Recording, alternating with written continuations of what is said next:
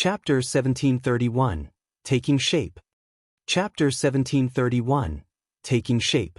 After leaving the guild residence and entering the street outside, Shifeng noticed that Silverwing town looked much more like a proper town than before. Many new buildings decorated the town now. Even the 5-story tall shop meant for the candlelight trading firm had already been constructed. Now, all that shop needed was a link up with the other shops owned by Candlelight and products to be put up for sale. Once that was done, Candlelight would be able to start doing business officially in Silverwing town. Due to Silverwing town having already reached a certain scale, the number of NPCs wandering about its streets had also increased. Now, the patrolling NPC adventurers and Zero Wings members weren't the only ones filling the streets. Moreover, Shifeng even noticed a few mercenary NPCs, wearing tattered armor, walking towards Zero Wings' residence, possibly drawn by the Magic King. Although these NPCs looked destitute, when Shifeng used omniscient eyes to inspect them, he discovered that even the weakest among them was a level 70, Tier 2 NPC. Normally, a recently established town would be fortunate to attract Tier 1 NPCs to become soldiers. Majority of the NPCs applying to garrison the town would only be at the elite standard. As for Tier 2 NPCs, those were basically impossible to find. Yet now 3 Tier 2 NPCs were showing interest in becoming soldiers in Silverwing town. For comparison, Zero Wing City had only a few hundred Tier 2 soldiers guarding it even until now. Although the 3 NPCs Shifeng spotted were not particularly high-leveled, they were more than enough to deal with current players.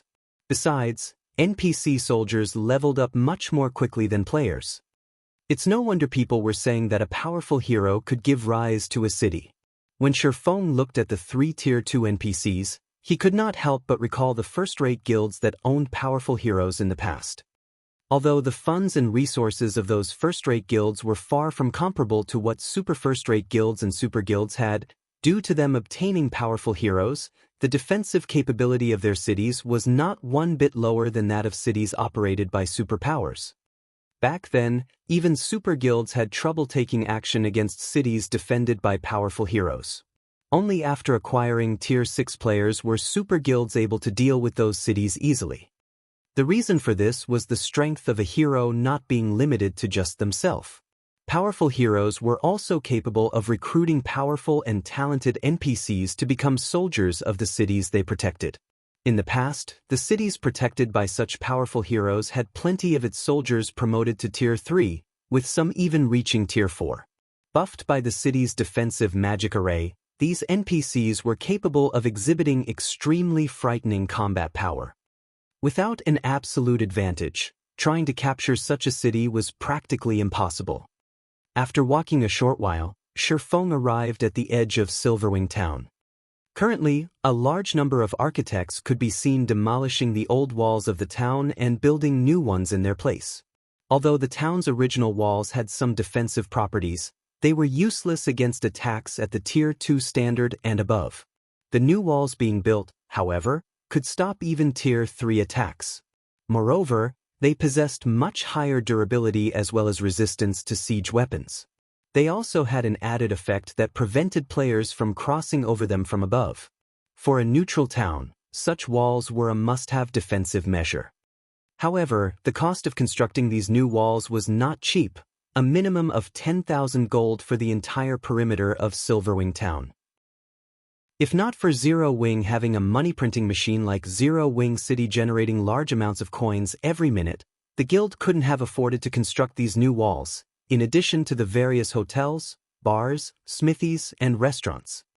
If a first-rate guild were tasked with managing Silverwing town, the guild would be fortunate to get the basic facilities up and running. After all, the total cost of constructing Silverwing town and the basic facilities in it was already close to 120,000 gold. This was a huge sum of money even for current super first-rate guilds, not to mention first-rate guilds. However, this was only a small part of the necessary investments into Silverwing town. Zero Wing still needed to construct a battle arena as well as multiple defensive structures. Those things cost a lot more money to build than hotels and smithies. Meanwhile, Standing at the four corners of Silverwing Town were 4 magic towers as well as one more magic tower located close to the town's main entrance. Guild leader, several superpowers have already contacted us. They say they're willing to partner with us as long as we hand over 50% of Silverwing Town's shares as well as allow them to build a guild residence in the town. In return, they'll help us fend off Beast Emperor's attacks in addition to investing 200,000 gold for the fortification of Silverwing Town's defenses, Aqua Rose reported when she saw Shi Feng approaching her. 50%? Every superpower is asking for this price? Shi Feng asked curiously. He was not particularly surprised by the fact that the various superpowers were offering to invest in Silverwing Town. After all, such situations frequently occurred during his previous life. In the past, many first-rate guilds had, fortunately, come across a town-building order but lacked the strength to safeguard the town they built in a neutral map. In the end, these first-rate guilds would choose to partner with a superpower. The first reason for partnering with a superpower was to protect the town. The second reason was to free up more funds for the development of their own guilds. They would not have to sink everything they had into their neutral towns. Michim. Although there are slight differences in their offers, they have all stated that the 50% shares are a must, Aqua Rose replied, nodding. I've already tried negotiating with them on this point, but they all are of the opinion that we won't be able to hold Silverwing Town against Beast Emperor. After factoring in the latest system announcements, they are even more unwilling to budge on this point. We've also just received news that Beast Emperor has managed to add another large batch of evil demons, evil beasts, and independent players to his forces. Right now, these forces are already making their way towards Silverwing Town from ancient Rock City. By the looks of it, Beast Emperor really plans on duking it out with us. What a bunch of old foxes. Shi Feng could not help but chuckle upon hearing Aqua Rose's reply. Do they really think that Zero Wing needs their help against Beast Emperor? Ignore those superpowers for now. All we need to do at the moment is have Zero Wing City's elite and expert members come over to Silverwing Town to develop themselves. If Beast Emperor sends any mythic monsters at us, have Cola and the others deal with them. Understood. I'll have them transfer over as soon as possible, Aqua Rose said, nodding. They might not have any way of dealing with the evil beasts and evil demons out in the fields, but none of those monsters should even think of approaching Silverwing Town with its 5 magic towers. Even if Beast Emperor sent a mythic monster at Silverwing Town, their side had Cola and many other Tier 2 players who wielded Tier 3 mana weapons. Including the buff from the magic towers, Cola and the others should have no problem going up against mythic monsters. After Shi Feng was done speaking, he entered the closest magic tower and immediately began carving the magic circuits necessary for operating it. The magic circuits were formed using advanced magic arrays. For other players, this was a very difficult and time-consuming task. For Shi Feng, who had already become a master magician, however, he could easily complete the necessary advanced magic arrays and connect them into a functioning magic circuit all by himself. Within 5 minutes, Shi Feng was done engraving the magic circuit for 1 magic tower. After spending about an hour running around, visiting the 5 magic towers, he was finally done engraving the core magic circuits of the magic towers. Could activate all magic towers simultaneously. Shi Feng commanded as he stood inside the magic tower located behind the town's main entrance. Immediately, Aqua Rose and other members of the guild's upper echelon, who were stationed inside the other 4 magic towers, activated their respective magic towers. Suddenly, the gigantic crystal atop each magic tower released a dark blue glow. A pillar of light then shot up into the air from each crystal. In the next moment, the towering light pillars split apart and formed light blue barriers that enveloped the entire Silverwing Town. The instant the barriers formed by the 5 magic towers came into contact with each other, the barriers immediately took on a darker shade.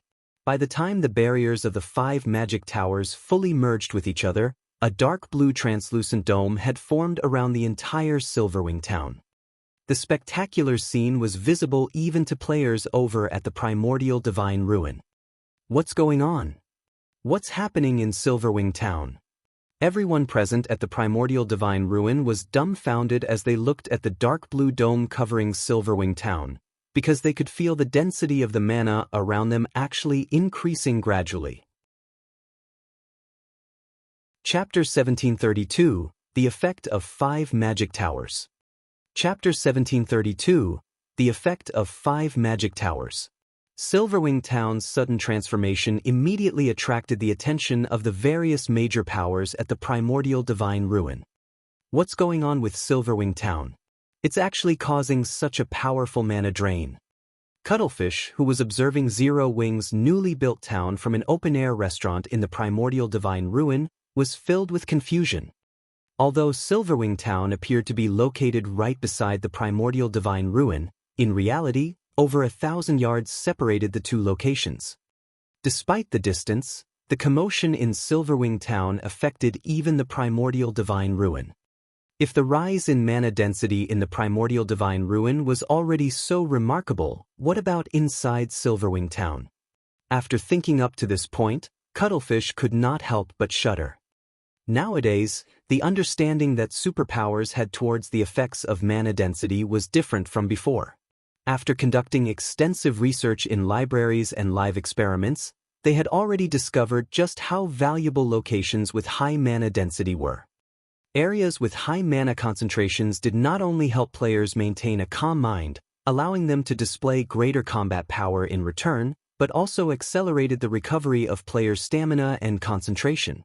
This situation enabled players to practice their combat techniques for extended periods without having to worry about running out of stamina and concentration. Meanwhile, the execution of combat techniques was different from that of spells and skills. In the case of spells and skills, one could activate them properly so long as the general movements were correct. In the case of combat techniques, however, one's movements needed to be extremely precise. Otherwise, the combat technique would do more harm than good to the user. In short, the difficulty of executing a combat technique was much greater than activating skills and spells. One required arduous practice just to learn to execute a combat technique properly. Hence, if one wished to practice a combat technique efficiently, having an environment that boosted stamina and concentration regeneration was a must. Uncle Cuttlefish, a report just came in from our scouts. It seems Zero Wing has constructed magic towers in Silverwing Town. Moreover, the guild built 5 magic towers in one go. A crimson-armored Tier 2 berserker standing beside Cuttlefish reported. 5 magic towers? Did they see correctly? Cuttlefish revealed a stunned expression when he heard this. For a moment he even wondered if he had misheard. It's true. They've sent a video recording. There are indeed 5 magic towers in the town, the Tier 2 berserker replied, a bitter smile appearing on his face. He, too, had hoped that there was a mistake in the report. However, after watching the video recording, he couldn't deny this fact even if he wanted to. How is this possible? Cuttlefish's complexion darkened as he watched the video recording the Tier 2 berserker forwarded to him. Wasn't it stated that each magic tower design allowed the construction of only 5 magic towers? At this point in time, the various large guilds were no longer strangers to the magic tower. After the first magic tower appeared in Stone Forest Town, the various large guilds had fervently searched for information about it, especially since the magic tower's existence allowed Stone Forest Town to become the #1 town in Starmoon Kingdom. In addition, as an advanced defensive construction, the magic tower provided the town with considerable defensive power. Even until now, the Crimson Emperor Guild had yet to build a single magic tower. Nevertheless, 5 magic towers had now appeared in Silverwing Town simultaneously. This was simply unbelievable. With these 5 magic towers, Silverwing Town's defensive power had increased significantly. Even if Beast Emperor wanted to destroy Silverwing Town, he would face an uphill struggle to do so. Not to mention, with the drastically heightened mana density, Silverwing Town's popularity among players would definitely increase even further. While inside a neutral map, players' stamina and concentration depleted very quickly. And even if they returned to an NPC town or city to recover, a full recovery would take quite a long time. Meanwhile, the increased mana density would significantly shorten the amount of time needed for players to recover, granting players more time to grind and do quests. One could just imagine how attractive Silverwing Town would be to the players trying to develop in the Orc Empire. With this, Crimson Emperor would also have much greater difficulty in acquiring the shares of Silverwing Town. At this moment, besides Cuttlefish of Crimson Emperor, members of the other superpowers present in the primordial divine ruin were also frowning at this situation. Damn it! Just where did Zero Wing obtain another magic tower design from? The upper echelons of the various superpowers were filled with envy as they looked at the 5 magic towers of Silverwing Town. Right now, even a fool could tell that Silverwing Town had a promising future ahead of it. News about Silverwing Town having 5 magic towers spread like wildfire. For a time, the expert players that had been hesitating over developing themselves in the Orc Empire started migrating to the Empire in large numbers. Meanwhile, inside Silverwing Town. So, this is the effect of having 5 magic towers in a single town? Shifeng was a little surprised as he felt the density of the ambient mana. He also noticed an additional buff appearing in his status window. Spirited State. If you remain in this state for 5 hours, your EXP gain will increase by 30% for 1 hour. If you remain in this state for 10 hours, your EXP gain will increase by 30% for 2 hours. Shifeng's eyes glowed when he read the description of this buff. Moreover, aside from this additional buff, the 5 magic towers also received a boost to their attack range, their defensive radius now covering 6,000 yards. Shifeng had never imagined that constructing 5 magic towers in a single town would bring such bonuses. This was his first time learning about such a matter. However, this was also a reasonable situation. After all, magic towers were incredibly precious. This was true even after 10 years had passed in God's domain. In his previous life, the various superpowers would split the magic towers they had to as many towns as possible. Even in important towns and cities, they would construct 3 magic towers at most. Nobody had been willing to spend an entire magic tower design on a single location. If the various large guilds in his previous life had found out that there was such a benefit from constructing 5 magic towers in a single location, most likely every guild that acquired a magic tower design would spend it entirely on a single town or city. After all, in Stone Forest Town, one needed to stay in a hotel to acquire this spirited state buff. Yet now, just being inside Silverwing Town granted players the buff. Only, the effects of the buff were inferior to the one gained by staying in Stone Forest Town's hotels, as the 30% increased EXP gain lasted only 2 hours. Even so, this buff was still extremely valuable. Now that such a benefit was available for free, the number of players willing to visit Silverwing Town would definitely increase even further. Most likely, the town would be able to develop into an intermediate town within a short period. Afterward, Shifeng called out Silverwing Town's system interface and allowed access to non-guild members. Quick look. Silverwing Town is now open to the public. Some observers quickly noticed the change in the town's status. Suddenly, countless players swarmed into the town. I'm in a spirited state. What's going on? Is this a joke?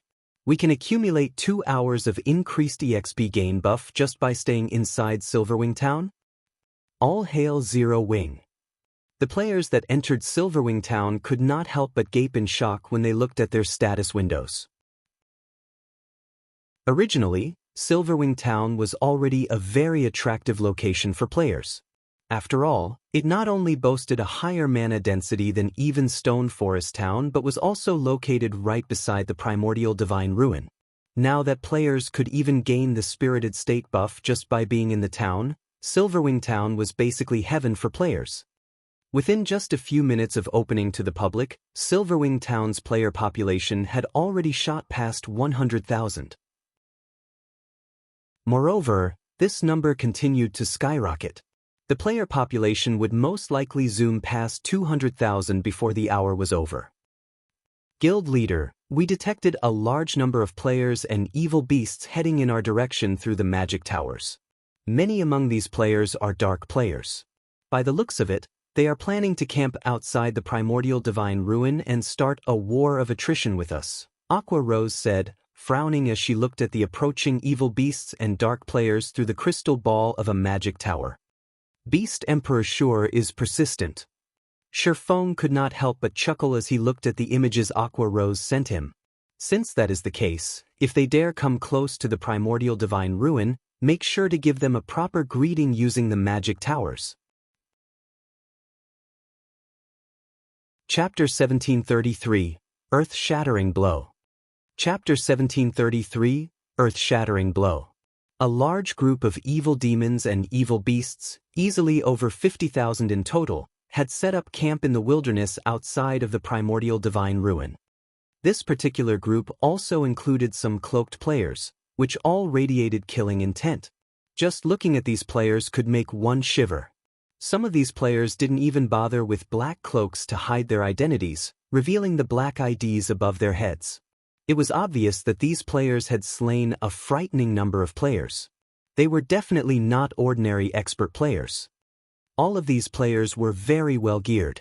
Despite recently reaching level 50, over half of their equipment consisted of level 50 mysterious iron and secret silver equipment. These pieces were definitely among the best available at this stage of the game. Wind, I'll say this first, the Crimson Horn Guild will only help you kill Zero Wings members. We won't be taking the initiative to attack and turn ourselves into cannon fodder, a tall, robust man carrying 2 short swords from his waist indifferently told the phantom of a person beside him. Relax. As long as Zero Wings members leave Silverwing town, my evil demons and evil beasts will attack them immediately. All you and your men need to do is find an opportunity to kill them. However, don't forget, my goal involves more than making them lose a single level, Wind Hunter reminded the man. He hadn't only chosen to work with Crimson Horn because it was a famous dark guild in the Dark Knight Empire, he had also chosen the guild due to its production of a particular type of poison. This poison was called Soul Devourer and would be applied to a player's weapons. When these coded weapons were used to kill a player, the poison would corrode the player's soul, and depending on how much poison was applied, the victims could lose up to 3 levels before entering a weakened state. During this weakened period, players could not level up. In return for Crimson Horn's assistance, the Evil God's Temple would help the Dark Guild's members grind glory points and accumulate battlefield titles. Leave this to us. As long as we slay Zero Wings members, I guarantee that they will need some time to recover their strength, the indifferent man said confidently. If there weren't so many guilds here, I'd love to fight Zero Wings peak experts. I've heard that their combat standards are quite good, and every item they wear is a treasure. However, by the looks of it that doesn't seem possible. Saying so, the indifferent man turned to the 6 cloaked players behind him. He wasn't pleased that he couldn't see their appearances. These 6 players would be responsible for dealing with Zero Wings peak experts in the upcoming battle. Although these 6 people were dark players, they did not belong to a dark guild. Rather, they were members of an adventurer team called Dark Hunters. The adventurer team was quite famous in the Dark Knight Empire, and not even Crimson Horn avoided provoking the team. The Dark Hunters adventurer team consisted of monstrous players, and every member was a dark player. Not long ago, the Dark Hunters had dispatched a 20-man team to annihilate the first-rate guild, Tyrant Emperor's main force. Said force had included 1,000 players. Among the Dark Hunters' 20-man team, 8 were Tier 2 players who had absurd combat standards and basic attributes. Even Star Harvester, Tyrant Emperor's guild leader and a level 51, Tier 2 assassin, had died in the battle. Naturally, a Tier 2 assassin possessed much stronger life-saving skills than a Tier 1 assassin. Even 5 Tier 2 experts working together should not be able to stop a Tier 2 assassin's escape, yet Star Harvest had still been killed. Moreover, a single player from the Dark Hunters had accomplished the deed. The strength the Dark Hunters had displayed had thoroughly shocked the Dark Knight Empire. Star Harvester wasn't some ordinary expert. He was a Refinement Realm expert who ranked 305th on the God's Domain experts list. Not even ordinary Refinement Realm experts stood a chance against him. Yet, the Dark Hunters had killed him. Even before the battle with Tyrant Emperor, the Dark Hunters had created many frightening battle records. Only, these battle records had been carried out in secret, unknown to the various large guilds. The adventure team's accomplishments included the assassination of Crimson Horn's guild leader, Crimson Ghost. This was also why Crimson Ghost wasn't happy to see the 6 Dark Hunters members. In Crimson Ghost's opinion, the players from the Dark Hunters were inhuman, and he hadn't reached this conclusion just because of their monstrous strength. Rather, this opinion was based on the appearance they took on when they activated their true power. When they used their true power, they lost their human form, transforming into true monsters. They also used different combat methods than players like himself. Every one of the 6 players that had been sent from the Dark Hunters was a Tier 2 player. Even without the help of the evil demons and evil beasts, these 6 players were more than enough to deal with Zero Wing's main force members. Since everyone's all here, we'll proceed with the next phase of our plan. First, we'll set up an encirclement around the Primordial Divine Ruin and Silverwing town. But make sure you stay a safe distance away from the town. We estimate that those magic towers have a maximum attack range of around 1,500 yards. Do not enter that range. We won't be responsible for your deaths. Hearing Windhunter's warning, the various dark players nodded their heads. War weapons were no laughing matter. The magic tower's attacks possessed power at the peak of Tier 3. Moreover, the attacks had very large ranges. Unless one used an invulnerability skill or spell, no player at this stage of the game could block an attack from a war weapon and survive. No, there was one player who could block an attack from war weapon like the magic tower, but none of these dark players believed that they had the strength to rival Black Flame. When Wind Hunter finished speaking, the present players went into action. Wind Hunter then organized his evil demons and evil beasts to surround the Primordial Divine Ruin and Silverwing town. Shortly after the evil demons and evil beasts began to move, the players in the Primordial Divine Ruin discovered their advance. There are so many evil demons and evil beasts.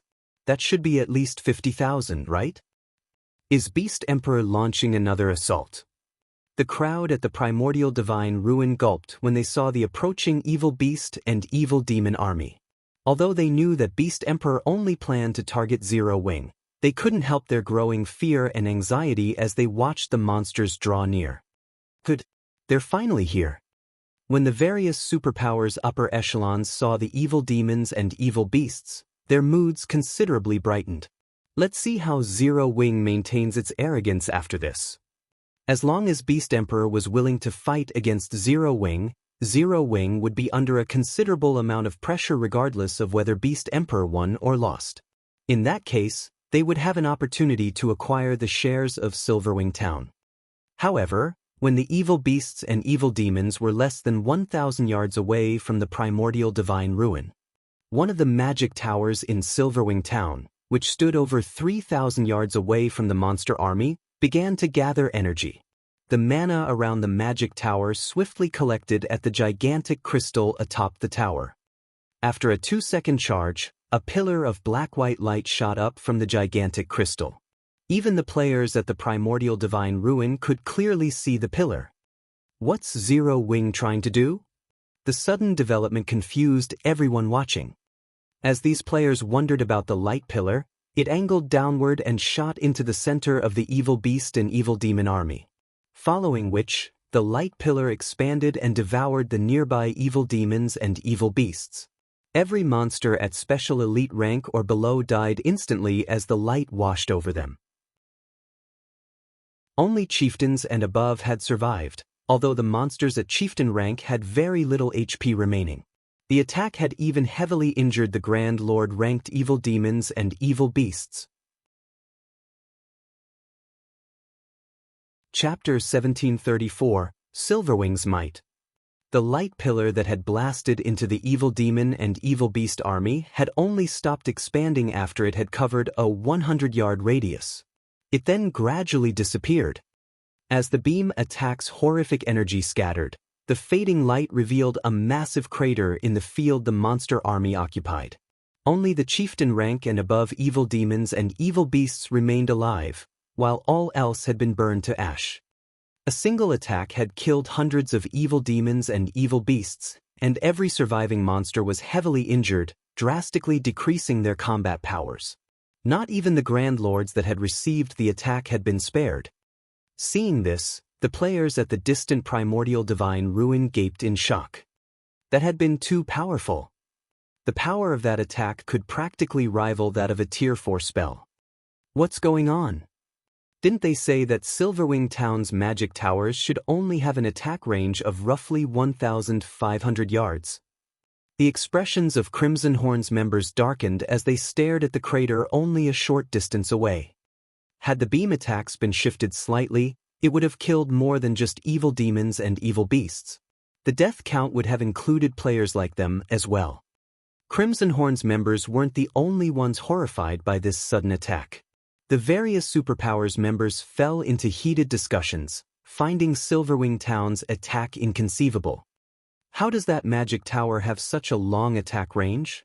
Cuttlefish wore an ugly look as he stared at the fading light pillar. He had thought that Beast Emperor would force Zero Wing into a corner, preventing the guild's members from setting foot in the primordial divine ruin. However, with such an increased attack range on the town's magic towers, even reaching the ruin itself, Beast Emperor was powerless to stop Zero Wing's members from competing for entry slots. After all, the magic tower's attacks were extraordinarily powerful. If Beast Emperor sent his minions to block Zero Wing's path, the guild would retaliate without mercy. If the magic towers struck too many times, even mythic-ranked monsters would fall, much less the lower-ranked monsters. Before anyone could recover from their shock, another of Silverwing Town's mana towers began to gather mana. 2 seconds later, another black-white light pillar ascended into the sky. In the blink of an eye, another energy beam struck the evil demon and evil beast army, opening another clearing amidst the monsters. Damn it! How is this happening? Windhunter's heart bled as he watched his evil demons and evil beasts fall by the hundreds. He had gone to great lengths to nurture these evil demons and evil beasts. He could accept their deaths if their deaths had meaning, but right now, they were nothing more than living targets for Zero Wing. As Windhunter prepared to issue a new command, another beam attack slammed into his monster army. Boom! This time, the attack had taken the lives of more than just a large number of evil demons and beasts. Some of Crimson Horn's members hidden among the monster ranks had died instantly. Retreat! Everyone retreat! Crimson Ghost shouted through the team chat with an ashen complexion. Dark guilds had far fewer members than ordinary guilds. A very powerful dark guild generally only had around 30,000 members. Crimson Horn had barely over that count. For this operation, Crimson Horn had dispatched 2,000 expert members, nearly every expert in the guild. And that last beam attack had killed over 100 Crimson Horn experts. At this moment, Crimson Ghost developed a deep hatred for Windhunter. Because of Windhunter's misinformation, Crimson Horn had lost over 100 experts for no good reason. As dark players, the death penalty they suffered was much more severe than ordinary players. Even though their alignment with the dark forces would lighten their death penalty slightly, it was still harsher than what ordinary players faced. Now that over 100 Crimson Horn experts had been killed, the guild had lost over 5% of its peak combatants. If they suffered another blow like that, the consequences would be unimaginable. Just as Crimson Horn's members began to retreat, Zero Wing's members flooded out of Silverwing Town. Although only a little over 2,000 guild members had emerged, every one of them rode a majestic thunderwolf. The spectacular scene of 2,000-plus thunderwolves stunned both the spectators and Windhunter's group. Bastards! Windhunter bellowed in rage as he watched Zero Wing's army charge towards him. After bombarding his army with the magic towers, Zero Wing actually took it a step further and sent its members to pursue his remaining forces. It was obvious that Zero Wing wanted to show everyone that the evil god's temple was not a foe worth worrying about. To make matters worse, Zero Wing had only dispatched a little over 2,000 members for the pursuit. If news of this spread, the evil god's temple's prestige would be tarnished. The temple would become a laughing stock in the Orc Empire. Immediately, Windhunter had his evil demons and evil beasts charge at Zero Wing's army, even going as far as to mobilize 2 mythic evil beasts. Although the Magic Tower's attacks were powerful, they couldn't easily take down mythic-ranked monsters. In fact, the 2 mythic evil beasts would have no problems escaping the battlefield even after annihilating Zero Wing's force. Moreover, with how far the Magic Towers could reach, Zero Wing wouldn't dare to fire on the evil demons and evil beasts as they clashed with the guild's members. Suddenly, 1 level 60+ evil demon and evil beast charged towards the incoming players, but before they could reach their targets, 2 more beam attacks plowed into the monster's frontline. The beams wiped out any elites and special elites they struck while leaving the rest heavily injured. After the 2 beam attacks descended, Zero Wing's members, who wielded mana weapons, finally made contact with the evil demons and evil beasts. The moment they did, they started a slaughter. The Zero Wing experts wielding Tier 2 mana weapons could fight a Lord-ranked evil demon or evil beast, even when the monsters were at their peak, Toto. Hence, the weakened chieftains and lords posed no threat to Zero Wing's melee players. In addition, the ranged DPS provided cover fire, and the healers maintained everyone's HPs from the rear. Overall, the first wave of evil demons and evil beasts that met Zero Wing's army in combat was no match for Zero Wing's army. Finally, the 2 mythic-ranked evil Earth Dragons arrived before Zero Wing's forces, their massive frames looming like 2 mountains. The evil Earth Dragons then released deafening roars as they swiped their massive claws at the enemy players. However, before their claws could reach the melee players before them, 2 figures appeared before each monster. One of these figures was Kola, while the other was Turtledove, and the 2 MTs had already activated the power of darkness, increasing their attributes significantly. Silver divine runes illuminated the Tier 3 mana weapons in their hands, and once the 2 Guardian Knights reached the evil Earth Dragons, they swung these weapons at the incoming claws. Tier 2 skill, Divine Adjudication. A golden glow bloomed before the 2 Guardian Knights as the 2 evil Earth Dragons' gigantic claws abruptly halted mid-swing. No matter how much force they used, they couldn't even move their claws an inch farther. After a brief moment, 2 explosions shook the area. The 2 level 75 evil Earth Dragons stumbled 5 steps back, and the ground beneath them trembled as they moved.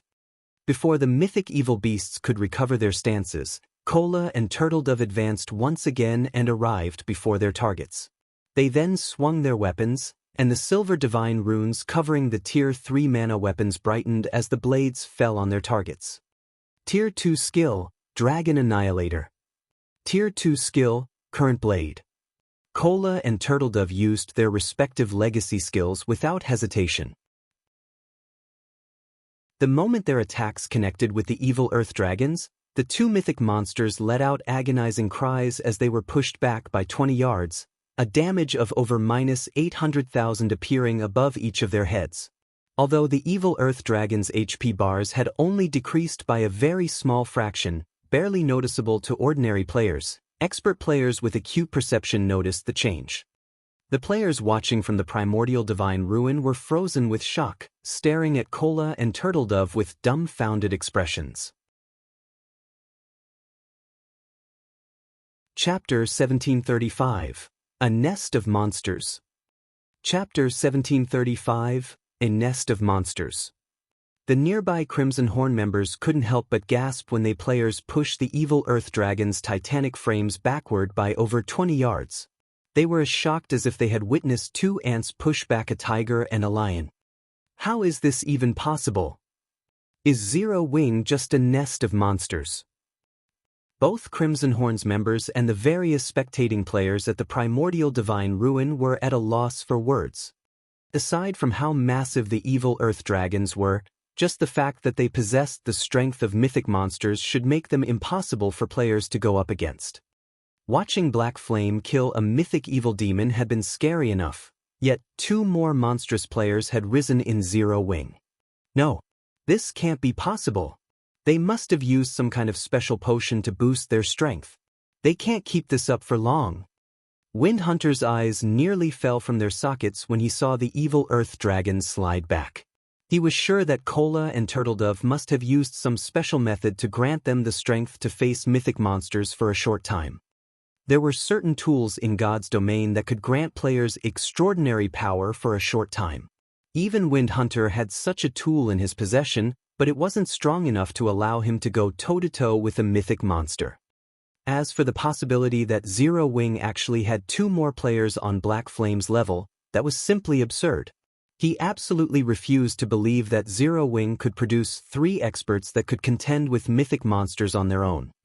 Thinking up to this point, he commanded the evil Earth Dragons to continue their assault against the 2 Guardian Knights.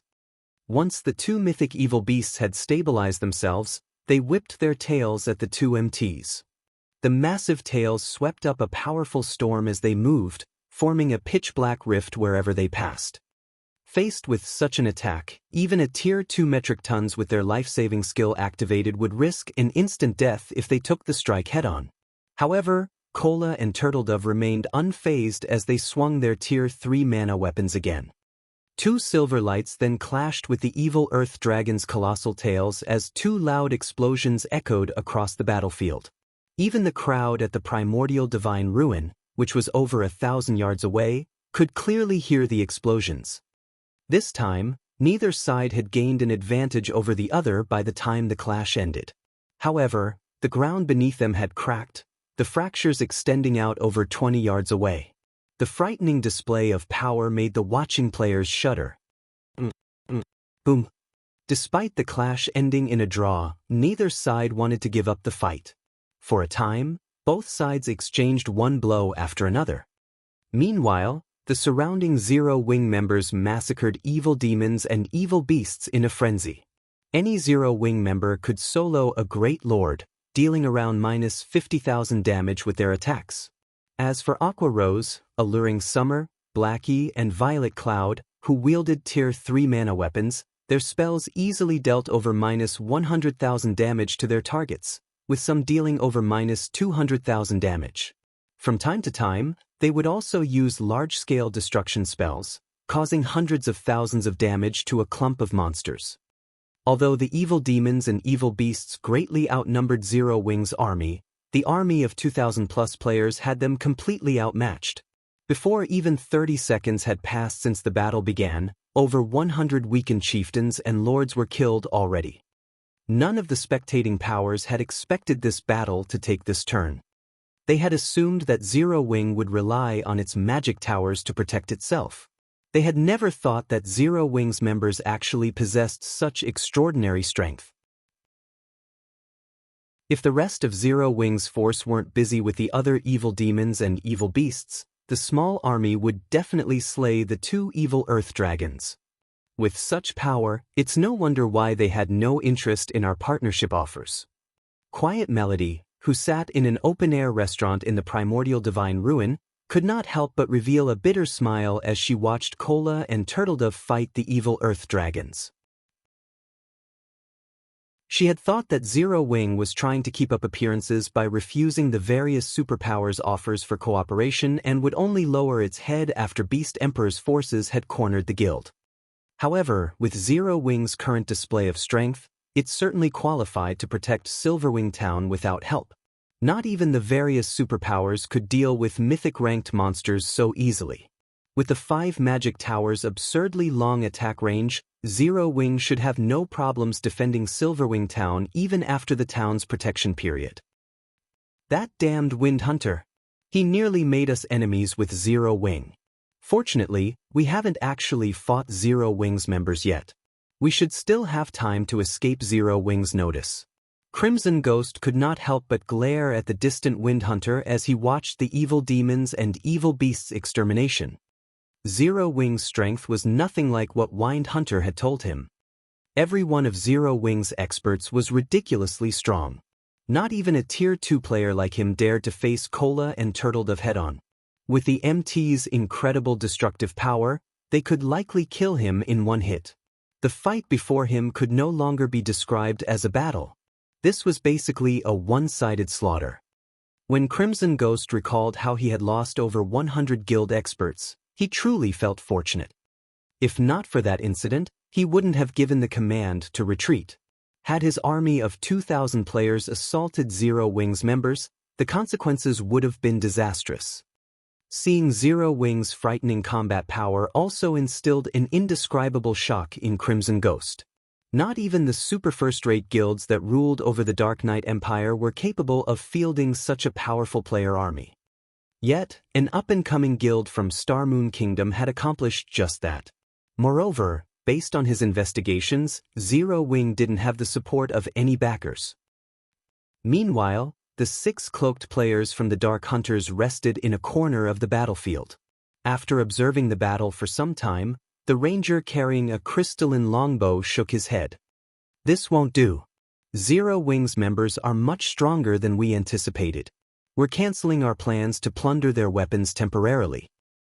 Leader, although Zero Wing is clearly stronger than we had assumed, it isn't entirely impossible to kill the guild's ordinary experts. Those experts haven't even reached Tier 2 yet. We can simply kill them and flee. The commander definitely won't let us off the hook if we fail this mission.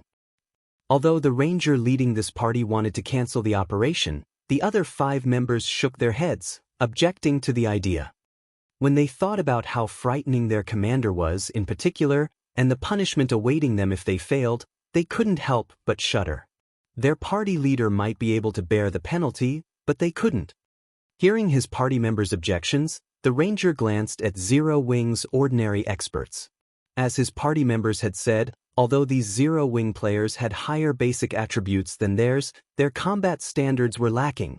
They hadn't even reached the half-step refinement realm yet. Most importantly, these ordinary experts were all Tier 1 players.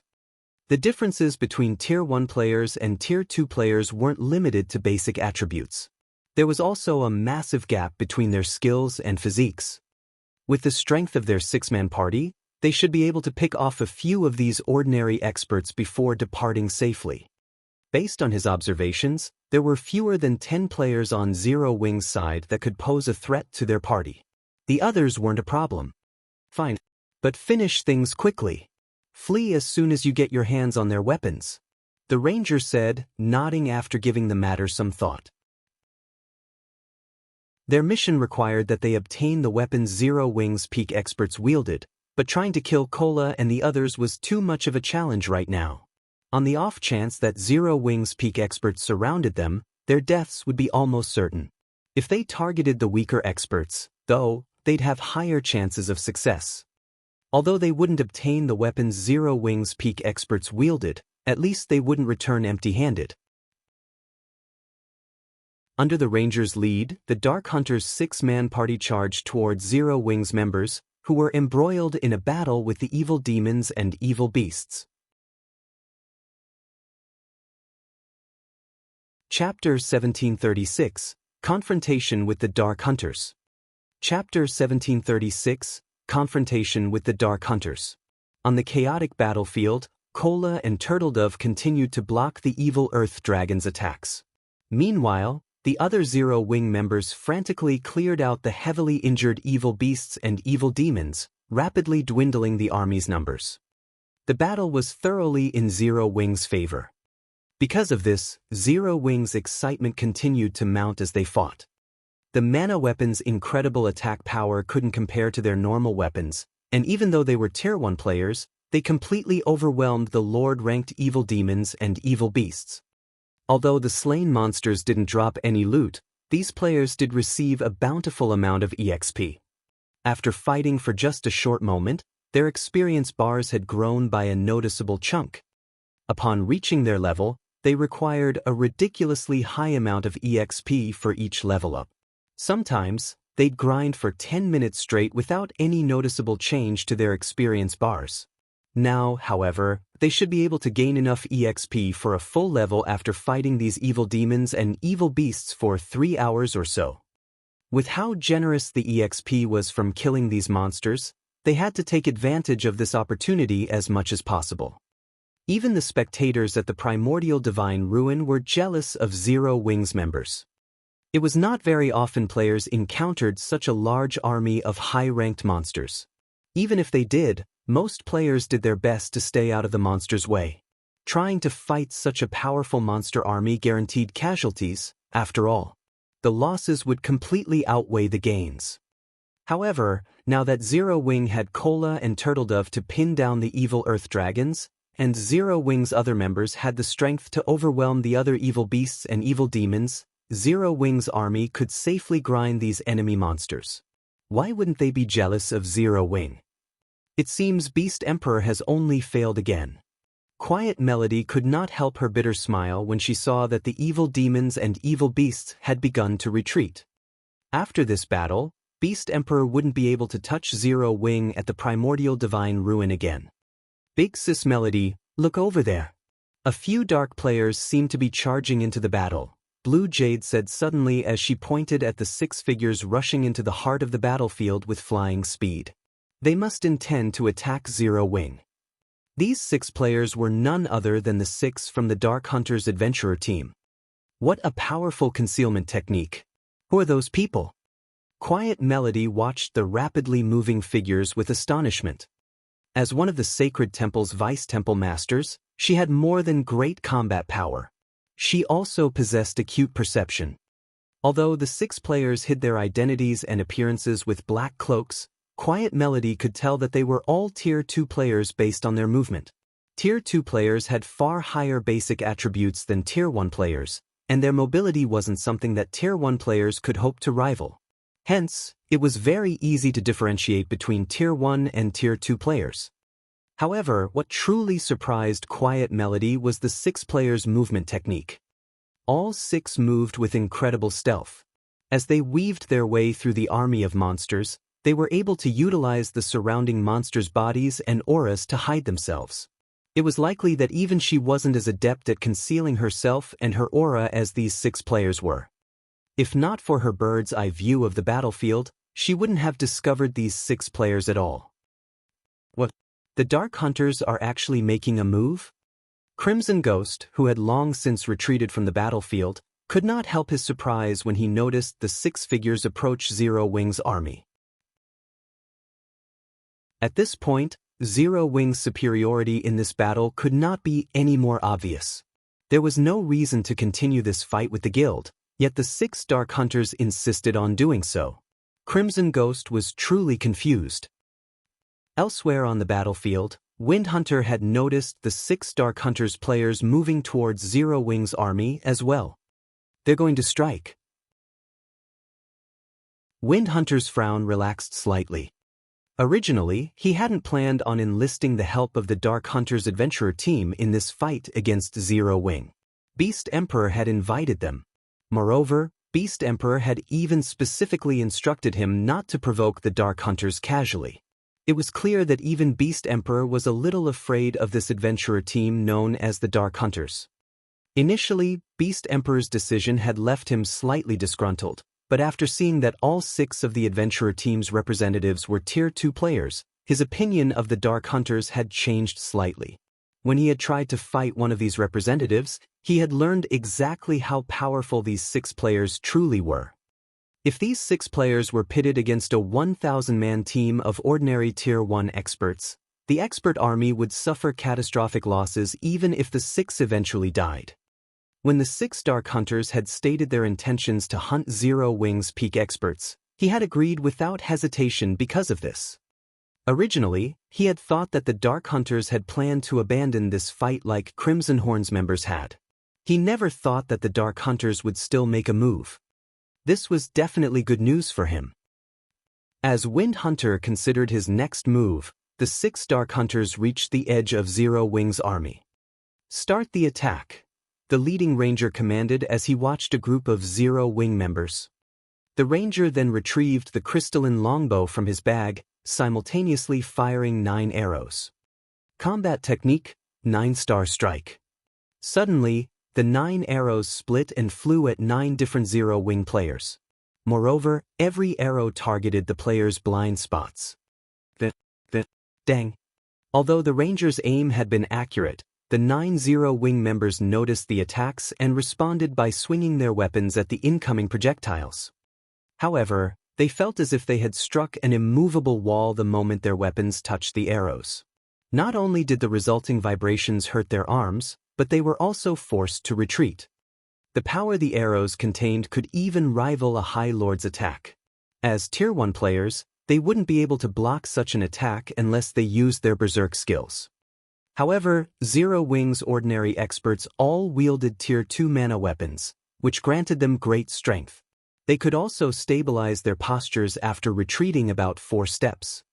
Unfortunately, before the 9 Zero Wing members could locate their attacker, they noticed multiple skills and spells flying at them from multiple directions. Before they could react, these skills and spells smashed into them. Needless to say, these attacks had originated from the other 5 Dark Hunters. The 9 players from Zero Wing rapidly lost HP. Only the plate armor classes retained around 2/3 of their HP, while the rest had more than 50%. After the brief clash, the 9 Zero Wing members realized that they had encountered a powerful foe. They immediately activated their mana weapons, attacking their ambushers. Facing attacks that could rival the power of Highlords, the 6 Dark Hunters chose not to block the attacks directly, but to dodge or deflect them. This situation rendered the 9 Zero Wing members utterly helpless about their current predicament. Before the rear-line healers could heal the 9 injured players, the 6 Dark Hunters launched another wave of attacks, easily slipping past the Zero Wing members' defenses and killing the 9 experts instantly. This shocked the nearby Zero Wing players. Even the upper echelons from the various major powers, who watched from the primordial divine ruin, couldn't help but gasp. Too fast. Although the 9 players from Zero Wing had yet to reach the refinement realm, their basic attributes almost rivaled Tier 2 players. They should wield the strength of a High Lord of the same level, yet the 6 Dark Hunters had effortlessly ended their lives. Although the Dark Hunters' status as Tier 2 players was part of the reason for their success, the various major powers' upper echelons recognized the absolutely perfect coordination between the 6 players. Even if the 9 targeted players had been Refinement Realm experts, the ambush's outcome would likely have been the same. After the 9 Zero Wing members had died, they had dropped a total of 18 items, far more than normal. 3 of these 18 items were Tier 2 mana weapons. Good. We're retreating, the leading ranger commanded after snatching up a Tier 2 mana weapon. He then turned and fled. The other 5 Dark Hunters nodded in response. They wanted to kill more players, but since their party leader had ordered the retreat, they had to obey. Following which, they dully picked up an item closest to them and fled back into the Evil Demon and Evil Beast army.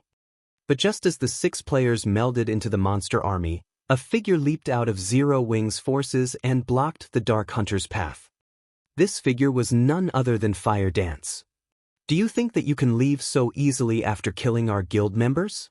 Fire Dance demanded as she swept a glance over the 6 Dark Hunters, a cold glint flashing in her eyes. Chapter 1737, Soloing the Dark Hunters. Chapter 1737, Soloing the Dark Hunters. Fire Dance's sudden appearance abruptly halted the 6 Dark Hunters' retreat. Fire Dance didn't currently wear her black cloak, so both her appearance and level of 52 were available for everyone to see. Although her weapons and equipment didn't particularly stand out, Fire Dance radiated an unruly charm that felt like a daunting pressure weighing down on these Dark Hunters members. When the Dark Hunters looked at Fire Dance, she seemed like the absolute overlord of her surroundings. So fast. Fire Dance's appearance had surprised Lonely Lamp, the Ranger and the Dark Hunters' party leader. His party had specifically chosen to strike far away from any of Zero Wing's peak experts. The closest peak expert had been several hundred yards away. By the time the guild's peak experts could have ridden to the rescue, their party would have already completed their mission and fled the battlefield. Less than 20 seconds had passed since they had launched their assault against Zero Wing's 9 ordinary experts, yet Fire Dance had caught up with them. Her movement speed should be nearly double theirs. What bold words! Do you believe that you can stop all 6 of us by yourself? An emaciated assassin among the Dark Hunters asked, sneering. That's right. We are surrounded by evil demons and evil beasts. Do you really think your allies can come to your aid in time? A beautiful female elementalist said with a faint smile. Our original mission was to kill Zero Wing's peak experts like you. Now that you dare to block our path, we'll just use this opportunity to kill you. That way, we'll complete our mission perfectly. The other Dark Hunters nodded in agreement, killing intent radiating from their eyes. They currently stood in the midst of the evil demon and evil beast army.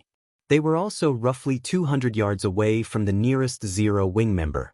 It would take quite some time for Zero Wing's members to reach their location. They might not be confident in taking on Fire Dance one-on-one, but they outnumbered the female assassin by 6-1. By charging at them alone, Fire Dance had simply jumped into the jaws of death. Yet, Fire Dance had still been so foolish. Her actions rendered them utterly speechless. Was she a fool? Or had the woman lost her mind? Even the various superpowers, who were relatively familiar with Fire Dance's strength, were confused about the female assassin's actions, let alone the Dark Hunters party. Is she tired of living? Does she not recognize those 6 players' strength? When the various superpowers upper echelons saw Fire Dance charge into the army of evil beasts and evil demons, blocking the 6 Dark Hunters' path, they felt as if Zero Wing's members were a bunch of lunatics. It wasn't unusual to see Black Flame make such bold and arrogant moves. He qualified to do so, after all, but Fire Dance. Zero Wing is finally going to suffer a little. Wind Hunter could not help but laugh at the situation. When he noticed Zero Wing's members trying to reach Fire Dance to offer their help, he commanded some of his evil demons to stop them. While the 6 Dark Hunters had spoken, they had subtly surrounded Fire Dance, preventing her escape. Watch her speed. Ranged players, maintain your distance from her. Sharp, you'll be the distraction. Make sure she doesn't escape. We have to finish this fight as quickly as possible. Lonely Lamp commanded as he retrieved his crystalline longbow from his back. The other 5 Dark Hunters nodded in response. The emaciated assassin, Sharp Blade, then charged at Fire Dance with a Tier 2 Berserker and a Tier 2 Swordsman close behind him. At the same time, the Tier 2 Cleric at the rear cast the Tier 2 instantaneous spell, Holy Mark on Fire Dance. Now, even if Fire Dance used Vanish and entered a forced stealth state, their party could keep track of her. As for Lonely Lamp and the Tier 2 Elementalist, they coordinated their attacks, firing from the female assassin's sides. In the blink of an eye, multiple attacks flew towards Fire Dance from different locations. Pay for your arrogance. Sharp Blade shouted as he used Shadow Steps, appearing behind Fire Dance instantly. He then thrust his aqua blue short sword at Fire Dance's back. Tier 2 skill, Triple Interception. Suddenly, Sharp Blade's short sword transformed into 3 streaks of shadow that aimed for Fire Dance's blind spots. Although each shadow's power wasn't strong, the strikes couldn't be blocked with shields or weapons. They could only be dodged or stopped by a defensive skill. In the meantime, the Berserker charging at Fire Dance from the front raised his battle axe and slammed it at the ground before him. Tier 2 skill, Fracturing Spikes. Stone spikes rose from the ground beneath Fire Dance's feet, entrapping her. Meanwhile, the Tier 2 Swordsman used a normal slash against his target. As for Lonely Lamp and the female Elementalist, they sent numerous arrows and fireballs at the female assassin. As they watched the 6 Dark Hunters assault, the spectators at the Primordial Divine Ruin gasped. Even the various superpowers peak experts wore serious expressions when they saw this coordinated offensive. The Dark Hunters' coordination and skill utilization were simply perfect. Even peak experts like themselves would fall under such a seamless bombardment. Even Fire Dance, the target of this offensive, was slightly surprised. She hadn't expected such high combat standards from the 6 Dark Hunters, and even their coordination had reached such an impressive level. However, before the numerous attacks could land, Fire Dance split into 6 identical copies of herself. Phantom. This was the 1000 Transformation's first additional skill. Although the 5 doppelgangers couldn't attack, they were invulnerable. Moreover, they could exist for a full 30 seconds. Boom, boom, boom. A series of attacks struck Fire Dance, but her HP didn't decrease in the slightest. Meanwhile, Fire Dance's sudden split and 6 copies had stunned the Dark Hunters slightly, and they paused for a brief moment. These are doppelgangers that can't attack.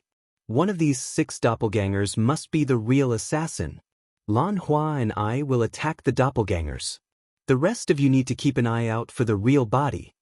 Lonely Lamp shouted, reacting quickly to the new development. Although doppelganger skills like the one Fire Dance had just used were rare in God's domain, some did exist. Hence, players had learned of ways to counter these skills. In a one-on-one fight, players would have to flee and wait for the skill's duration to end, but if a party were to face such a doppelganger skill, the ranged players could launch AoE attacks, hitting every doppelganger simultaneously to determine the real body's location. The melee players could then take advantage of this information to attack the enemy's main body. Immediately, Lonely Lamp and the female elementalist, Lan Hua, launched spells and arrows at all 6 Fire Dance copies. However, before they could do so, Fire Dance had switched positions with one of her doppelgangers and appeared beside the Tier 2 Berserker. She then lightly swung 1,000 transformations at her target. Surprised, the Berserker hurriedly executed Whirlwind Slash to repel Fire Dance. Boom! The instant the Berserker's battle axe collided with 1,000 transformations, however, the man's expression darkened. He felt as if he had just struck an impenetrable wall. Not only did his weapon stop abruptly, but the intense feedback forced him to take a step backward.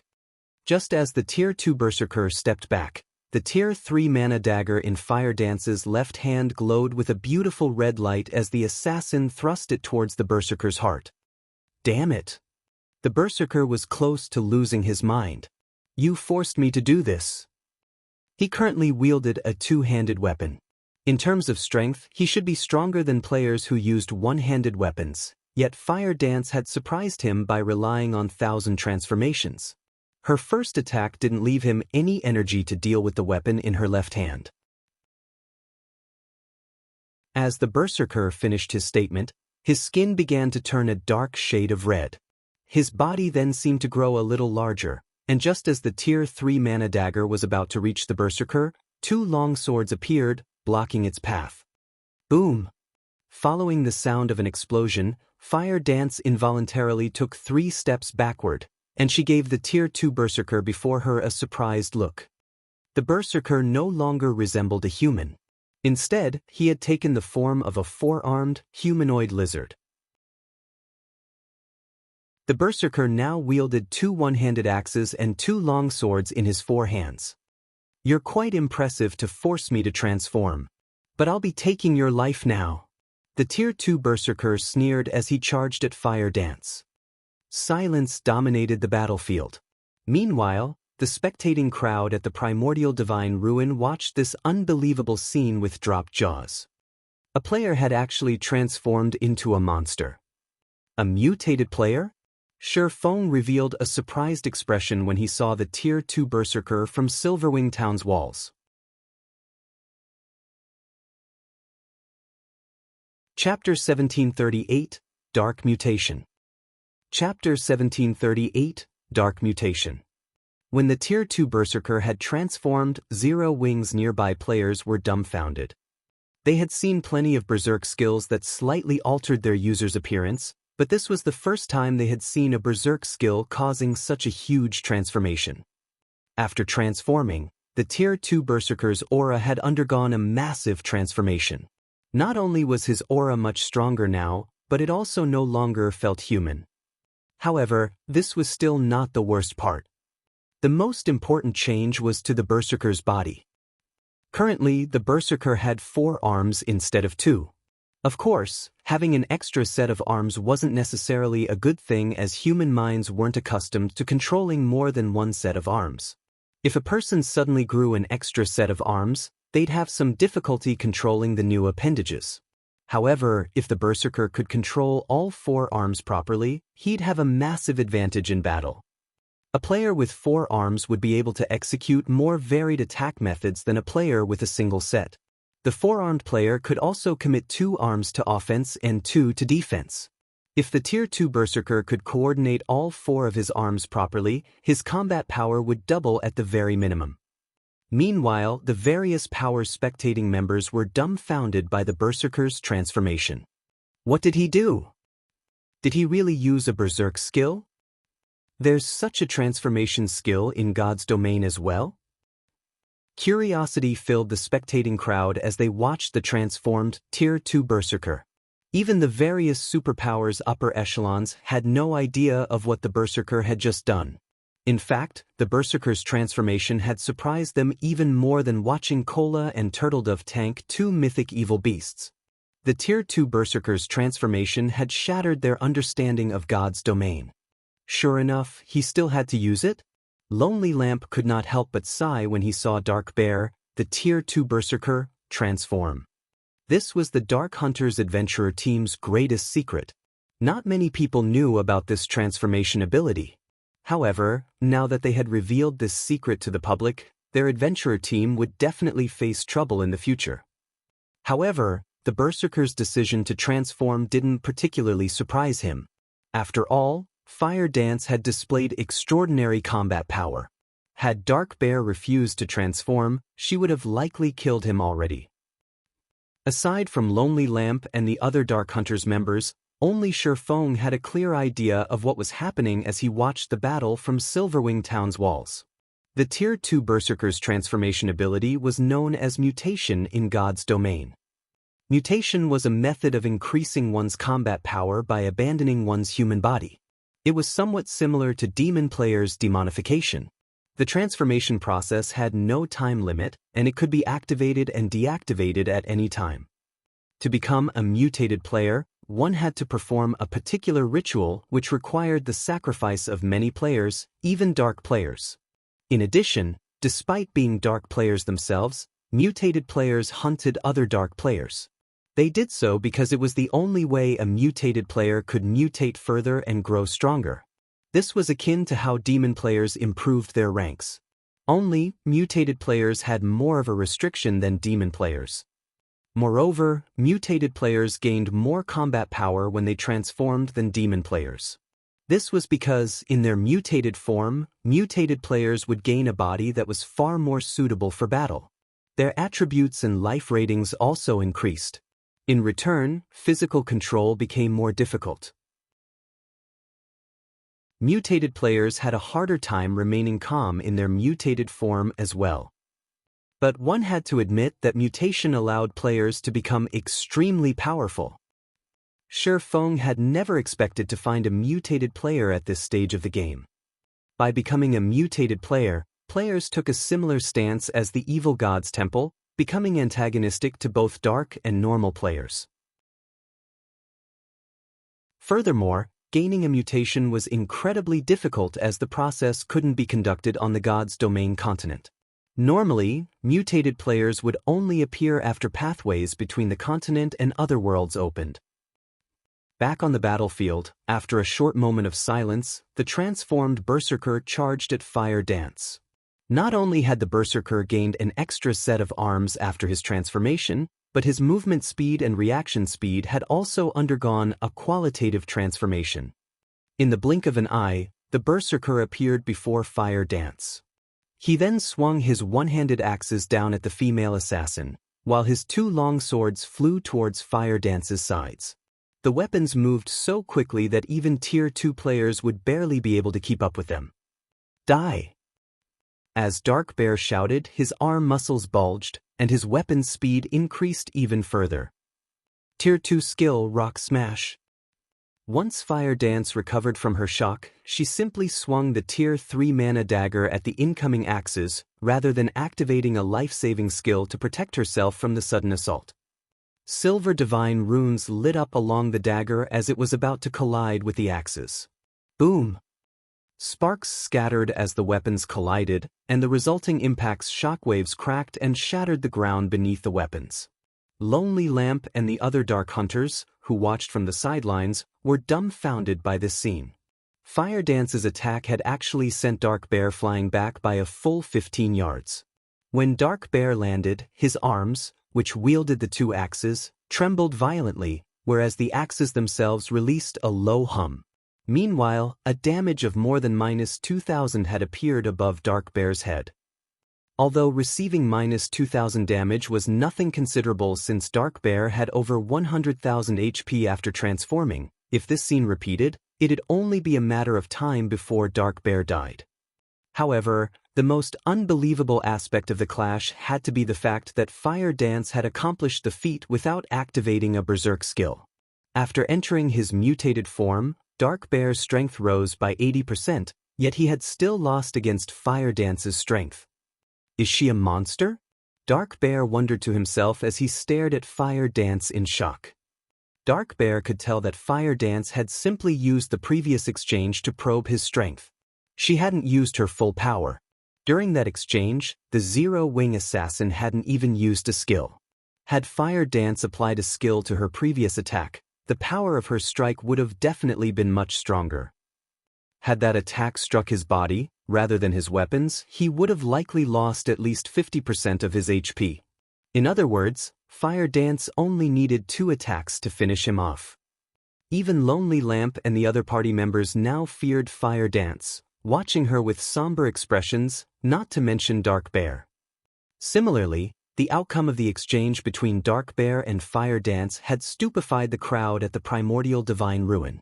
Based on the change in Dark Bear's aura, they knew that the Berserker's basic attributes had increased by a significant margin, yet his transformation was meaningless before Fire Dance.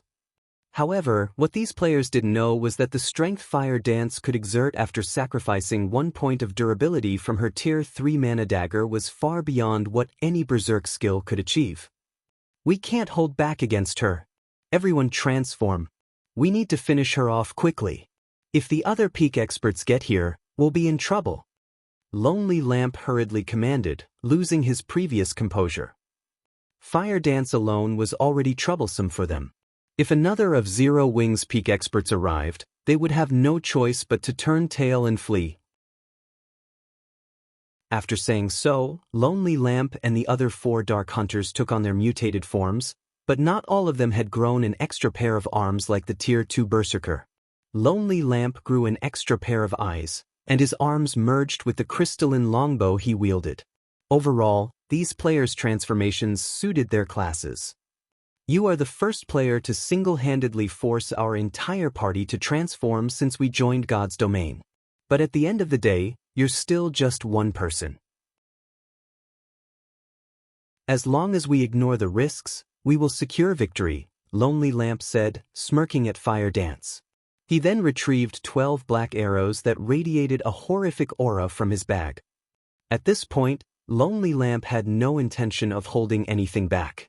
He had found these 12 black arrows from an ancient ruin, and each of them had the power of a peak Tier 3 attack. They even posed a threat to Tier 4 existences. Is that so? What if you have to face 2 people? Suddenly, a dull voice reached the Dark Hunters from their surroundings, echoing powerfully in Lonely Lamp's mind. In the next moment, a massive spatial tear appeared beside Fire Dance. Shifeng's figure then slowly stepped out of the spatial tear.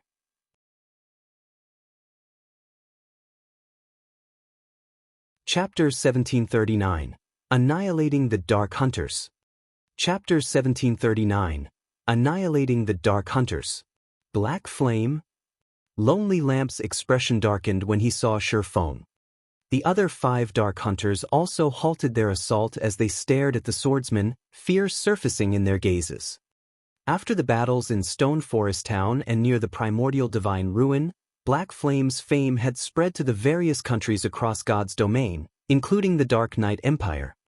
Although these 6 players had never fought Black Flame personally, they knew that both his basic attributes and combat standards were at the apex of God's domain after witnessing the man's battle videos.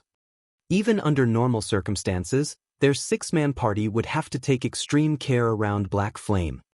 Originally, they had a chance of completing their mission since Fire Dance had been alone, but now that Black Flame had joined the fray, their chances were uncertain. Black Flame is finally making his move. The various superpowers watching from a distance could not help but grow excited upon Shifeng's appearance. They had very eagerly watched the clash between Fire Dance and the Dark Hunters, but they had also worried that the female assassin might die. They had been worried because they wanted to see the 6 Dark Hunters' true strength. This was the first time they had encountered players that could transform into monsters. They hadn't even known that was possible until today. Naturally, they had to collect as much information on these 6 players as possible. They might even discover some clues that could help them acquire this power. From what they could tell, the Dark Hunter's ability to transform into monsters was definitely stronger than a berserk skill, since the transformation gave the players a body that altered and improved their combat standards. If their guild's experts could grasp this power, it would undoubtedly increase the guild's overall strength. Hence, they very much hoped that Zero Wing could defeat the Dark Hunters, forcing the 6 Dark Hunters to use everything they had. If the Dark Hunters achieve victory instead, however, they wouldn't know whether or not these players had held back anything. Leader, what should we do?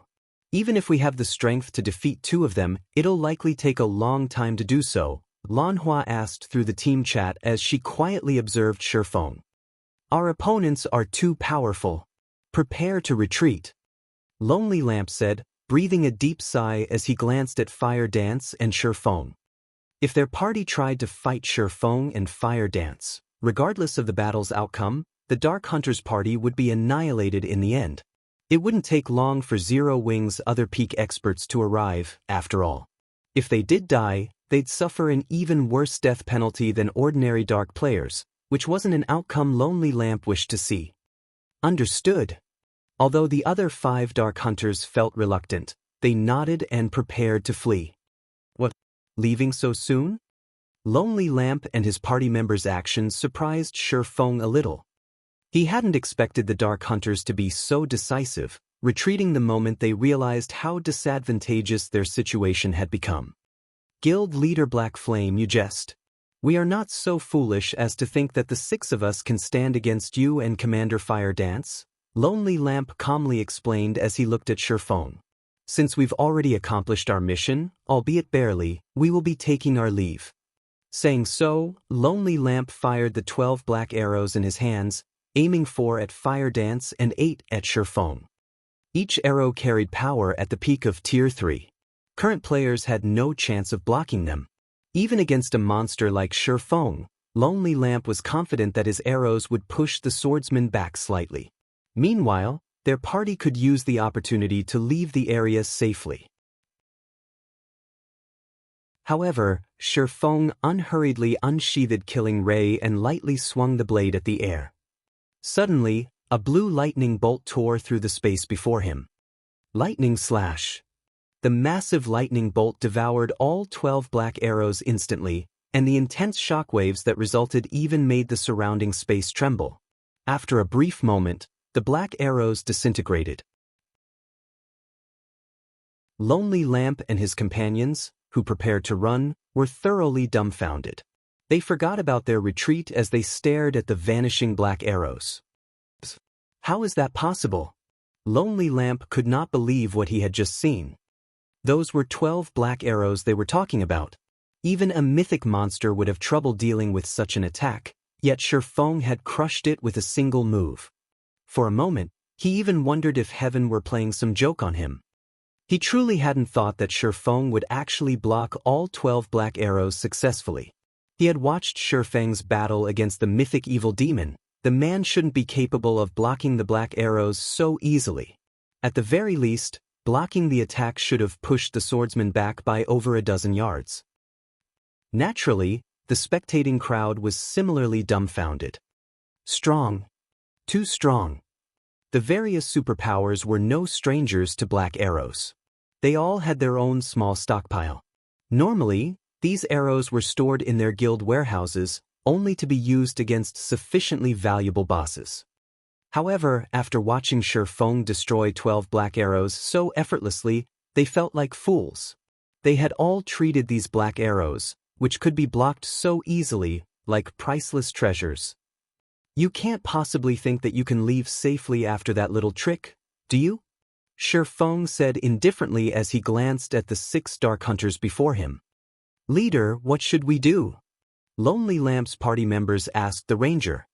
Previously, they had only feared Shifeng due to his fame, but after watching him destroy 12 black arrows in an instant, true fear gripped their hearts.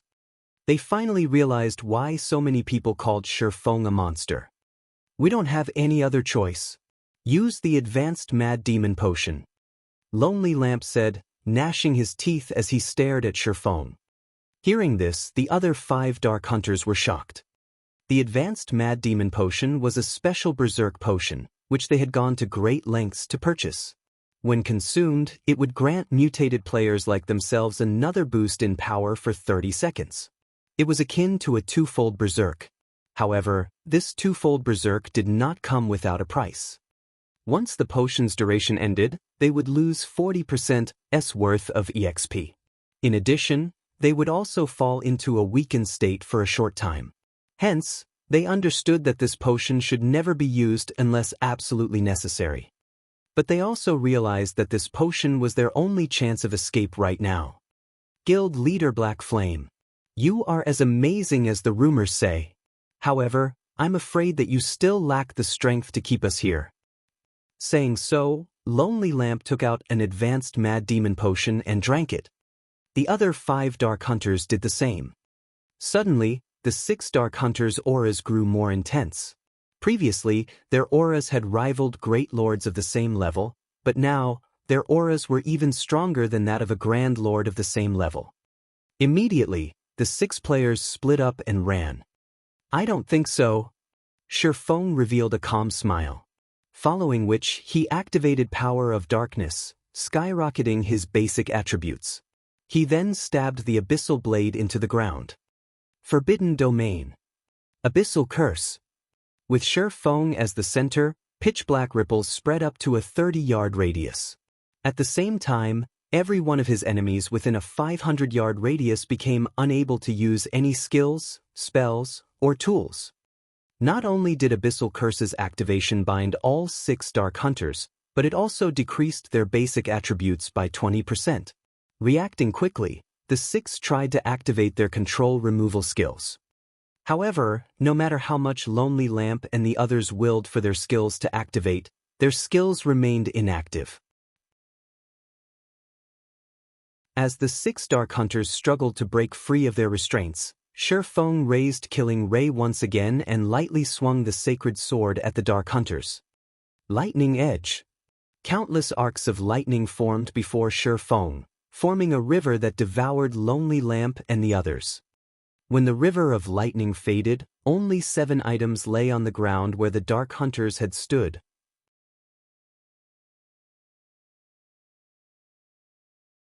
Chapter 1740, Black Flames Warning.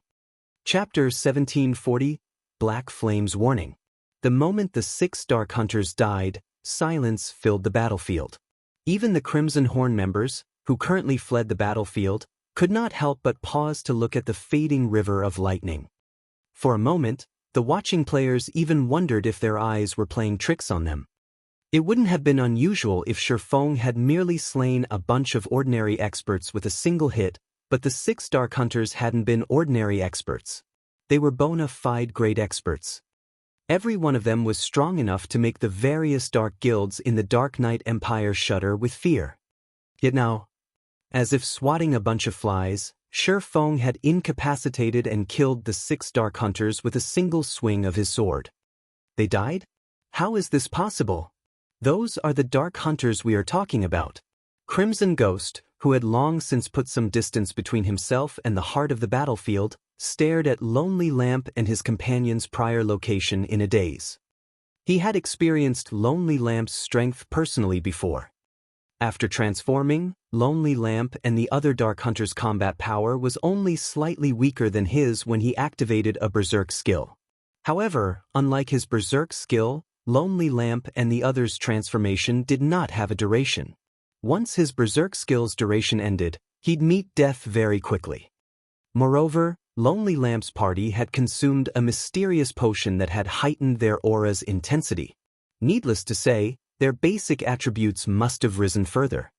If he had to fight Lonely Lamp while the Ranger was in such a state, he'd likely die after a few hits even with his Berserk skill active, yet even after multiple boosts, Feng had killed the party instantly. He might be able to accept Feng's victory after an arduous battle, but that hadn't happened. As soon as Feng took the situation somewhat seriously, Lonely Lamp and the other Dark Hunters had burned to ash. When Crimson Ghost looked at Feng, who quietly stood before the items Lonely Lamp and his party had dropped, his whole body shuddered. Too scary. Fear and relief overwhelmed his heart. Feng was a true monster with bottomless strength.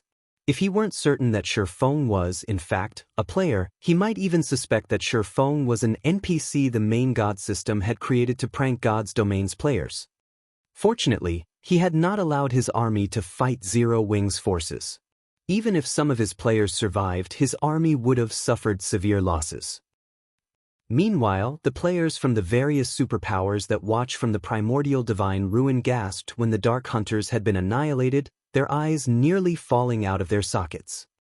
The 6 Dark Hunters exuded auras that could even rival Grand Lords of the same level. This proved that their basic attributes had reached that standard. Coupled with the Dark Hunters' combat standards, none of the superpowers present were confident that they could stop the 6 players' escape. No, to be precise, they might even struggle in a head-on fight against these 6 players. On the other hand, not only had Feng killed all 6 Dark Hunters by himself, but he had also done so with one attack. Because of this, the various superpowers' upper echelons all wore solemn expressions. Since Feng could exterminate the 6 Dark Hunters, needless to say, he should have no issues doing the same to them. This also implied that as long as Feng wished it, he could kill any one of them. Knowing this, how could they not take Feng more seriously? This man, Quiet Melody, could not help but shake her head and smile bitterly as she watched Feng collect the items Lonely Lamp and his party had dropped. It seems that not only did we fail to learn anything about those 6 players, but we also received a dire warning. In her opinion, Feng had killed the 6 Dark Hunters instantly for 2 reasons. First, he didn't want others to take advantage of his efforts by learning the Dark Hunters' bottom line and secrets. The second reason was to give superpowers like the Sacred Temple a warning. Since he could kill the Dark Hunters so easily, he was naturally capable of killing superpowers' upper echelons like her. It was a message that they should reconsider targeting Zero Wing at the primordial divine ruin. Otherwise, they would suffer a similar fate. Blue Jade, who stood beside Quiet Melody, nodded in agreement with her Vice Temple Master's words, complex emotions flashing in her eyes as she watched Feng. After this battle, her admiration for Feng had doubtlessly increased. However, she also bore a sense of rivalry in her heart. She felt as if she had just found a goal worth working towards. This Black Flame is truly arrogant. He actually dares to send the various superpowers a warning. Although he is arrogant, he has clearly earned it. Can't you see the various superpowers' faces? Those looks are priceless. It seems that nobody should entertain ideas of targeting Zero Wing at the primordial divine ruin in the future. That's right.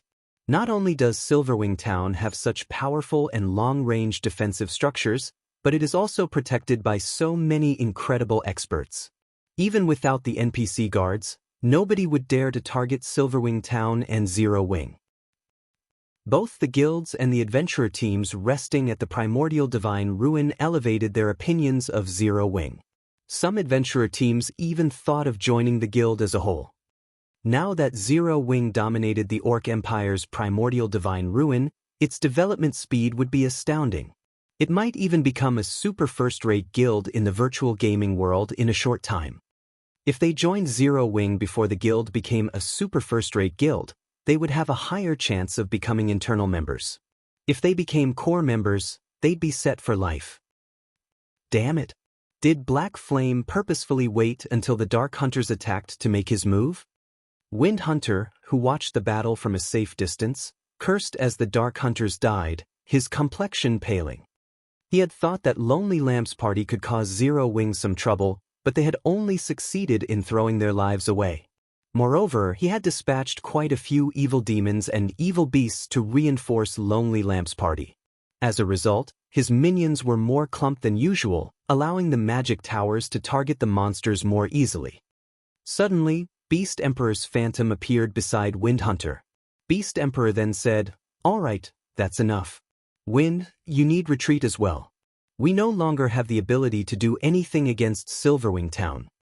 "But are we going to let Zero Wing off the hook, just like that?" Frustration tore at Wind Hunter. Not only had his campaign failed to damage the guild, but it had also bolstered Zero Wing's reputation. Moreover, his monster army had sustained a lot of damage. This was the first time he had suffered such a severe loss. "No. Of course, we won't let Zero Wing off the hook. Regardless of my agreement with Nine Dragons Emperor or my personal reasons, I want to remove Zero Wing from God's domain permanently.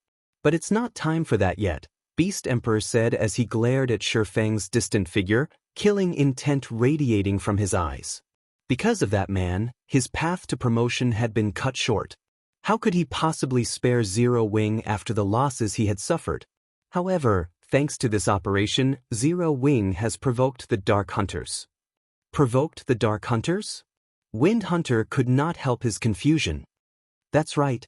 The Dark Hunters Adventurer Team is a mysterious organization consisting of a bunch of lunatics. Nobody can guess their true thoughts. However, one thing you can be sure of is that they are a vengeful bunch. Now that Black Fame has killed Lonely Lamp, one of its core members, the Dark Hunters won't let Zero Wing get away with this, Beast Emperor said, sneering. Zero Wing will only maintain its arrogance for a short time. Once the Dark Hunters take action, Zero Wing's days will be numbered. I understand. Wind Hunter nodded. He then commanded his evil demons and evil beasts to depart from the battlefield. However, even though the evil beasts and evil demons had begun their retreat, Shifeng commanded Zero Wing's members to chase the monsters down. In the end, Zero Wing slaughtered another large number of evil demons and evil beasts. Meanwhile, news of this battle's outcome quickly spread to the neighboring countries.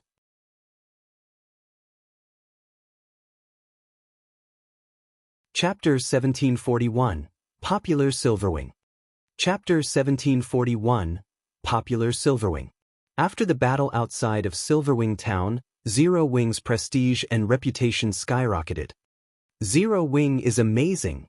Even Beast Emperor's monster army is helpless against the guild. I've heard that you can get plenty of combat techniques from the primordial divine ruin. Now that nobody can contest Zero Wing for Silverwing Town, won't Zero Wing acquire a ton of combat techniques? That's not all. Don't forget about Primordial City. I've heard that Primordial City can help players improve their combat standards. I've heard that Zero Wing has been recruiting new members lately. Why don't we give it a try? I've also heard that even Zero Wing's elite members can learn combat techniques without signing a binding contract right now. What? Those are combat techniques we're talking about. I've heard that even large guilds' core members have to sign strict contracts if they wish to learn one of the guild's combat techniques. Honestly, you can learn Zero Wing's combat techniques without joining the guild. Only, the price is exorbitant. However, if you become an elite member, you can get a significant discount. As news of Zero Wing's victory spread, many independent players made their way towards Starmoon Kingdom to join Zero Wing. As a result, the number of players applying to join Zero Wing had increased by nearly 3 times. For a time, Aqua Rose was swamped with work. To make matters worse, now that Zero Wing had proven that it had the strength to defend Silverwing Town, a large number of merchant players and corporations hoped to purchase shops, conducting their business in the town. This was especially true for the corporations that sold virtual goods. However, Shifeng had no intention of selling Silverwing Town's shops. Instead, he would only rent them out. Moreover, the rental price was an astronomical 2,000 gold or 6,000 magic crystals per month. Because of this price, 99% of the merchant players cursed Zero Wing. This was simply fraudulent. Shifeng's decision even confused Aqua Rose.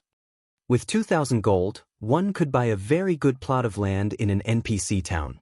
Even in guild towns, strategically located shops only sold for 800 gold or so, Yet not only were Silverwing Town's shops only available to rent, but the rental cost was also 2,000 gold per month.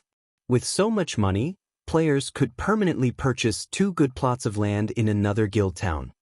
Although Silverwing Town's location was strategic, teleportation war fortresses had appeared in the Orc Empire. It was only a matter of time before the various large guilds occupied these fortresses. Once that happened, Silverwing Town's value would fall. The wisest decision Zero Wing could make right now would be pulling as many merchant players as possible to Silverwing Town. By doing so, Zero Wing could make a fortune and solidify the town's position and advantage in the Orc Empire. Yet, Feng had chosen to rent the town's shops at astronomical prices, scaring away many merchant players that had solid foundations. When the various large guilds began to capture teleportation war fortresses, these merchant players would gravitate to these fortresses instead. Doing this wouldn't benefit Zero Wing. But Feng paid the matter no heed. First, the Orc Empire's teleportation war fortresses were not that easy to capture. Second, Silverwing Town had 5 magic towers. Players could gain a full rest just by standing in the town. They wouldn't need to rent rooms from a hotel. There was also the Spirited State buff, which could help players level up far more quickly. One could easily imagine how attractive Silverwing Town would be to players. However, these players wouldn't just loiter on the street like fools, doing nothing. They would stroll around the town and window shop. The chances that they'd spend some money would be quite high. In addition, unlike Zero Wing City, where players could accumulate the double EXP buff even while they were offline, players in Silverwing Town had to remain online to take advantage of the Spirited State buff. They could only take advantage of the buff while offline if they rested in a hotel room or a guild hall. Hence, there would be many players strolling down Silverwing Town streets. With how many players would wander Silverwing Town streets, business in the town would thrive as well as those in Zero Wing City. Naturally, he couldn't ask for too low of a price for the town's shops. Moreover, Silverwing Town needed to maintain more than just the 5 magic towers. There was also the Magic King, Craig Midlands. Silverwing Town's daily operation costs could drive any first-rate guild crazy, including the fact that Silverwing Town needed the funds to develop and had limited space. Selling the shops cheaply would be foolish. Rather, setting up hotels in place of shops would generate more income for the town.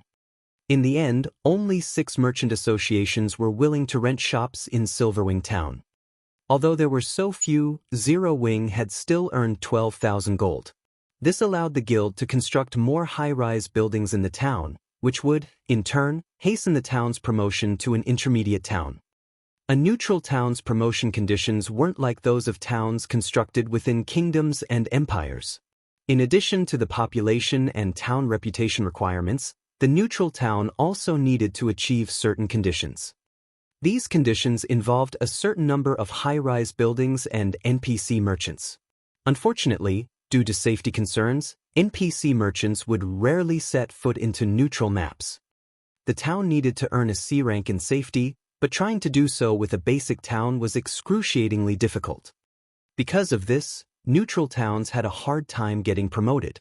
One had to develop the town to its very limits before it could reach the next rank.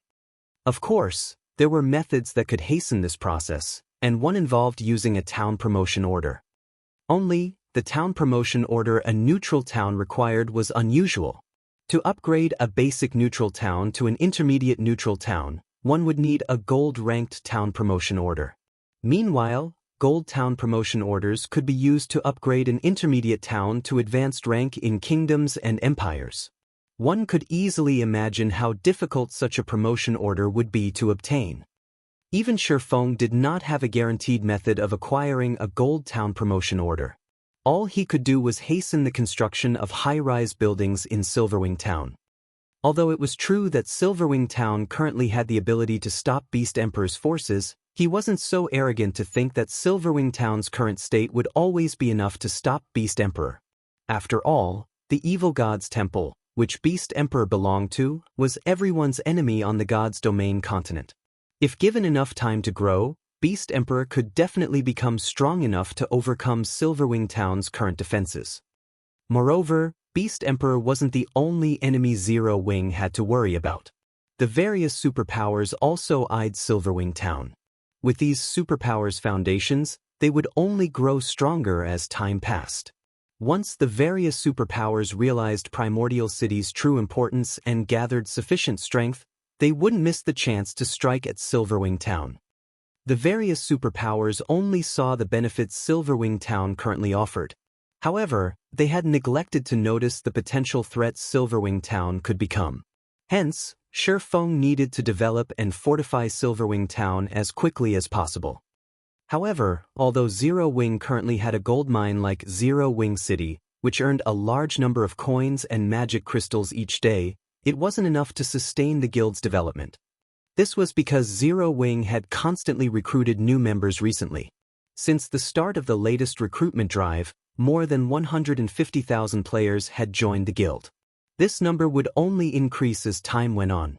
Meanwhile, the guild needed to provide all sorts of benefits for these new members, and to do so, the guild would need a ton of resources. Normally, new members were a good thing for a guild. After all, the more members a guild had, the stronger it would be. But Zero Wing wasn't like first-rate guilds. Zero Wing's sphere of influence was tiny in comparison. As a result, although Zero Wing had gained more members, the guild did not have the necessary territory to let these new members operate and generate wealth for the guild, which was necessary to sustain the guild benefits its members enjoyed. To put it simply, Zero Wing couldn't afford to take in so many members. If the guild wished to develop, it would need a large amount of resources and coins. Without the proper funds, the guild couldn't be self-sufficient. Meanwhile, after the battle, Shifeng returned to Silverwing Town's candlelight trading firm and began to evaluate the guild's latest harvest. After killing the evil demons and evil beasts, the guild had acquired nearly 2,000 evil energy crystals from this battle. This was a considerable harvest. However, it was a drop in the bucket compared to how many evil energy crystals Shifeng needed. What's this?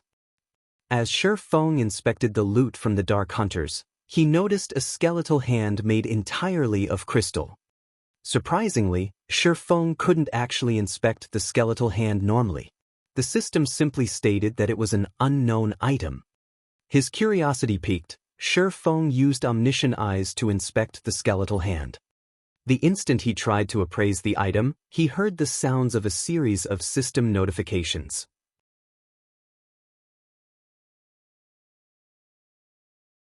Chapter 1742, Philosopher's Hand. Chapter 1742, Philosopher's Hand. System: You have discovered the cursed Philosopher's Hand. System: Epic ranked main storyline quest, Philosopher's Wish, activated. Quest content: Locate the World Forest using the Philosopher's Hand and activate the World Gate. Reward: Philosopher's Hand. A legendary item? Shifeng's heart pounded rapidly when he saw the system notifications. He had never thought that he would have the opportunity to acquire the Philosopher's Hand in this life. Any alchemist in God's domain would definitely have heard of the Philosopher's Hand.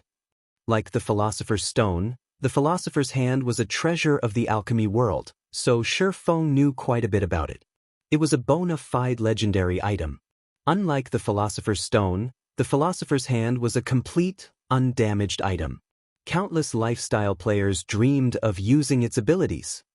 If one were to say that the power of the Philosopher's Stone focused on refining materials, then the Philosopher's Hand focused on strengthening the standards of lifestyle players, allowing them to break through all kinds of bottlenecks easily and continuously elevate themselves to a higher level. In his past, the Philosopher's Hand had appeared in the hands of the first-rate Guild Kingdom Sword.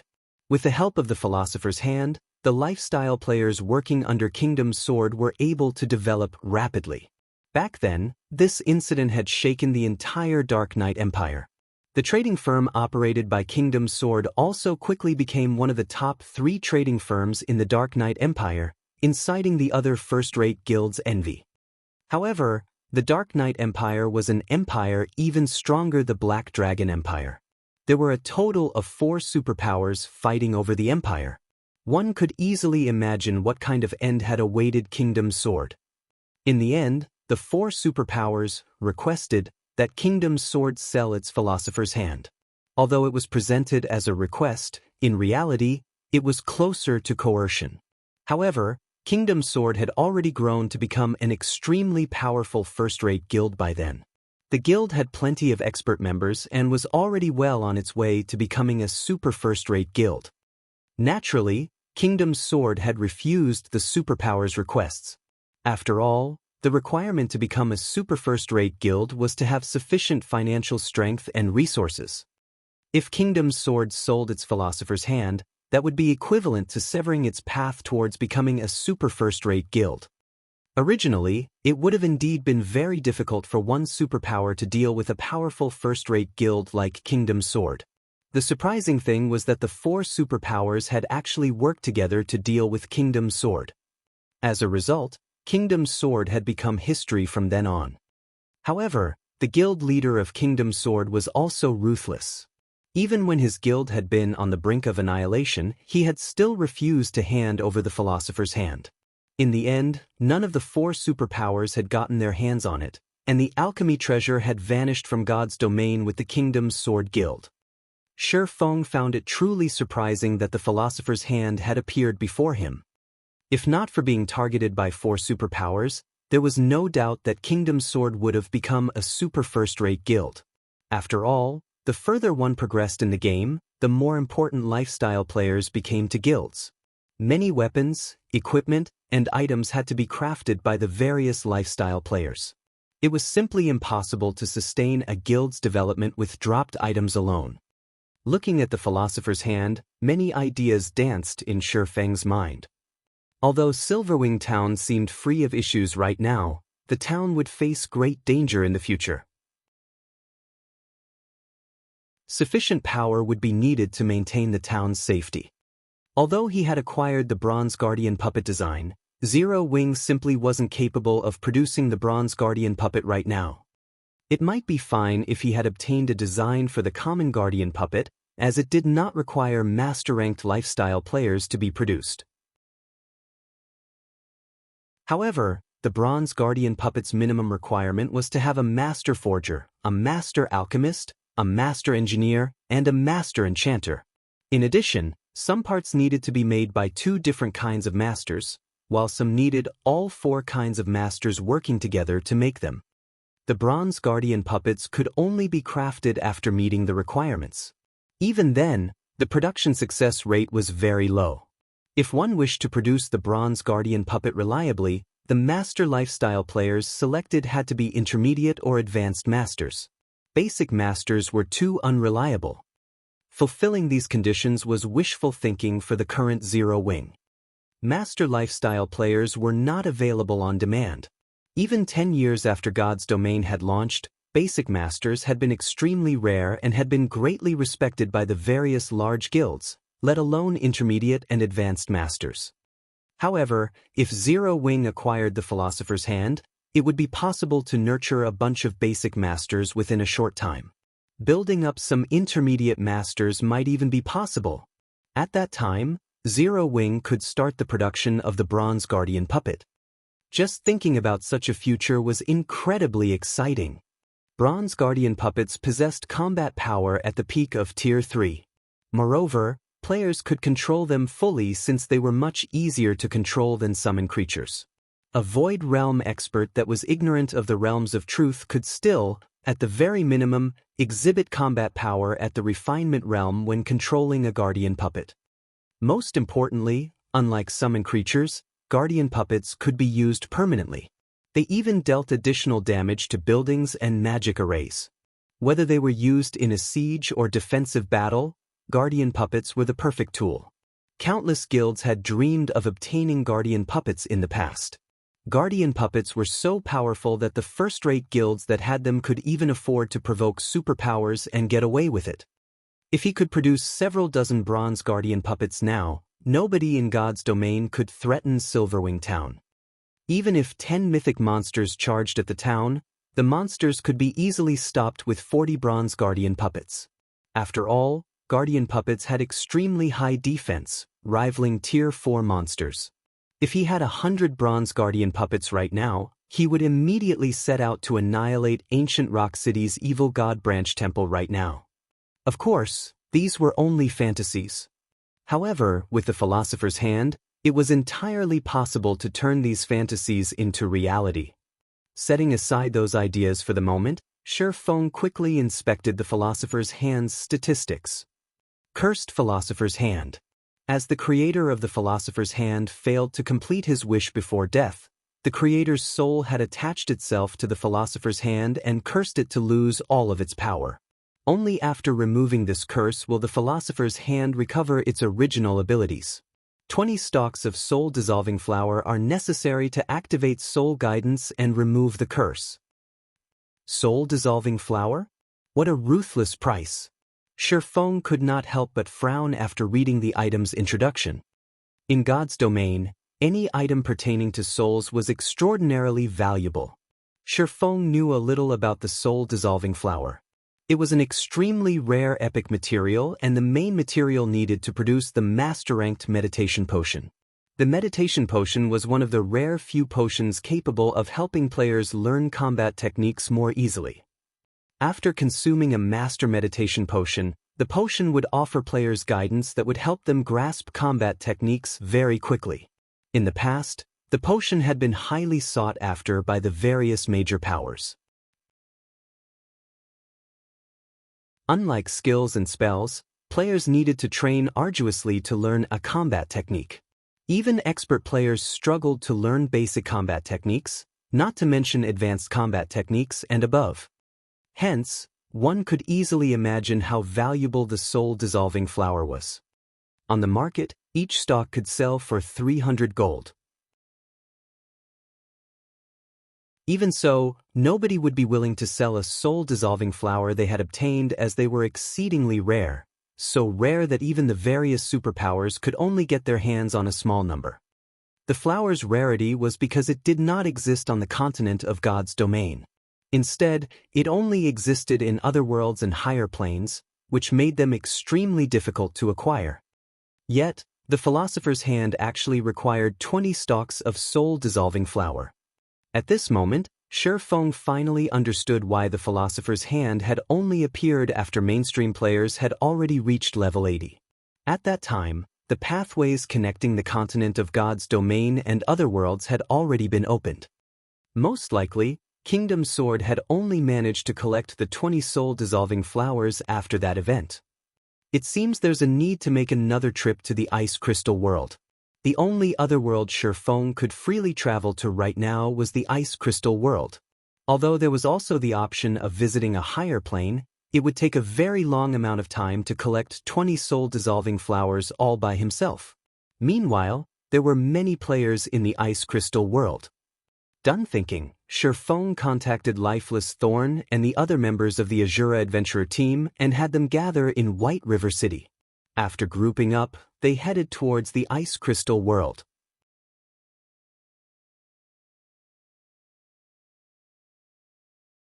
Chapter 1743, Revisiting the Ice Crystal World. Chapter 1743, Revisiting the Ice Crystal World. Ice Crystal World, Cold Wind City, the Snow Rift. Icy cold winds blew endlessly inside the snowy valley. If a player without ice resistance stood here, they would no doubt freeze to death. Even if players possessed sufficient ice resistance to survive the cold environment, their stamina consumption would be several times higher than usual. Currently, however, there was a very large number of players grinding inside the snow rift. Looking down from the top of the mountain, one would see many large groups of players grinding the monsters here, seemingly used to fighting in this place already. We just left for a short while, and there are actually so many people grinding here already? Xianxia, who was currently dressed in exquisite dark blue mage robes and wielding an emerald staff, was slightly surprised as she looked down at the crowd of players grinding beneath the mountain. Even the lowest leveled player among the players present inside the snow rift was level 50, with most of them being level 51. Some of the players giving out orders had even reached level 52. In an empire on the continent of God's domain, a level 52 player could easily rank within the top 30, yet there were actually more than 30 level 52 players present in the snow rift. Xianxia and the rest of the Asura adventurer team members that had gone over to the continent of God's domain together with Feng had been roaming about the continent grinding and questing constantly. Feng had even helped them level up a little. However, they had only reached level 52, yet so many independent experts of Coldwind City had already managed to reach the same point. The monsters in the Ice Crystal world are stronger and provide more EXP. So the leveling speed of the players here is faster than that of the players on the main continent. Right now, the average level of large guild members on the main continent is already close to reaching level 50. It is very normal for the mainstream players here to reach level 51 and 52, Feng said, not finding this situation particularly surprising. During his previous visit to the Ice Crystal world, he had discovered that the average level of the players here was much higher than the players on the continent of God's domain. The part that truly surprised Feng was the weapons and equipment these players were using. The drop rate for weapons and equipment in the Ice Crystal world was extremely low. Normally, monsters here only dropped materials. The main source of weapons and equipment was from lifestyle players. Hence, the quality of the weapons and equipment used by the players here was considerably inferior to those used by the players on the main continent. In contrast, the standard of the lifestyle players here was much higher. Most of the level 50 players present in the Snow Rift were geared in level 50 Mysterious Iron equipment, with some even being geared in level 50 Secret Silver equipment. The equipment standard of these players was not the slightest bit inferior to the players residing on the main continent. After reaching level 50, the drop rate for weapons and equipment would decrease drastically. Currently, level 50, 20-man team dungeons were the goal of independent players on the main continent. Meanwhile, the best equipment dropped in these dungeons was level 50 Secret Silver rank, although the drop rate was extremely low. The drop rate was only at an acceptable level if one rated at Hell mode. However, a level 50, 20-man Hell mode team dungeon was still too difficult of a challenge for current independent players. As a result, even after reaching level 50, most players on the continent of God's domain would only be geared in level 50 Mysterious Iron equipment. Few of them possessed Secret Silver equipment. As for level 50 Feingold equipment, that was something only large guilds were capable of acquiring. It also wasn't very easy for players to produce high-quality level 50 equipment. After reaching level 50, not only did the production procedures for weapons and equipment become more complex, but the production success rate also decreased. Even Feng, despite having become a basic master forger already, still needed the help of a bunch of excellent support tools to produce high-quality level 50 equipment at a profitable rate. Feng found it very difficult to imagine that the lifestyle players of Coldwind City were already capable of producing level 50 Secret Silver weapons and equipment. If the lifestyle players here had truly reached such a standard already, then the average forging standard of Coldwind City was even higher than that of the Candlelight Trading Firm. The Candlelight Trading Firm possessed many secret forging techniques. Candlelight could even send players to train at the Holy City of Titan. Members of Candlelight could also work and practice in the mana-rich environment of Zero-Wing City, yet despite these factors, Candlelight's overall forging standard was still inferior to the forging standard of Coldwind City. How could Feng not be surprised by this fact? "Commander, those people over there seem to be members of our adventurer team," Solitary 9 said, smiling as he pointed at a 50-man team currently fighting against a level 56 Great Lord. Currently, 6 level 51 MTs were working together to pin down the level 56 Great Lord-ranked Frost Ape. The Frost Ape was very powerful. Even when 3 MTs worked together to receive one of its normal attacks, the MTs would still get pushed back and receive over 10,000 damage each. To cope with the Frost Ape's powerful attacks, the 6 MTs would take turns receiving its attacks. Of course, to level 51 MTs, losing 10,000 plus HP was not a cause for concern. Instead, the truly troublesome part about the Frost Ape was the freezing debuff its attacks inflicted. If one were struck by the Frost Ape, their body's movements would turn sluggish. If struck too many times, even their movement speed would decrease. At the same time, the damage they received would also increase. However, although the Frost Ape was very powerful, Asura's 50-man team was still able to reduce its HP steadily. It was only a matter of time before the Frost Ape died. After hearing Solitary Nine's words, Lifeless Thorn, Cleansing Whistle, Dark Madness, Xianxia, and the other members of Asura in the team turned to look in the Frost Ape's direction. For a moment, they all could not help but sigh ruefully. Although the Asura members that were currently in combat were relatively strong and high-leveled, in their eyes, these players were still too lacking when it came to combat standards. This was something they had learned after leaving the Ice Crystal world. The players of the Ice Crystal world might be higher-leveled, but the average combat standard of the players on the continent of God's domain was significantly higher. The Asura members in the Ice Crystal world needed 50 people to suppress the level 56 Great Lord-ranked Frost Ape. If the task were left to the various large guilds of God's domain, a 20-man team would be more than enough to deal with such an opponent. Just as Solitary Nine and the others were talking about their fellow companions' combat standards, an army of players suddenly entered the valley below them. There were easily over 3,000 players in this army. Meanwhile, these players all wore level 50 mysterious iron equipment of matching designs. It was obvious that the equipment was player-made. Some of the leader-level individuals in this army were also equipped in 5 or more pieces of secret silver equipment. As for the 100-man team moving in the lead of this army, over half of the equipment on them was level 50 secret silver rank. The gorgeous and neat equipment these players wore quickly earned them the envy of the other players present inside the snow rift. At the same time, fear surfaced in the eyes of the surrounding crowd. The players in this army all wore a guild emblem in the shape of a black lion. They were, evidently, guild players. When the players grinding in the snow rift saw the arrival of these players, they immediately started a discussion between themselves. Amazing! So, this is Hecate? Sure enough, Hecate isn't something the guilds of Coldwind City can hope to compare to. It's no wonder the Matchless family decided to join Hecate.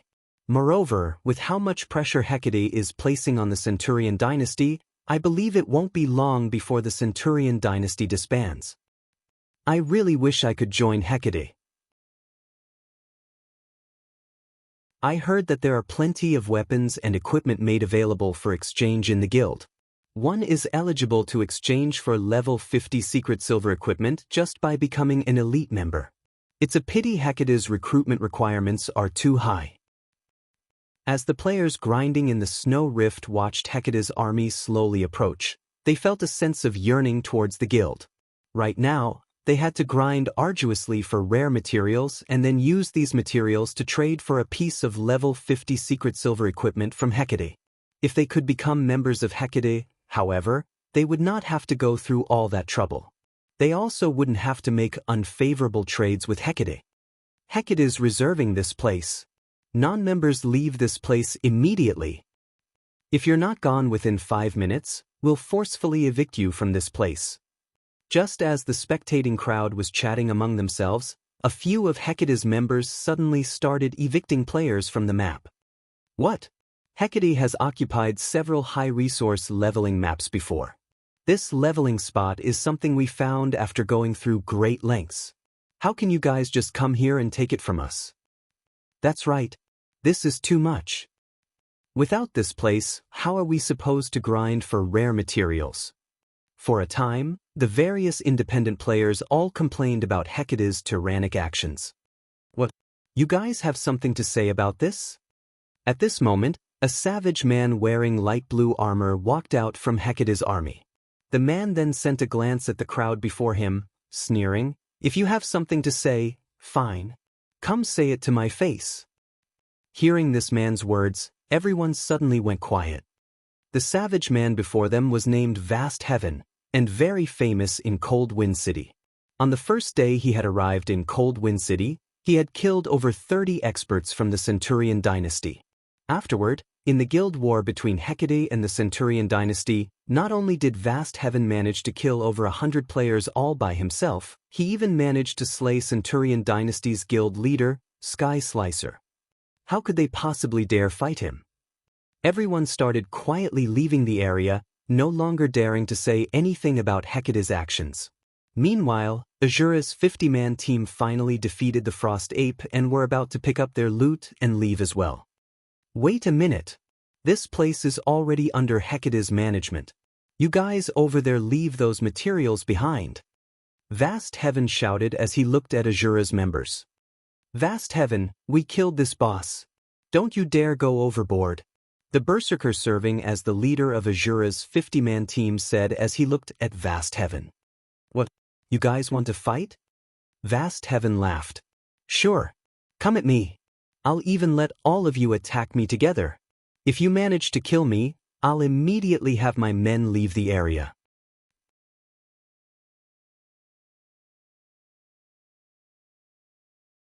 Chapter 1744, Asura's Commander. Chapter 1744, Asura's Commander. After Vast Heaven was done speaking, he stepped out from the crowd behind him and slowly walked towards Asura's 50-man team. When bathed in Vast Heaven's chilling aura, Asura's members felt greatly pressured. None of them dared reply to Vast Heaven's provocation. They knew very clearly what kind of temper Vast Heaven possessed. During the first few days after Hecate arrived in Cold Wind City, a situation similar to this had occurred. Some adventurer teams that were displeased with Hecate's tyrannical actions had challenged Vast Heaven. In the end, however, Vast Heaven had defeated every challenger. Even when a 100-man team challenged Vast Heaven, the entire team still ended up getting annihilated. Vast Heaven's combat power was on an entirely different level than theirs. Accepting his challenge would simply be suicidal. I heard that the Asura Adventurer Team is the #1 adventurer team of Cold Wind City.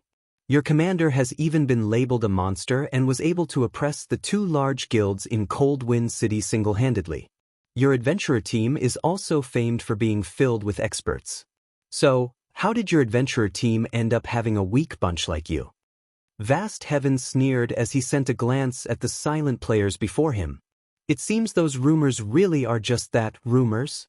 I've been in Cold Wind City for some time now, yet I still haven't met that so-called commander of yours even now. He must be like you bunch, hiding in fear.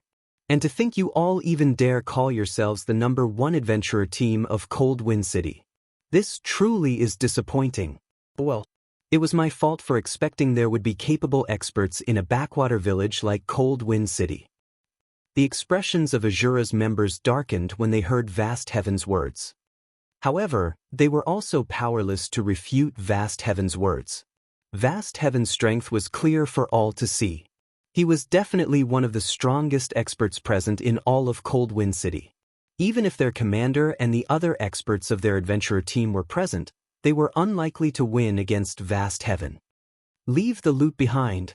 We're leaving, said Stained Maple, the Berserker serving as the leader of Asura's team, gnashing his teeth. He knew that their team stood no chance against Vast Heaven whatsoever. It was definitely unwise to throw away the lives of the entire 50-man team just for the loot of a Frost Ape. Under the Berserker's lead, Asura's team turned around and left. Hold it! Who said you could go? Vast Heaven shouted suddenly. We've already left the loot behind. What else do you want? Stained Maple said, irked. I see that you have quite a few pieces of secret silver equipment on you.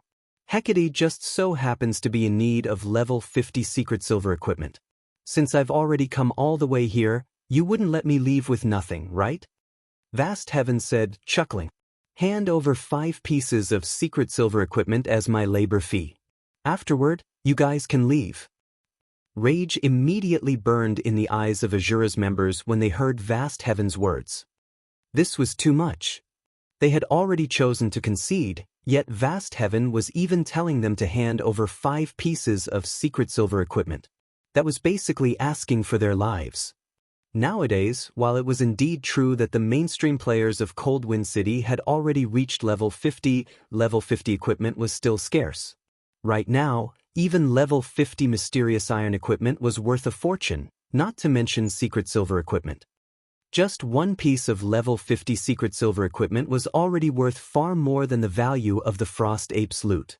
They would have to kill over 20 Frost Apes to earn enough to purchase 5 pieces of level 50 secret silver equipment. Even though the Asura adventurer team was Cold Wind City's #1 adventurer team, it did not possess a lot of secret silver equipment. As for their 50-man team, altogether, they only had around a dozen or so pieces of level 50 secret silver equipment. What? Not willing to hand them over? Are you asking for me to make a move? Vast Heaven said as he swept a scrutinizing gaze over Asura's members. Meanwhile, Asura's members' rage burned brightly as they glared at Vast Heaven. Boss Maple, let's just duke it out with them. Isn't it just a single death? That's much better than just handing over 5 pieces of secret silver equipment. That's right. I refuse to believe our 50-man team can't kill one person.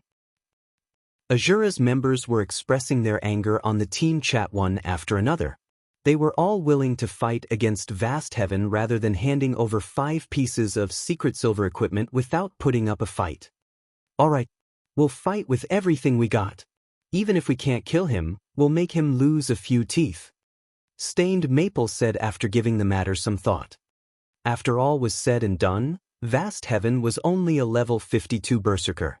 Even Stained Maple himself was a level 52 berserker. The weapons and equipment his team wore were also much stronger than before. Their chances of winning against Vast Heaven were not entirely zero. After Stained Maple agreed, Asura's members all unsheathed their weapons and started encircling Vast Heaven. You want to make a move? Vast Heaven could not help but laugh when he saw Stained Maple brimming with fighting spirit. I just happen to be in need of some practice targets. Saying that, Vast Heaven unsheathed the silver spear hanging on his back. He then charged directly into Asura's team. So fast, Stained Maple could not help but be surprised when he saw Vast Heaven transforming into an afterimage. Despite Vast Heaven being a berserker, he was so fast that even Stained Maple's eyes could not keep up with him. In fact, Vast Heaven appeared to be even faster than Asura's assassins. This bunch from Asura sure is unlucky. The boss has just been promoted to Tier 2 recently and had been fussing about not having any sparring partners. The boss is amazing. His speed is so high. Before this, the boss was famed for having immense strength. However, back then his speed was lacking. His promotion to Tier 2 just so happens to have made up for this weakness of his. With this, he is most likely unbeatable in Cold Wind City now. Hecate's members started chatting merrily among themselves when they saw that Vast Heaven had already charged into the ranks of Asura's team. Previously, even when Vast Heaven was still a Tier 1 player, he had already managed to make a mess of the Centurion dynasty. Now that he had been promoted to Tier 2, he was definitely invincible in Cold Wind City. Let alone 50 players, even if Asura's team had 100 players, the outcome would still be the same. Seeing Vast Heaven's ridiculous movement speed, Stained Maple immediately commanded the ranged players to start attacking the enemy berserker. He also had the 6 MTs of the team try to surround Vast Heaven as much as possible, preventing the enemy berserker from coming close to the team's ranged DPS and healers. However, Vast Heaven was simply too fast. He was able to easily dodge any spells and arrows that were sent at him. As for the 6 MTs trying to pin him down, they were as slow as turtles before Vast Heaven. Very quickly, Vast Heaven managed to circle the 6 MTs and charged at Asura's healers and ranged DPS. Disappear. Vast Heaven dashed past the melee players that had tried to hinder his path and abruptly jumped into the air. When he was still in the air, he started rotating his spear and creating a storm with it. Immediately after, he slammed his spear down where Asura's healers were standing. Tier 2 skill, Blade Storm. Just when Vast Heaven was about to descend on the healers, however, a crimson light suddenly flew at him. Like a meteor, the crimson light flew at the Tier 2 berserker's defensive blind spot, the frightening power it carried even scorching the air around it into nothingness. However, Vast Heaven quickly noticed the attack and altered his spear's attack trajectory, forcibly canceling Blade Storm and executing Whirlwind Slash instead. Boom! There was an explosion, and dazzling sparks scattered around Vast Heaven. A powerful shockwave also spread from the point of collision. Like a cannonball, Vast Heaven's body was sent flying over 20 yards away and landed heavily on the ground. Only after taking 6 steps back did he manage to stabilize himself. Each step he took also left behind a deep footprint in the ground. A damage of over -22,000 appeared above Vast Heaven's head, his HP bar decreasing by a significant portion. What's going on? Is there a monster attack? Whether it was Asura's members or Hecate's members, both had incredulous expressions on their faces as they looked at the scene that had just happened. This was especially true for Hecate's members. When they saw Vast Heaven instantly losing over 1/3 of his HP, their eyes nearly fell out of their sockets. Who is it? Who attacked me just now? What's there to be proud about, executing an ambush? If you have the guts, come out and face me directly. Vast Heaven bellowed. Before Vast Heaven finished speaking, 10 people were already walking over from a short distance away. Although all 10 of these players were wearing black cloaks, none of them bothered hiding their appearances. Who are you guys? You actually dared to ambush me? Do you wish to make an enemy out of Hecate? Vast Heaven grew slightly afraid as he looked at the 10 approaching figures. Through the previous attack, he already understood that these newcomers were no ordinary people. At least, in terms of strength, he was no match for the expert that had just attacked him. Who am I? Shifeng smiled. Weren't you looking for Asura's commander? I'm the person you're looking for.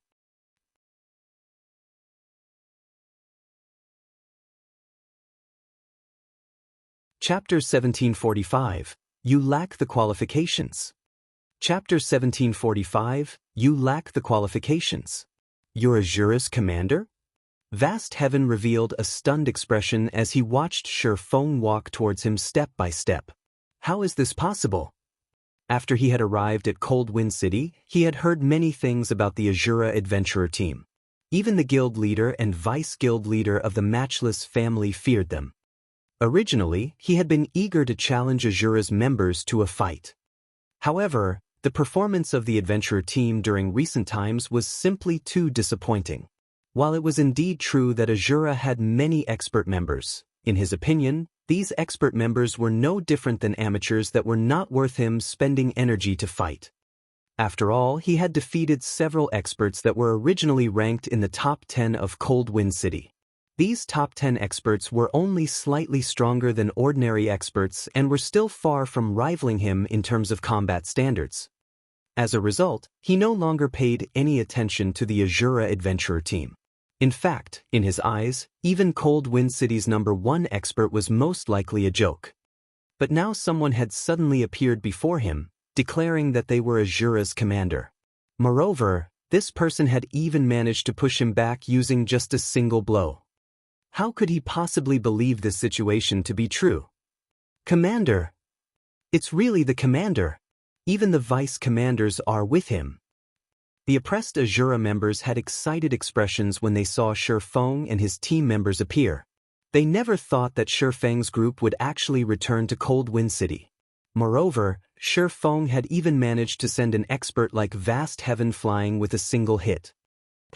So, he is the Asura adventurer team's commander? Didn't they say that Asura's commander brought a group of experts out for an exploration? The matter regarding the exploration should be a lie. They must have known that Hecate arrived at Cold Wind City and used exploration as an excuse to avoid coming across our guild. This is interesting. The Asura adventurer team has constantly refused to join our guild. The higher-ups have been fussing about looking for Asura's commander all this time. Now that he has actually shown himself before us, we'll see how Boss Vast takes care of him. However, Asura's commander looks quite strong as well. He actually managed to take away more than 1/3 of Boss Vast's HP in a single hit. That's just because he executed an ambush. He must have used some kind of powerful magic scroll for that attack. Don't forget, Boss Vast is a Tier 2 player. If he gets serious, who in Cold Wind City could possibly be his match?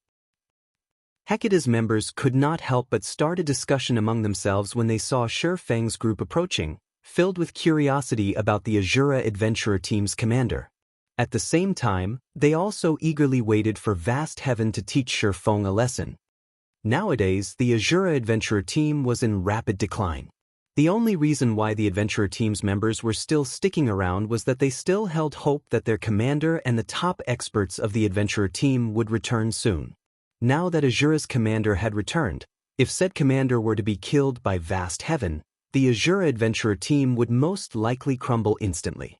After all, every member of Asura had placed their faith in Silverwing. As Hecate's members were having a quiet discussion among themselves, Vast Heaven retrieved an advanced healing potion from his bag and drank it, his HP instantly recovering by a significant portion. Afterward, his HP continuously recovered in small increments. After a short time, his HP fully recovered. I never thought that the rumors were actually true. You really do possess some abilities. It's no wonder why you were able to become Cold Wind City's #1 expert, Vast Heaven said after recovering from his previous shock. With such strength, you indeed have the qualifications to be my opponent. Come, let's have a proper fight. Let me see whether your fame as Cold Wind City's #1 expert is true or not. Vast Heaven's eyes started burning with fighting spirit. From the previous clash, he already understood that Silverwing's strength was ridiculously high. However, in a battle between players, the outcome could not be decided based on just the strength attribute only. You want to witness our commander's strength? I'm afraid you still lack the qualifications to do so. Cleansing Whistle said, clicking her tongue as she looked at Vast Heaven. If you wish to challenge our commander, you'll have to get through me first. Cleansing Whistle stepped forward from the group. Team Leader Whistle, be careful. He is Hecate's Vast Heaven. Previously, even Sky Slicer fell to him, despite being supported by dozens of experts. You mustn't fight him alone.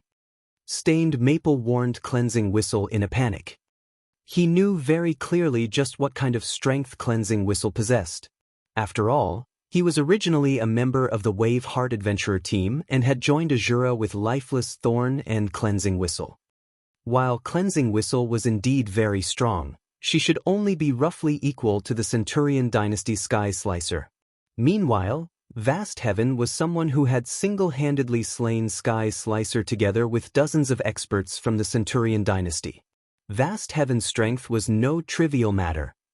It was a feat that even Lifeless Thorn, Cold Wind City's previous #1 expert, was not capable of accomplishing. Stained Maple did not think that the current Cleansing Whistle had any chance of winning against Vast Heaven. In his opinion, only their commander, Silverwing, could possibly contend against Vast Heaven in a one-on-one match. However, Stained Maple's warning was obviously ineffective, since Cleansing Whistle still continued walking towards Vast Heaven. Although Stained Maple wanted to try and stop Cleansing Whistle again, his attempt was hindered by one of Asura's vice commanders, Solitary 9.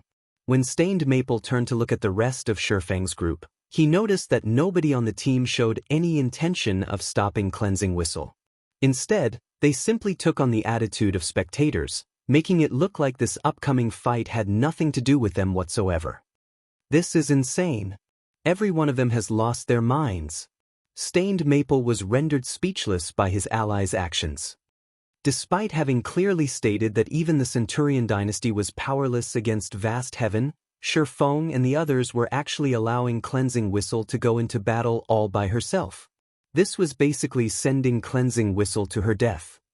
Besides Stained Maple, his team members were also very anxious. Boss Maple, what should we do? The commander and the other higher-ups are refusing to listen to your advice.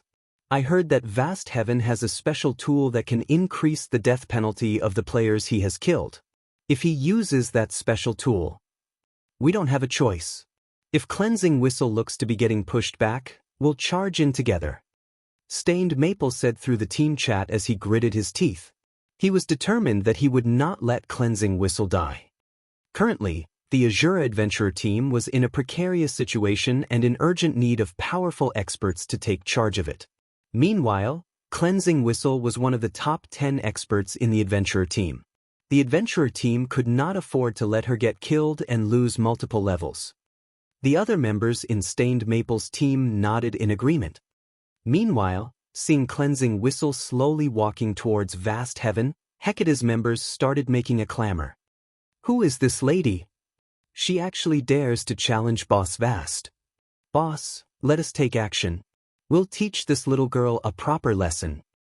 Asura's members sure are arrogant. Hecate's members were greatly displeased with Cleansing Whistle's arbitrary decision to take Shifeng's place in battle.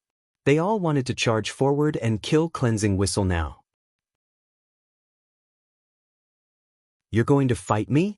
You sure know how to speak bold words.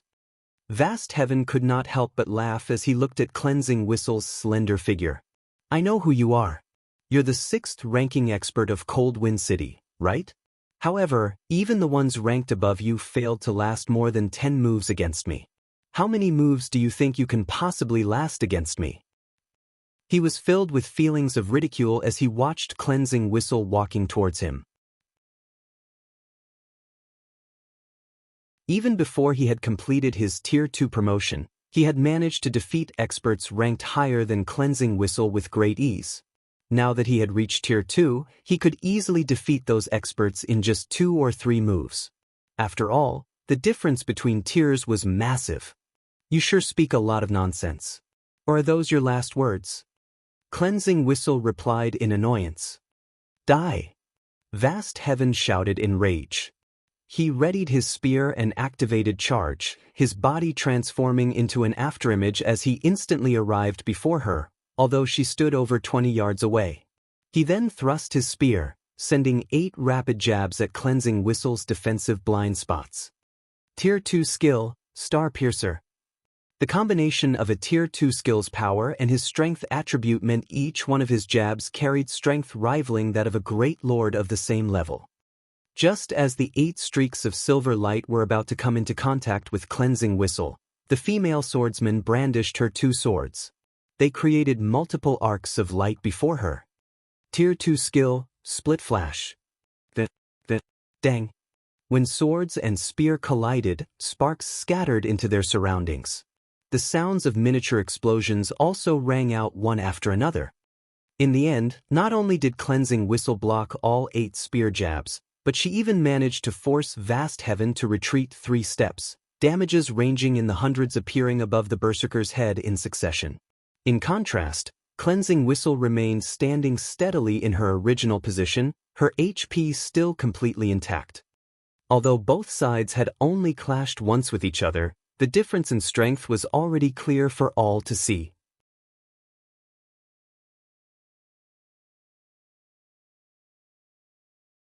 Chapter 1746, Change in Strength. Chapter 1746, Change in Strength. How is her strength so high? Vast Heaven was deeply shocked as he stared at Cleansing Whistle. His class was famed for its strength. Moreover, he had even been promoted to Tier 2 already. Even if his opponent were a Tier 2 Shield Warrior or Tier 2 Guardian Knight, he was confident in suppressing them with his strength. Meanwhile, Cleansing Whistle was only a swordswoman, a class that was supposed to be an all-rounder, yet he was actually no match for her in a competition of strength. Before Vast Heaven could recover from his surprise, Cleansing Whistle quickly followed up with an attack of her own. Windblade. In the blink of an eye, Cleansing Whistle appeared before Vast Heaven, who had retreated to a distance roughly 10 yards away, and started striking with her swords at the enemy berserker. Like a pair of cunning snakes, her swords twisted and turned like living creatures. In the next moment, over a dozen phantom snakes were visible pouncing on Vast Heaven. Combat technique, Phantom Snakes. The attack trajectories of the phantom snakes were both complex and constantly changing. Unlike normal attacks, which usually moved in a straightforward pattern, her attacks when executing phantom snakes constantly changed. Even if her opponent managed to predict her attack trajectories in one moment, those attack trajectories would abruptly change in the next, preventing her attacks from easily being parried. Although Cleansing Whistle had yet to reach a level where she could change the attack trajectory of every phantom snake at any time, she was still able to alter 4 attacks at any given moment, making it very difficult for her opponents to grasp her attack trajectories. Seeing the dozen or so phantom snakes striking at him, Vast Heaven's expression immediately turned somber. He was not able to perfectly grasp the trajectory of these phantom snakes. In the end, he had no choice but to execute indiscriminate slash to cope with her attacks. He did not dare to block all the attacks using normal attacks only. Dang. A series of clangs echoed through the surrounding area continuously. Even though Vast Heaven was able to execute over 20 attacks with indiscriminate slash, with his strength even enhanced by the skill, both he and Cleansing Whistle ended up taking 3 steps backward after clashing. How is this possible? The spectating members of Hecate could not help but gape in shock. The Hecate members present were all elites and experts. They knew that, although it appeared that Vast Heaven and Cleansing Whistle had come out as equals during that clash, in reality, Vast Heaven was at a disadvantage. Indiscriminate slash was a sure kill skill of the Berserker class. Yet, even after using a sure kill skill, Vast Heaven was only able to end his clash with Cleansing Whistle with a draw. Meanwhile, Cleansing Whistle hadn't even used any skills during the previous attack. One could easily imagine what kind of outcome would result from a normal clash.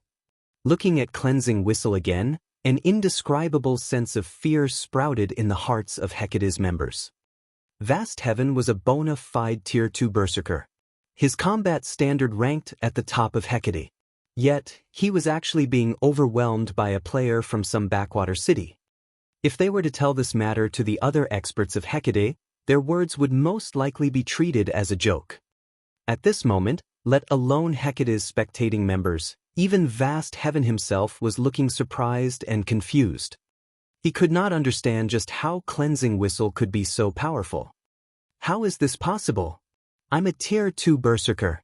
At this moment, the composure Vast Heaven had before had completely disappeared. In fact, he could feel death looming over him already. Wasn't she the 6th-ranked expert of Cold Wind City? How are her basic attributes and combat standards so high? Meanwhile, Stained Maple and the other members of Asura watching from a short distance away were similarly dumbfounded by this outcome. How did Cleansing Whistle become so powerful?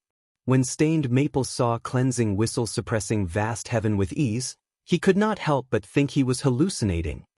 He had a very clear idea of Cleansing Whistle's previous strength. Although she was indeed stronger than him, the gap between them was minor. However, the Cleansing Whistle he looked at right now was like a completely different person. Whistle's grasp over phantom snakes is still too shallow. If she could grasp it completely, she could have taken away at least 50% of that Berserker's HP with that attack just now, Lifeless Thorn stated idly. Solitary 9 and the others in the team also nodded in agreement. Currently, Cleansing Whistle was geared in the level 50 Fine Gold ranked Magic Light set. As for the weapons she was wielding, one was a level 50 Fine Gold longsword, and the other was a level 50 Epic Growth type longsword. On the other hand, Vast Heaven was only geared in level 50 Secret Silver equipment. The difference in equipment standards between the two of them was massive. It was only normal for her to overwhelm Vast Heaven. Moreover, after leaving the Ice Crystal world, Cleansing Whistle had also traveled around the continent of God's domain and challenged all sorts of experts. After the training provided by Zero Wing, Cleansing Whistle, who was originally close to reaching the half-step refinement realm, had now fully set foot into the refinement realm standard. Her combat standard was only slightly inferior to Vast Heaven, someone who was a veteran refinement realm expert. However, with the advantage she had in terms of attributes, she could easily make up for this minor difference. As for the Phantom Snake's combat technique, it was one of the combat techniques Zero Wing had acquired from the primordial Divine Ruin. Although it was only a basic combat technique, its power definitely allowed it to rank among the top of basic combat techniques. To improve their strength, Feng had decided to let Cleansing Whistle and the rest of them learn some suitable combat techniques in exchange for having them owe the Asura Adventurer team some contribution points. If Cleansing Whistle could fully grasp Phantom Snakes, with her powerful attributes, it would definitely be possible to shave away half of Vast Heaven's HP in a single attack. Taking away half of Vast Heaven's HP with a single attack? When Stained Maple heard Lifeless Thorn's words, he suspected he was hearing things. This was vast heaven they were talking about.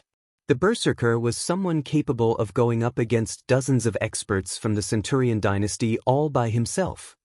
Yet, in the eyes of Lifeless Thorns Group, such an expert was like an ordinary player one could find anywhere on the street. Just as everyone was feeling shocked by the strength Cleansing Whistle had displayed, Cleansing Whistle immediately altered her footwork after stabilizing herself. She transformed into multiple afterimages, making it look like there were 5 copies of her as she dashed towards vast heaven. Combat technique, Residual Steps. Similar to Phantom Snakes, Residual Steps was also a combat technique acquired from the primordial Divine Ruin. It was a special footwork technique that relied on afterimages to confuse one's opponent. Footwork-type combat techniques were capable of improving a player's combat power significantly. In terms of value, a basic footwork-type combat technique was equivalent to an advanced offensive or defensive combat technique. When one was fighting against an enemy of roughly equal combat standards, a footwork-type combat technique allowed one to take the initiative in battle. It was something crucial in a battle between experts. At the end of the day, Vast Heaven was only a refinement realm expert. As a result, he was not able to fully grasp the movement patterns of all 5 copies of Cleansing Whistle. When Cleansing Whistle was close to reaching him, he had no choice but to make a powerful stomp on the ground. Thunderclap. The ground around Vast Heaven trembled and shattered, preventing Cleansing Whistle from executing residual steps properly. As a result, her afterimages disappeared, and her real location was revealed. Die. Seeing an opportunity to strike, Vast Heaven immediately used his strongest Tier 2 skill, Death Charge. Vast Heaven's body increased in size, instantly becoming a 3-meter-tall giant. He raised his silver spear and stabbed it at Cleansing Whistle. Death Charge was a sacrificial skill that sacrificed 40% of his maximum HP to execute a charging assault on a target within 50 yards ahead of him. While the skill was in effect, it increased his movement speed by 150%, strength by 100%, and damage dealt by 500%. In the next moment, the ground beneath Vast Heaven's feet shattered. The Berserker transformed into a blur as he charged at Cleansing Whistle. Just as Vast Heaven was about to reach Cleansing Whistle, the latter suddenly swapped out the level 50 fine-gold longsword in her right hand and replaced it with a tattered longsword engraved with silver divine runes. She swung the tattered longsword at Vast Heaven. Just as the tattered longsword was about to collide with Vast Heaven's spear, the silver runes engraved on the longsword lit up brightly. Boom! There was an explosion, and the ground beneath the point of impact shattered. Contrary to expectations, Cleansing Whistle did not get sent flying. In fact, she was still standing steadily in her original position. On the other hand, Vast Heaven's charge had stopped abruptly. He took 3 steps back involuntarily, the spear in his hands trembling visibly. His body had also fallen into a complete paralyzed state for a brief moment. Vast Heaven was thoroughly dumbfounded by this outcome. He failed to understand what Cleansing Whistle had just done, actually overwhelming his strongest attack.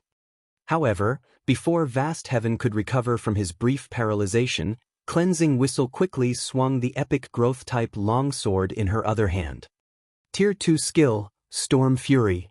This move was the strongest Tier 2 skill Cleansing Whistle possessed. In the next moment, countless wind blades assaulted the immobilized Berserker, chipping away at his HP rapidly. By the time Vast Heaven recovered from his paralyzed state, he had less than 1/3 of his HP remaining. However, Cleansing Whistle had already followed up with another 2 slashes. A moment later, Vast Heaven's vision darkened, and his body collapsed to the ground powerlessly.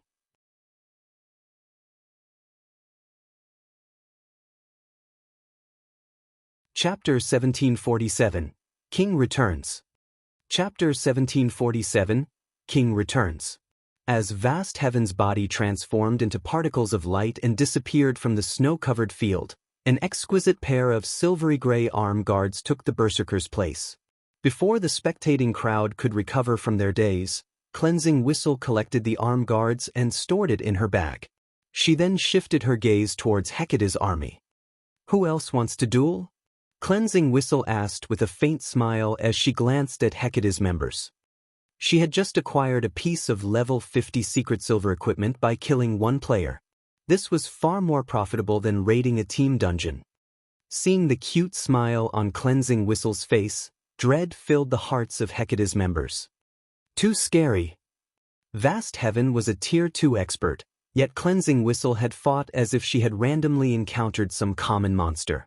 Not only had she dealt with the Tier 2 Berserker so easily, but she had also killed him in an instant.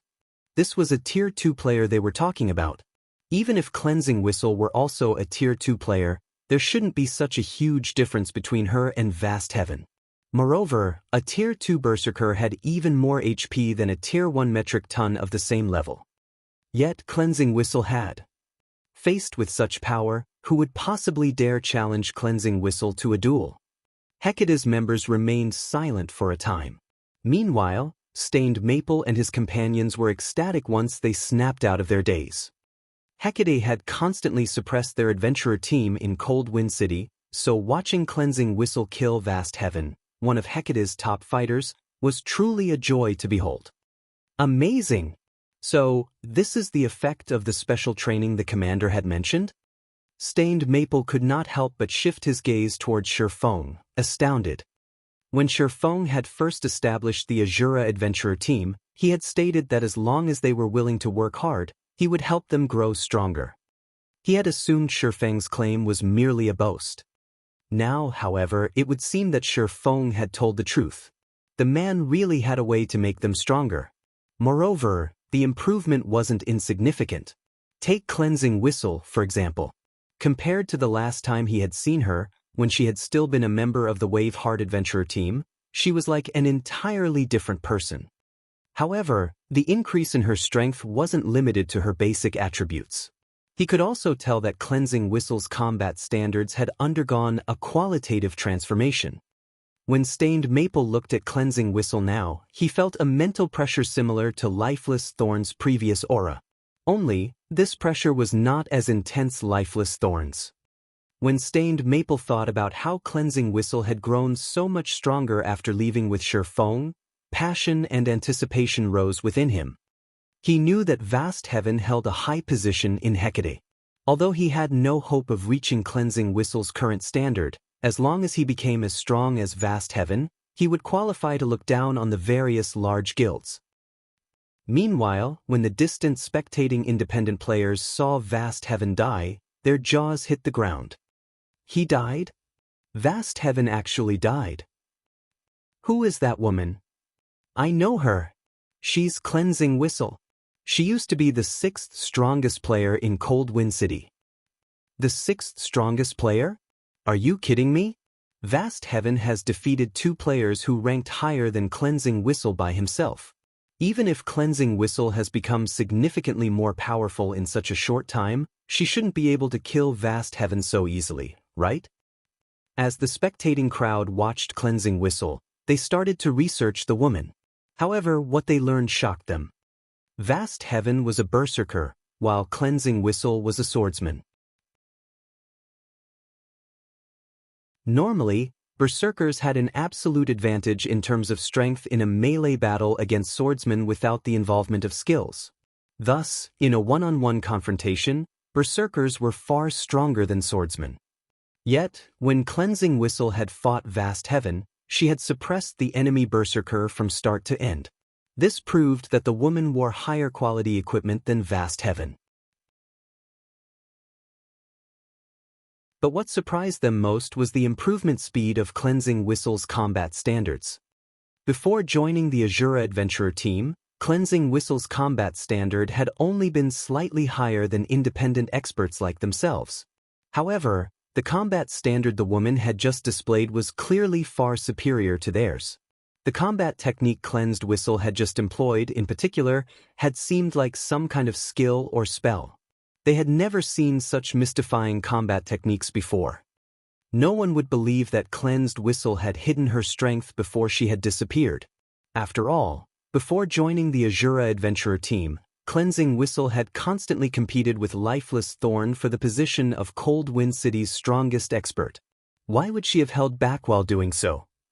The only explanation was that Cleansing Whistle had drastically improved her combat techniques after she had joined the Asura adventurer team and left Cold Wind City. For a time, the distant independent players were overwhelmed by their interest in and desire to join the Asura adventurer team. Meanwhile, Hecate's members glared at Cleansed Whistle in silence, having lost their prior fear. Asura adventurer team, huh? You actually dared to kill a member of Hecate? You must be tired of living. Autumn Changes, the army's vice commander, said as he strode forward. He sneered at Cleansed Whistle and the others as he said, "This is a good opportunity. We'll teach you who truly rules over Cold Wind City.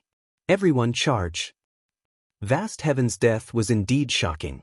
He had never thought that the Asura adventurer team actually possessed an expert of such caliber. Normally, he'd simply avoid clashing with an expert like Cleansing Whistle, but he had an army of 3,000 players behind him, many of which were experts. Furthermore, he had to restore the reputation their guild had just lost due to Vast Heaven's defeat. Despicable! Stained Maple felt his scalp tingle as Hecate's army surged forward. He hadn't expected Hecate to be so shameless, going back on its previous promise. Including Shifeng's team, there were only 60 Asura members present. Meanwhile, Hecate had 3,000 members here. Hecate's army also consisted of elite and expert players. The Asura adventurer team members likely had no hope of escaping with their lives. "Commander, you guys should take off. We'll hold them back. As long as you survive, not even Hecate can deal with our adventurer team so easily." Stained Maple hurriedly said. Both Shifeng and Cleansing Whistle were emotional pillars for the Asura adventurer team right now. If Hecate's members took these two down, Asura's reputation would plummet. If that happened, Asura would struggle to develop in the future. However, as soon as Stained Maple finished speaking, he noticed Shifeng approaching Hecate's army with Lifeless Thorn and the others close behind. "Commander, what are you trying to do?" Stained Maple asked in a panic. "Do I really have to answer that? We're getting to work." Shifeng laughed nonchalantly. "The 50 of you, get into a defensive formation and focus on dodging AoEs. Just don't die and leave the rest to us. We finally get to stretch after such a long trip." After exchanging a glance, Lifeless Thorn and the others charged at Hecate's army as if they were charging at a group of common monsters that posed no threat whatsoever. As Stained Maple and his companions watched Shifeng's party rush forward, they were utterly dumbfounded. What was going on? 10 players were trying to take on an army of 3,000 players. But before Stained Maple could recover from his daze, Shifeng used Flame Domain. A towering pillar of flames then emerged amidst Hecate's army, so massive that even the independent players over 1,000 yards away could see it clearly. With this single move, several hundred players instantly turned to ash as ownerless weapons and equipment took their places.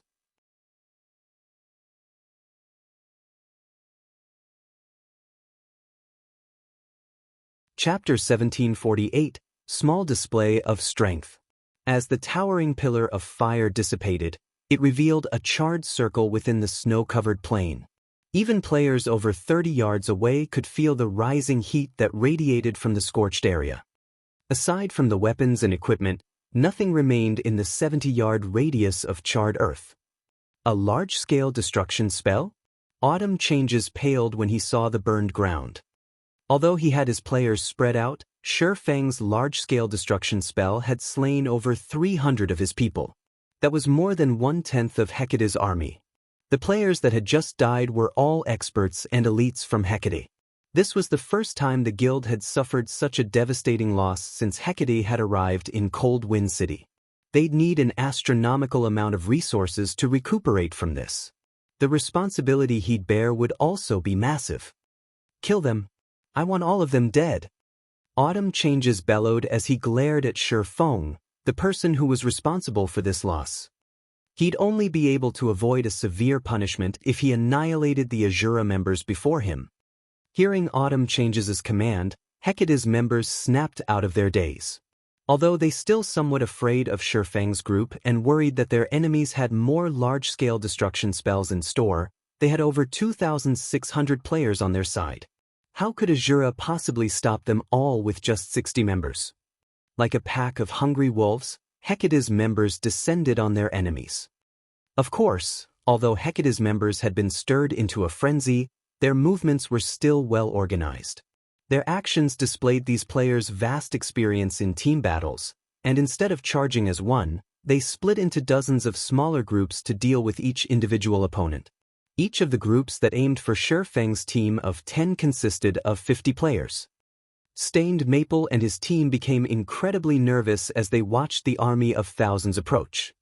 Although they had fought in many team battles before, they had been small-scale skirmishes, only involving 100 or 200 players. This was the first time they had participated in a battle involving thousands. As they watched the large groups rush towards them in an orderly manner, they struggled to breathe. Hecate's army outnumbered them by dozens of times. This overwhelming advantage couldn't be negated just because Shifeng had used one large-scale destruction spell. The Asura adventurer team is finished now. There's no helping it. Hecate is Cold Wind City's current overlord. How could an adventurer team hope to contend with it? The independent players in the distance sighed ruefully as they watched the battlefield at the bottom of the canyon. This was the difference between a guild and an adventurer team. Even if an adventurer team were very powerful, it would only be able to stand against an ordinary guild like Centurion Dynasty or Matchless Family at most. However, Hecate was a large guild that ruled over multiple cities. An adventurer team with a little over 1,000 members was a joke before a guild like Hecate. As Hecate's army advanced, Lifeless Thorn and the others exchanged glances before they turned to Shifeng. "Commander, you mustn't join this competition. This is a rare chance for us to display the fruits of our labor. If we miss out on such a golden opportunity, it'll be difficult to find another," Lifeless Thorn said. "That's right. Commander, if you make a move, we won't have anything to do," Cleansing Whistle complained. The rest of Shifeng's party nodded in agreement. They were very familiar with Shifeng's strength. After the battle on Thunder Island in particular, they had learned just how vast the world truly was. All of the players that had participated in the struggle for Thunder Island had been experts among experts.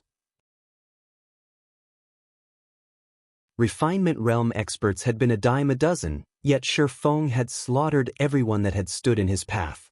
No one had possessed the power to stop his rampage. A couple of thousand elites and ordinary experts were not even worth Shifeng's time. Meanwhile, they had just recently completed their Tier 2 promotions and had yet to test out and familiarize themselves with their newfound strength. A battle of thousands of players was the best practice ground for them. "Fine, I won't attack, but you better take care of this quickly. Stained Maple's group won't be able to hold on long," Shifeng said, sighing. He had wanted to trample over Hecate's army with overwhelming strength, which would have made it easier to expand the Asura adventurer team in Cold Wind City. That way, he would have had more players to help him with his quest. After all, the soul-dissolving flower he needed was extremely rare. Without sufficient manpower, searching for the flower would be nigh impossible. "Commander, rest assured, we'll make sure to end the battle before Stained Maple's group starts to falter," Lifeless Thorn, his eyes glowing with excitement as he turned to the approaching Hecate members. Shortly after completing his Tier 2 promotion, Shifeng had suddenly called for them to gather for a trip back to the Ice Crystal world. He hadn't even had the chance to experience the power of his Tier 2 class. After reaching Tier 2, his physique had improved significantly. This would no doubt affect his execution of skills and combat techniques, and he would need to fight in many battles before he got used to the new changes. He could also use this chance to try out new combat methods, which he hadn't been able to use with his previous physique. After saying so, Lifeless Thorn eagerly raised his spear and dashed towards Hecate's forces, which were still over 100 yards away. The rest of the team also advanced, but instead of moving as a unit, they split up and rushed at different sections of the enemy army. They showed no intention of cooperating. "What are they trying to do?" Stained Maple felt devastated as he watched Lifeless Thorn and the others move independently. They were going up against an army of over 2,600 players, yet Lifeless Thorn and the others planned to fight solo. Even Autumn Changes was stunned as the enemies rushed towards him. Have these people lost their minds? Autumn Changes could not help but rub his eyes to make sure that he was not hallucinating. Hecate's army still had over 2,600 elite and expert players remaining. Even Vast Heaven wouldn't recklessly charge into such a force by himself, using a roundabout strategy instead, yet Lifeless Thorn and the other Asura members were running towards their army like a bunch of lunatics. Good. Since they wish to die so badly, we'll grant their wish. Ranged unit, prepare to attack.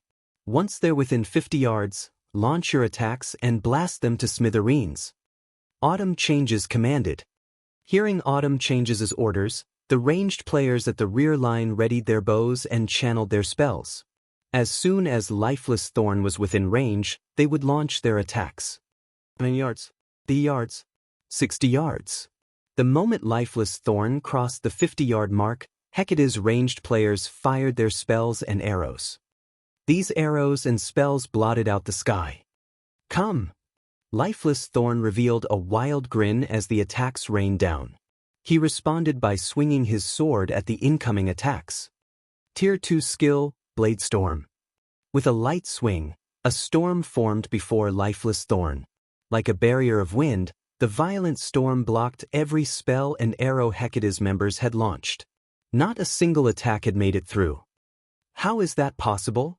Hecate's members were stupefied when they saw Lifeless Thorn emerge unscathed. They had never dreamed that a skill could be used in such a way. Lifeless Thorn had actually used an offensive skill as a defensive skill. Blade Storm had a 3-second duration. Taking advantage of the skill, Lifeless Thorn made his way towards Hecate's frontline without receiving any damage. However, 8 MTs immediately stepped forward to intercept Lifeless Thorn. Seeing this, Lifeless Thorn swept his spear in a horizontal arc. Tier 1 skill, Whirlwind Slash. Boom! The swing sent every MT that stood in Lifeless Thorn's path flying, their HPs decreasing by a significant chunk. Following which, Lifeless Thorn advanced and arrived before the other melee players. His rapidly thrust his spear at his enemies, and the weapon transformed into over a dozen afterimages. Although the melee players tried to defend themselves, the Lifeless Thorn's jabs targeted their blind spots. Moreover, his attack speed was extremely high. They simply could not keep up with the attacks. In the end, the spear struck these players multiple times before they transformed into streaks of light and vanished. The attacks Hecate's ranged players launched were utterly ineffective against Lifeless Thorn as he constantly and swiftly changed positions. Wherever Lifeless Thorn passed, players fell, one after another. Moreover, Lifeless Thorn's movements became faster and smoother as he continued to fight. Solitary 9 and the others had also charged into Hecate's ranks by this point. Although their performance was not as violent as Lifeless Thorn's, they were just as unstoppable.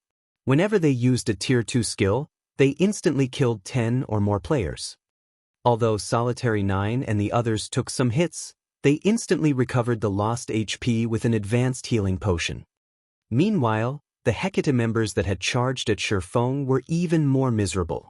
Before Hecate's members could reach him, Shifeng activated Defensive Blade, which increased his attack range tremendously. He then lightly swung Killing Ray at the approaching players. The swordsman's strength was already beyond that of a Tier 3 Great Lord of the same level, and the players that had failed to block his attacks had fallen instantly. Although the players that had blocked the attack had survived, they were paralyzed for a brief moment. As a result, they couldn't block Shifeng's following attacks.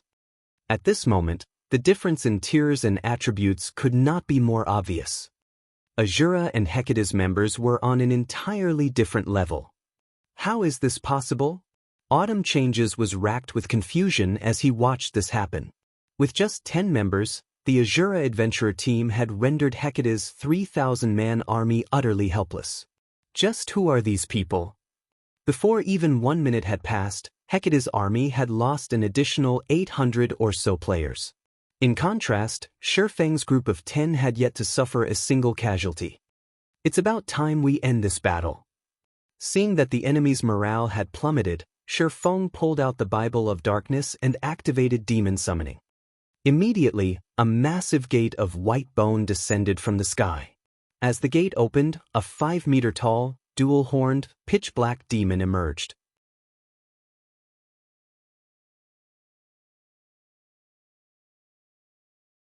Chapter 1749, Legend of Cold Wind City.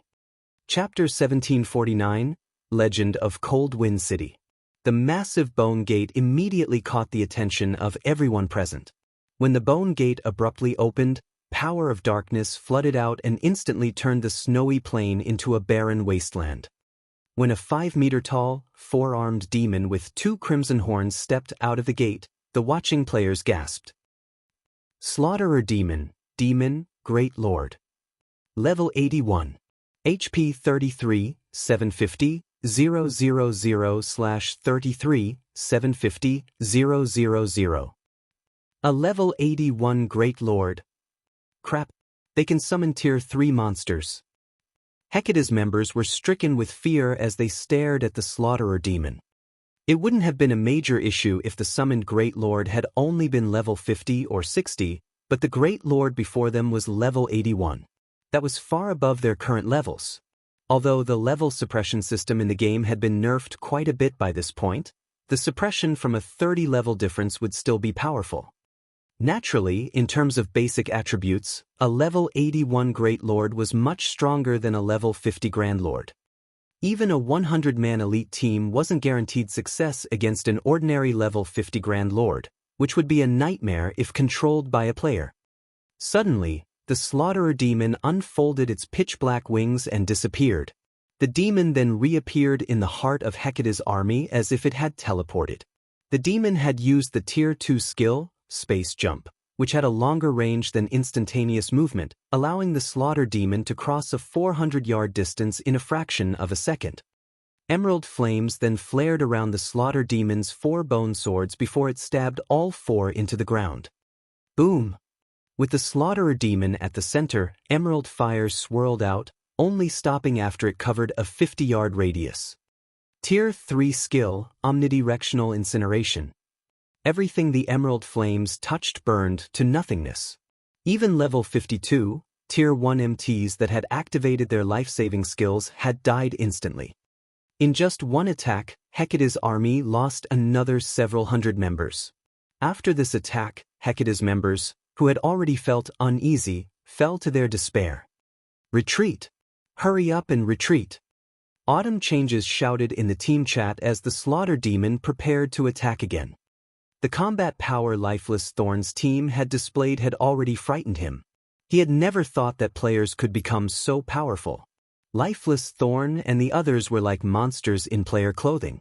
Lifeless Thorn, in particular, was ridiculously strong. Even several level 50-plus MTs working together couldn't stop his rampage.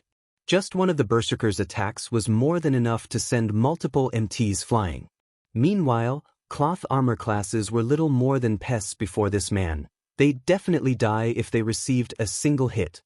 Now that a level 81 Great Lord had joined the battle as well, Autumn Changes could not help but feel like the system was playing some cruel joke on him. However, although Autumn Changes had already ordered the retreat, before a Tier 3 demon strengthened by Demon Ruler, escape was impossible. The Slaughterer Demon was simply too fast. Moreover, it only needed one hit to kill the fleeing players. Since Hecate's members were focused on escape, Lifeless Thorn and his companions had an easier time killing their enemies. 9 players and 1 demon chased after the 1,000-plus players that fled in all directions. The inconceivable scene left the distant independent players speechless. They had witnessed many accounts of 1,000-man armies chasing down groups of dozens of players, but they had never seen a handful of players chase after a 1,000-man army. The crowd's eyes glowed with excitement, and some players even got goosebumps as they watched this miracle unfold before them. Ever since Hecate had arrived in Cold Wind City, the guild had constantly suppressed independent players like themselves. Naturally, they were more than pleased to see this guild's members get slaughtered. Their blood boiled with passion as they watched. Too strong. Asura is invincible. So, this is the strength of Cold Wind City's #1 adventurer team. The watching crowd gained a newfound appreciation for Asura's strength. Numbers could no longer replace the strength the adventurer team wielded. As long as these Asura experts were present, the adventurer team would become a legend. Rather, Asura's legend would begin today in Cold Wind City. Meanwhile, Stained Maple and his teammates, who tried their best to keep Hecate's members from fleeing, felt an indescribable pride and excitement for their own adventurer team.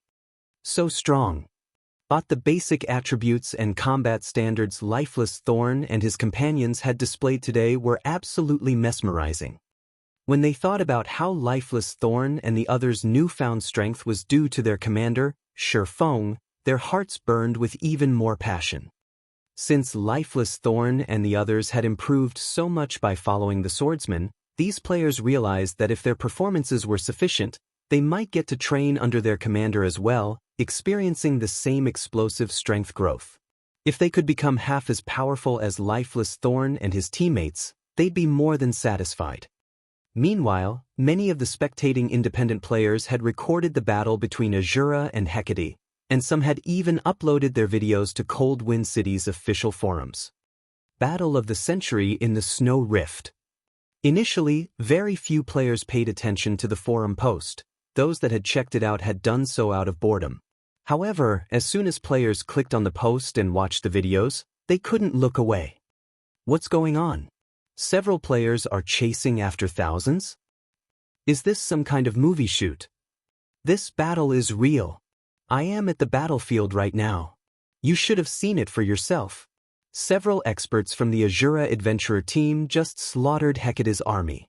They can kill even level 50 MTs with one hit.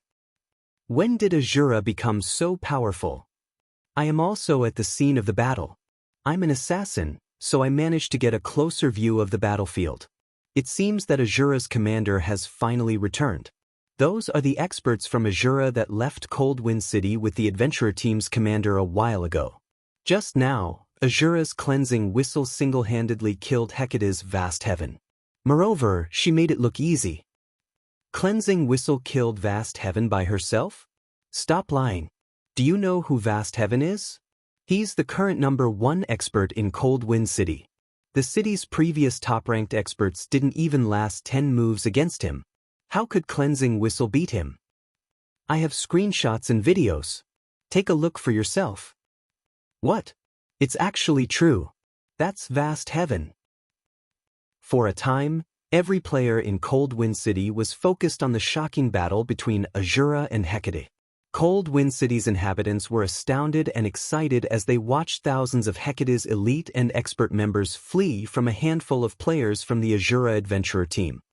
Any thoughts they had harbored of the adventurer team falling apart had vanished. After this heaven-defying battle, who in Cold Wind City would possibly look down on Asura's strength? At the same time, Asura was fated to become a legend in Cold Wind City after this battle. Even if a long time had passed, today's battle would be regarded as a classic. While Cold Wind City's players heatedly discussed the Asura adventurer team, Hecate's upper echelons, who had been stationed in Cold Wind City, gathered in Hecate's guild residence for an emergency meeting. Over a dozen people sat in the solemn meeting hall, every one of them radiating an aura that would make ordinary players shudder with fear. However, these players all watched the youth at the head of the table in silence and trepidation. This youth wore a particularly gloomy expression, and even the temperature of the air around him had dropped due to his aura. Speak. What is happening? What is this Asura adventurer team? The handsome youth demanded.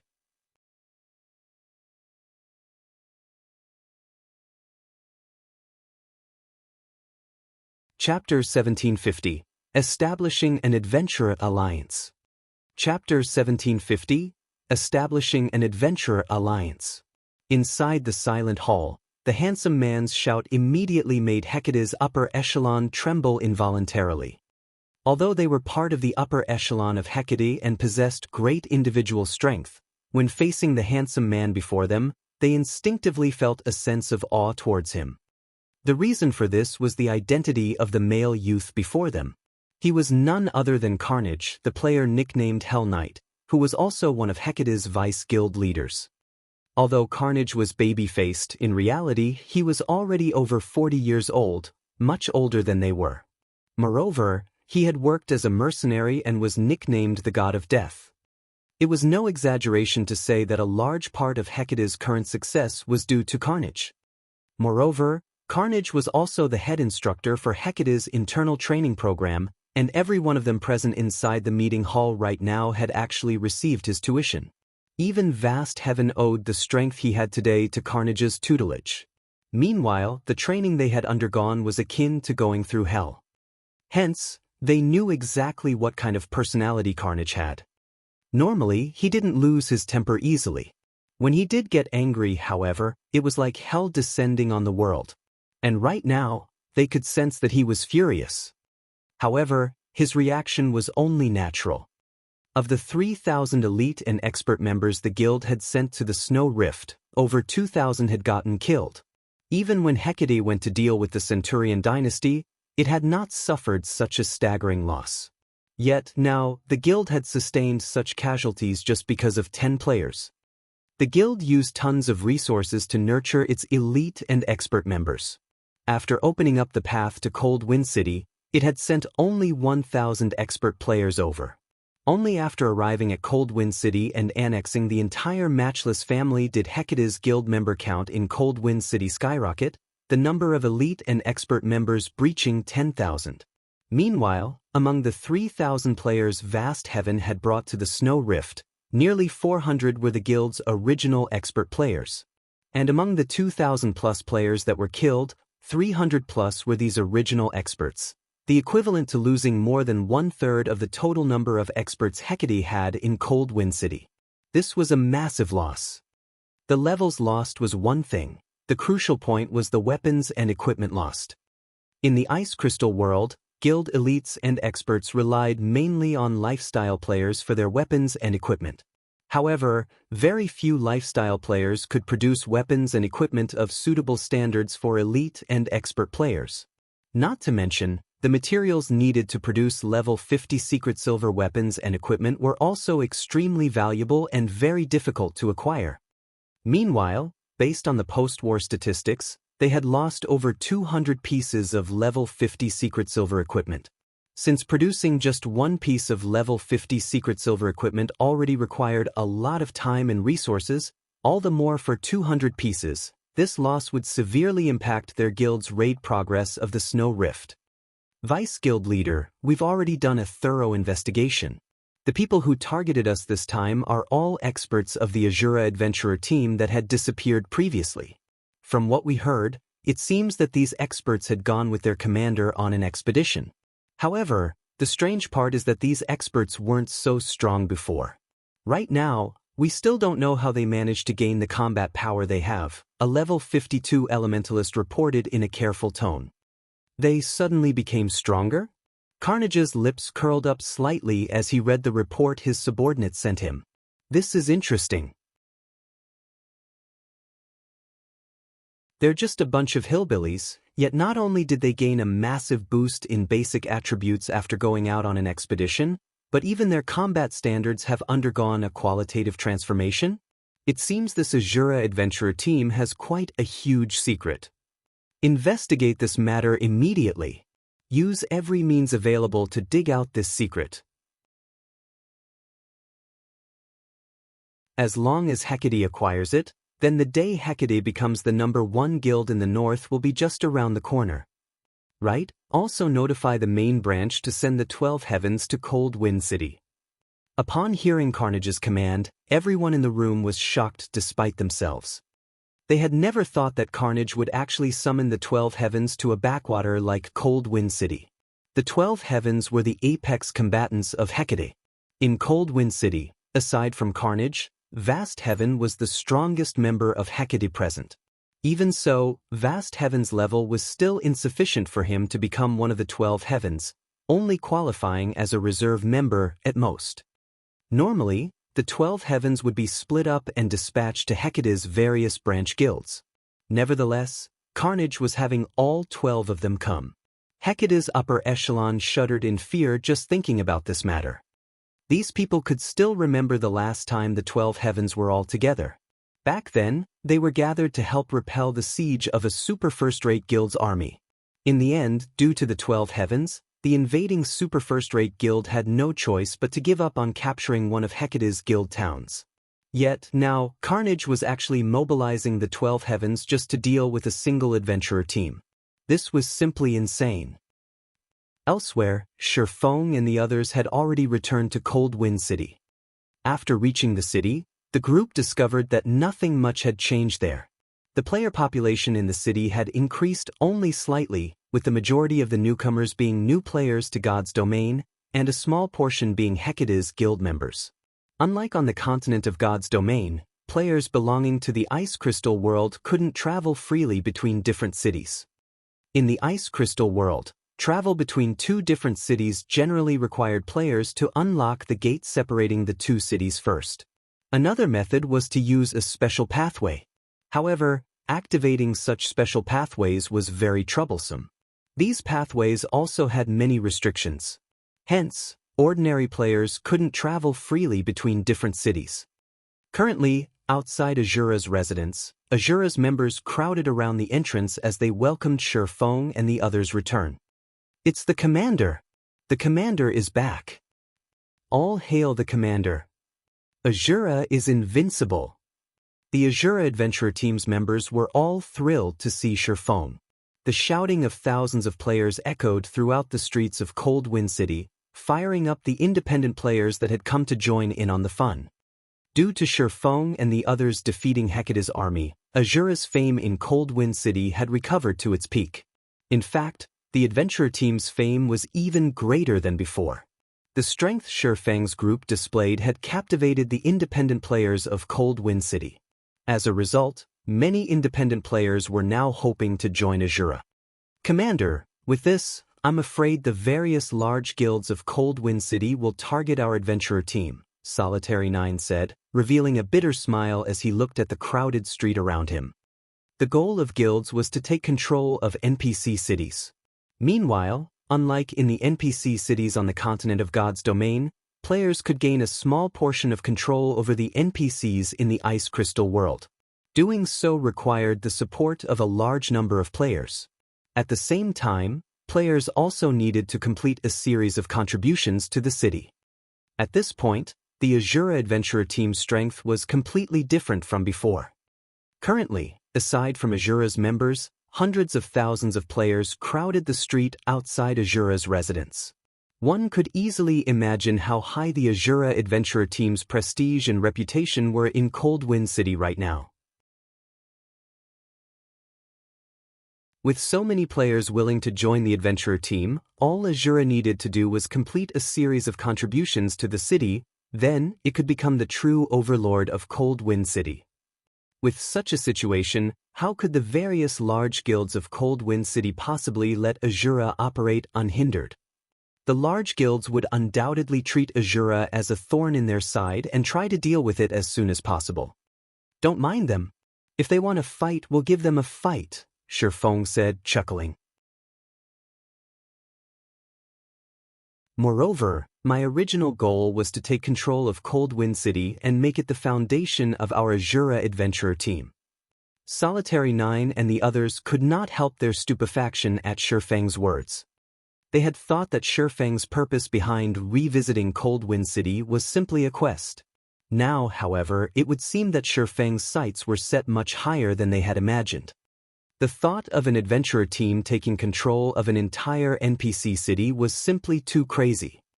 "Since so many people have come, I'm making an announcement in my capacity as Asura's commander. From today onward, the Asura Adventurer Team will be establishing an Adventurer Alliance. We welcome all Adventurer teams and independent players to join this alliance. Any adventurer team and independent player that joins this alliance will enjoy a portion of the benefits offered by the Asura adventurer team. Shi Feng declared loudly as he looked at the crowded street around him.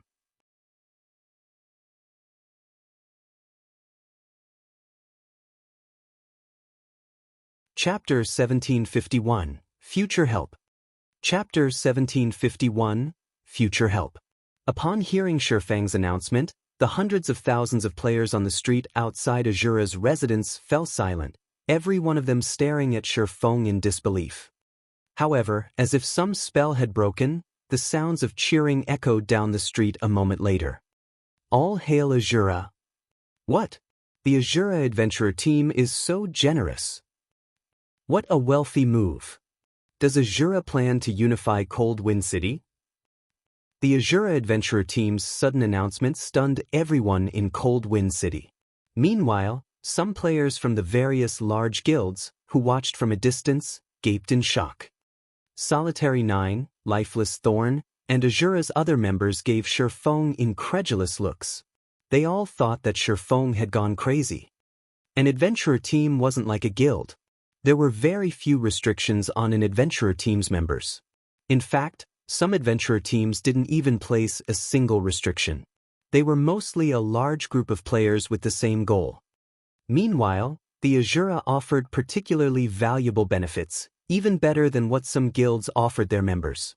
With the adventurer team's contribution points, one could purchase weapons, equipment, and basic combat techniques. However, the adventurer team had strict conditions for joining. Fortunately, Asura had plenty of experts, so the team had a much easier time gathering resources and developing. However, Shi Feng's decision would allow every independent player to enjoy Asura's benefits without meeting any of the entry requirements, yet the adventurer team had to pay for these benefits. Commander, are we really going through with this? Xianxia hurriedly asked Shi Feng. Even if they were going to acquire Cold Wind City, they had many other methods they could use to do so. There was no need to earn the public's hearts with such a wasteful option. Michim, here are the details. Publicize them in a moment and inform everyone about what the Adventurer Alliance is, Shi Feng said, nodding. He then some details regarding the Adventurer Alliance he had intended to establish to Xianxia and the others. In reality, he had planned to establish an Adventurer Alliance even before he had first visited the Ice Crystal World. Someone had established an Adventurer Alliance, an organization that would serve independent players, during his previous life. It served as a platform for independent players to purchase better equipment, materials, information, and find companions to quest with. This helped independent players avoid getting taken advantage of by the various large guilds. However, when the Adventurer Alliance had first appeared during his previous life, mainstream players on the continent of God's domain had already reached level 90. Although setting up the Adventurer Alliance was very costly and would require further investments, the organization would command more influence and strength as it gradually took shape. In the end, the Adventurer Alliance had become the #1 ranking adventurer team throughout God's domain. It had even become one of God's domain's apex powers. God's domain had many superpowers, but very few could be considered an apex power, every one of which had powerful backgrounds and countless experts.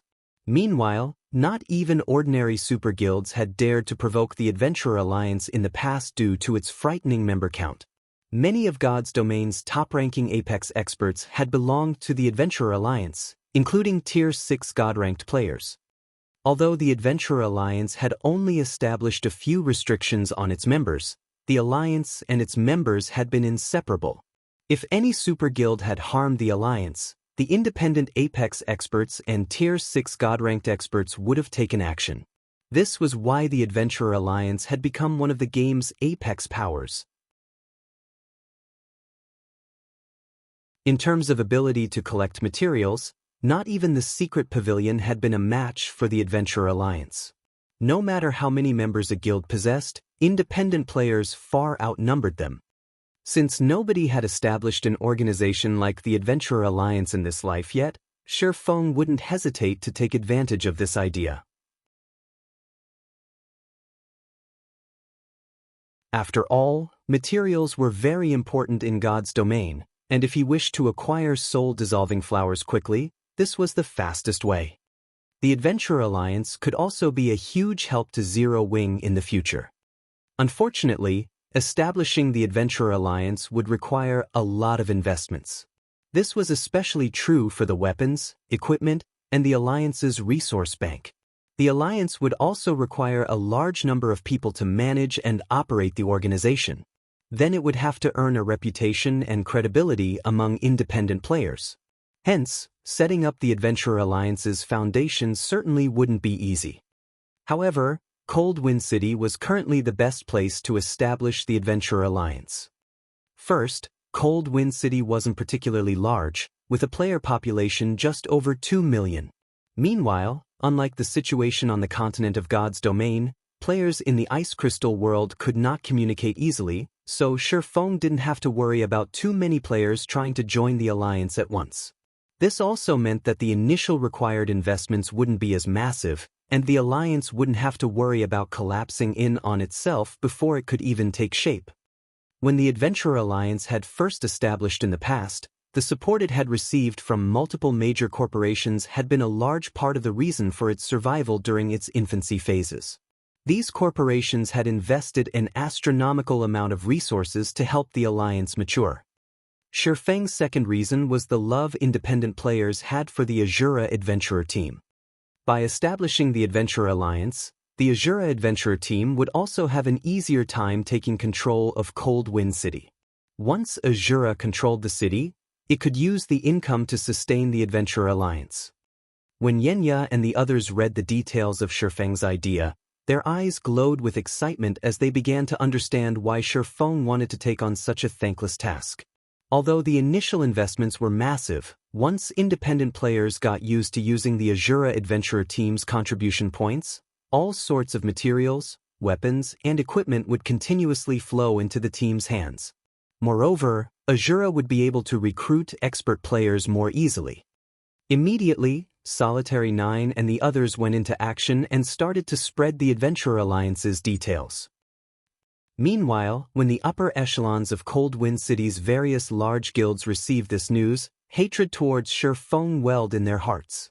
However, as the Asura Adventurer team had already displayed such immense strength, they couldn't stop the Adventurer Alliance's establishment forcefully.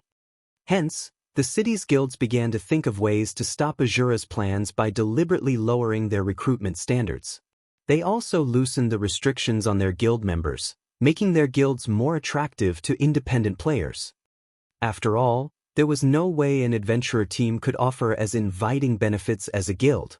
Moreover, guilds had far more and far better weapons and equipment in their stocks than adventurer teams. Furthermore, players could earn a very high and stable salary by becoming one of the guild's upper echelons. Meanwhile, in Hecate's residence in Cold Wind City, this Asura adventurer team is quite ambitious. Like the other guild's upper echelons, Carnage was surprised when he received news of the Adventurer Association. He had never thought that the Asura adventurer team would be so enthusiastic to grow. However, he revealed a sneer as he said, "It's a pity that your efforts will go to waste. Notify our subordinates and tell them to lower the exchange rates for Hecate's weapons and equipment. However, keep the original exchange rates for any player that's related to the Asura adventurer team in any way." Hecate also began to hasten its exploration of the Snow Rift. Having a large number of guild members simply wasn't enough to rule over Cold Wind City. An organization also needed to make sufficient contributions to the city. Elsewhere, Shifeng focused on producing all kinds of weapons and equipment in preparation for the Adventurer Alliance's establishment. After being away from Cold Wind City for some time, the Asura adventurer team had collected plenty of rare materials. It had even acquired 45 ice crystal fragments.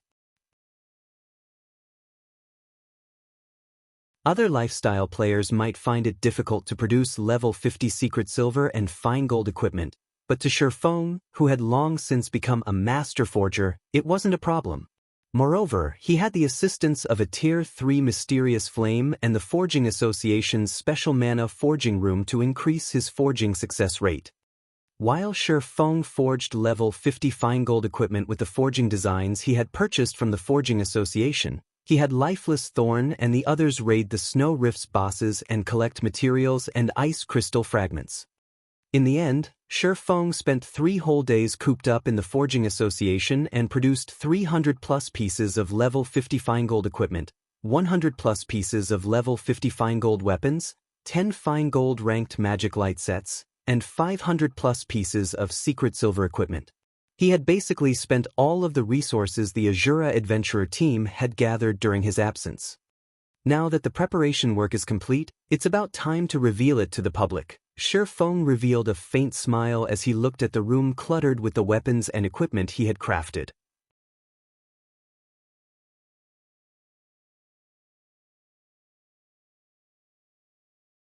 Chapter 1752, Enemy of Guilds.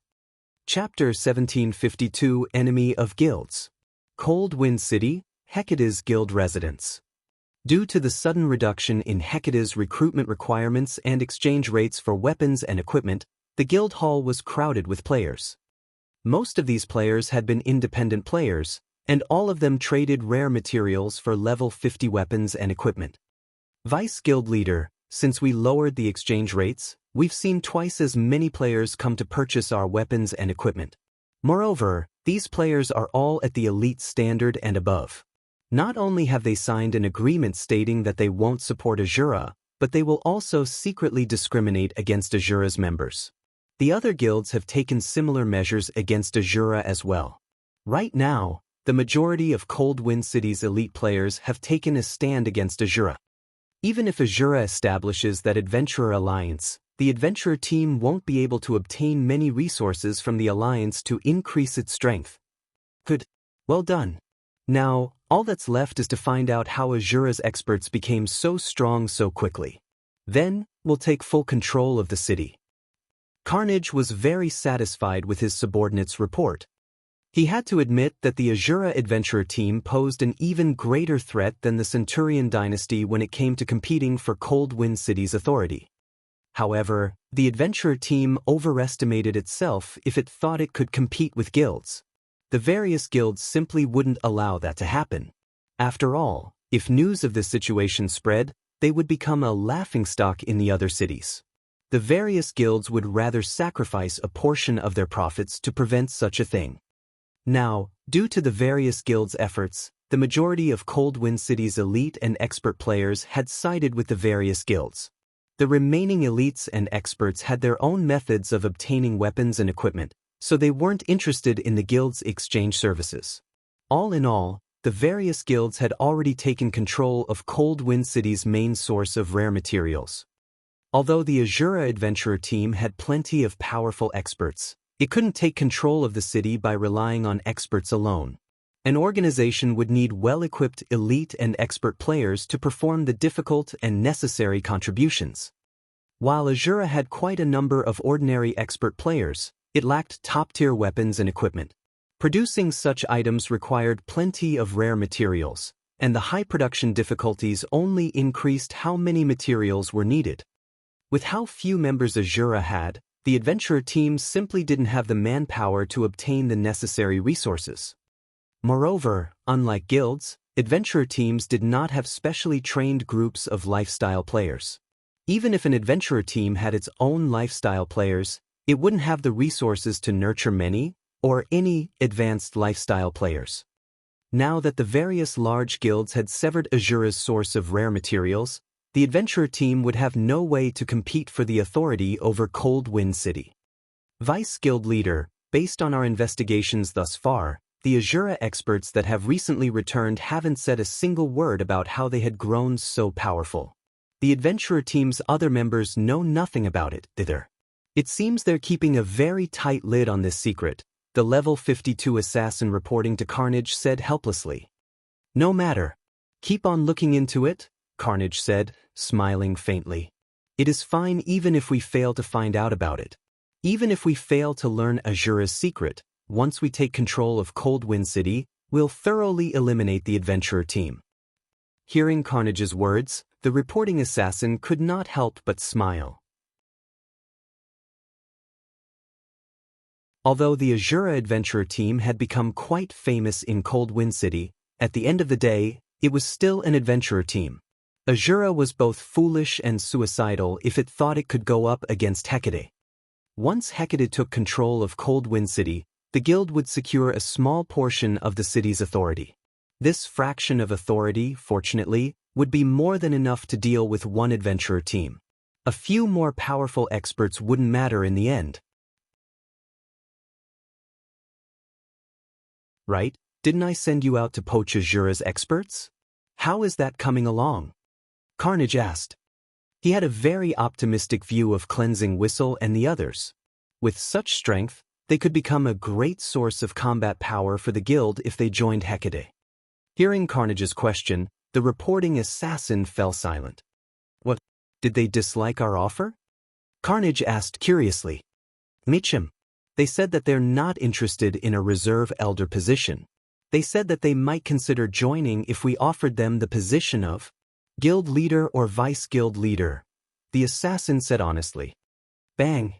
Carnage slammed his fist on the office table before him, shattering it when he heard the assassin's reply. The killing intent he radiated shocked the nearby upper echelons, making them shudder. Reckless fools. Since they want to fall with their adventurer team, I'll grant their wish. Carnage said, a cold glint flashing in his eyes. Sneering, he continued, place a 3,000 gold bounty on each of those players. Send someone to keep an eye on them and tell the 12 heavens to get here as soon as possible. Understood. Everyone in the guild leader's office nodded.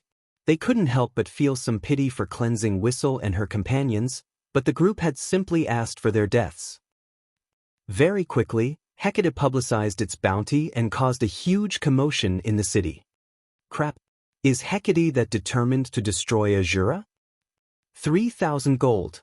With that kind of money, Asura's own members might take action against these people.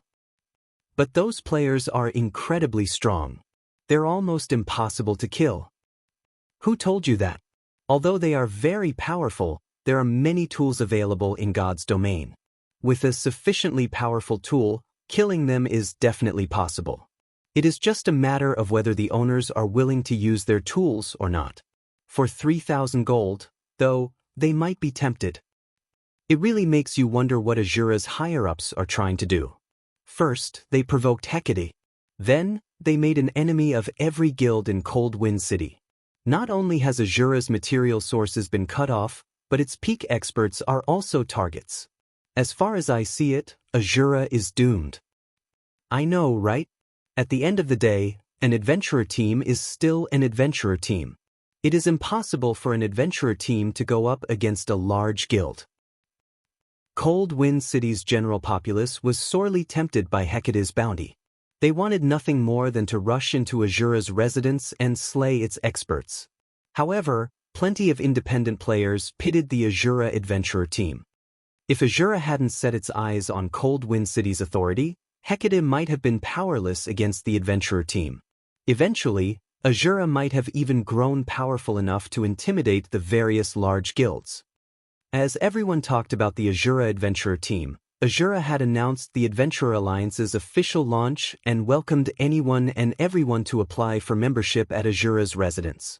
As long as a player was independent, they could join the Adventurer Alliance and enjoy a portion of the benefits Asura offered. Asura really is dumb. Who would dare apply to join the Adventurer Alliance right now? That's right. The majority of level 50 weapons and equipment on the market have been produced by guilds. How many weapons and equipment could a measly adventurer team possibly offer? Only people who don't want to upgrade their weapons and equipment would join the Adventurer Alliance. The general populace showed no interest in Asura's announcement. In fact, many players did not want anything to do with the adventurer team now. Seeing this, the various guilds' upper echelons in Cold Wind City sneered at Asura and its members. Commander, even though we've announced the launch to the public, not a single player has shown interest in joining, Xianxia expressed her frustration from her seat in Asura's residence. She had to admit that the various guild strategies had been very effective. It had utterly dissuaded any independent players from joining the Adventurer Alliance. Then, I had wanted to show the guild some respect, but since they refused to accept my kindness, there's no need for me to hold back, Shi Feng said, not particularly surprised by the situation.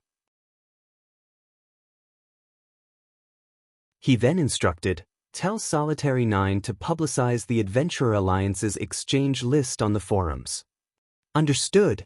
I'll notify the Vice Commander right away," Xianxia said, smiling. Excitedly, she contacted Solitary 9.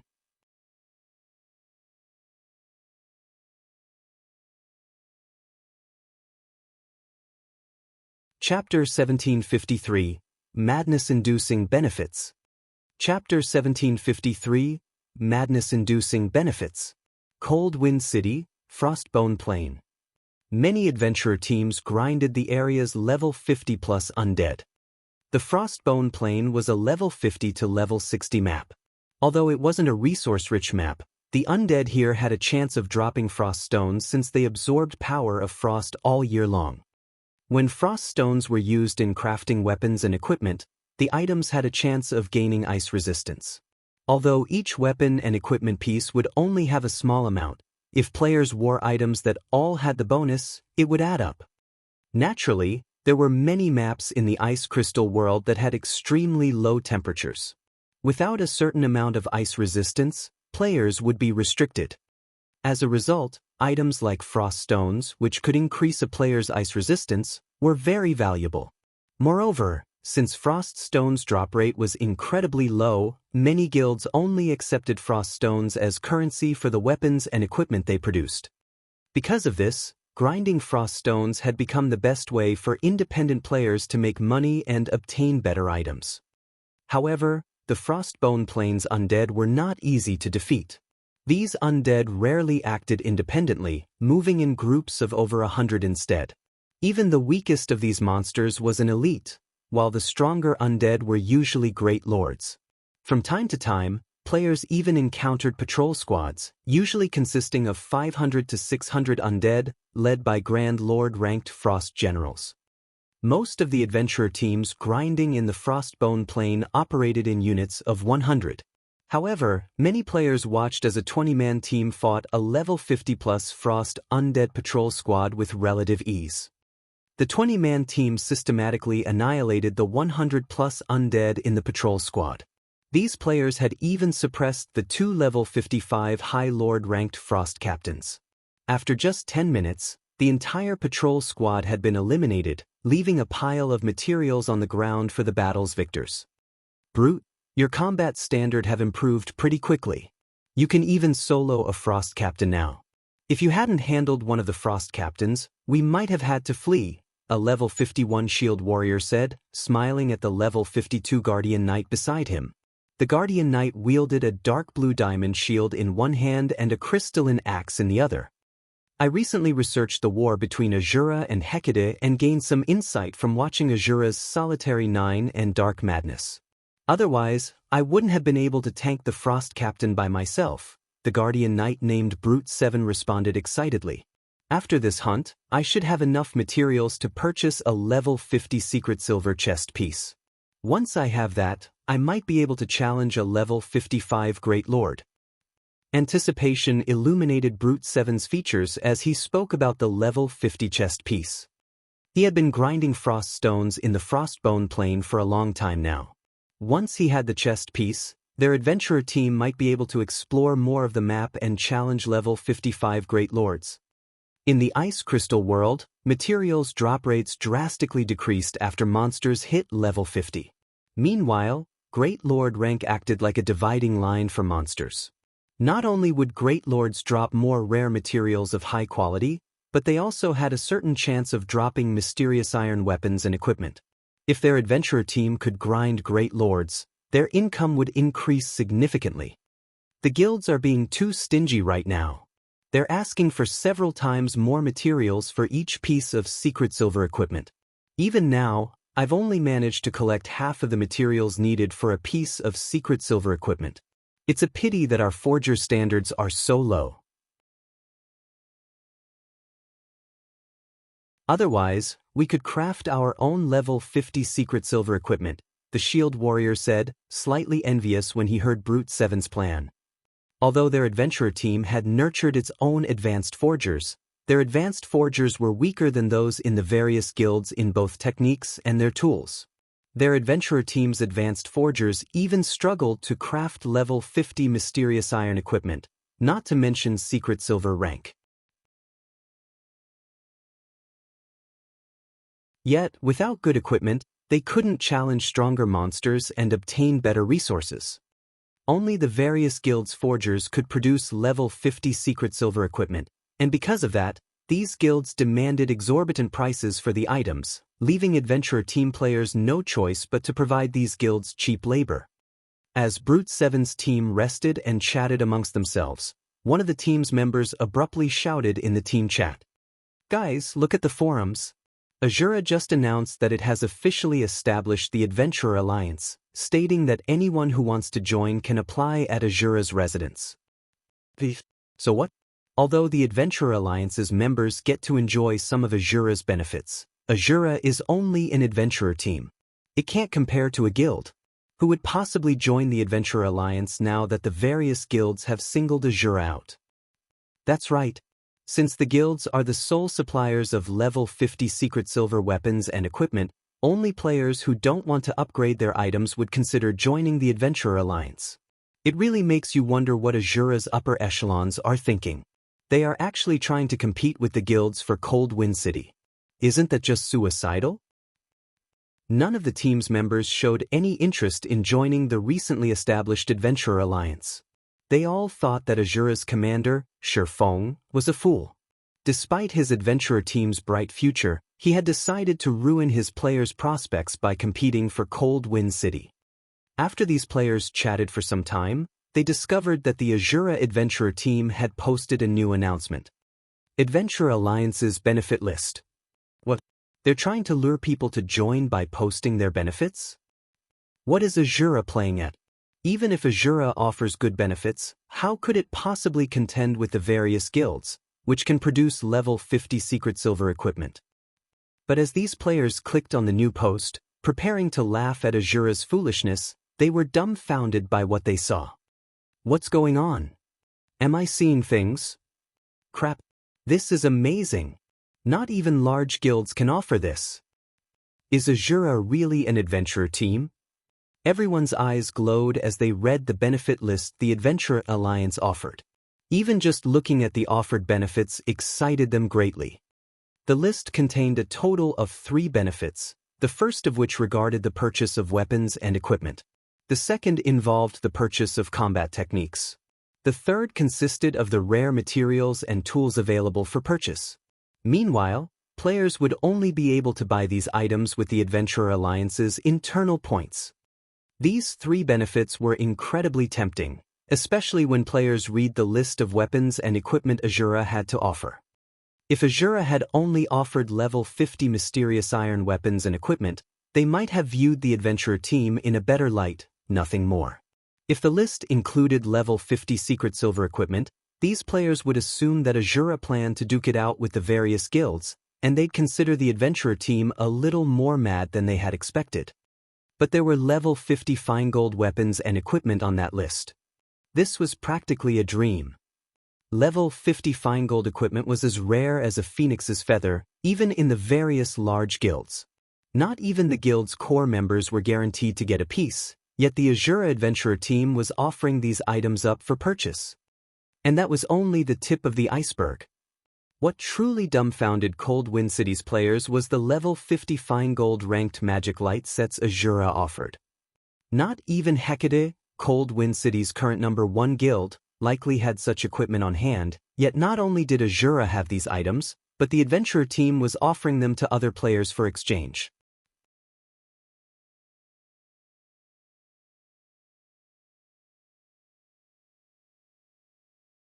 Chapter 1754, Nightmare's Beginning. Chapter 1754, Nightmare's Beginning.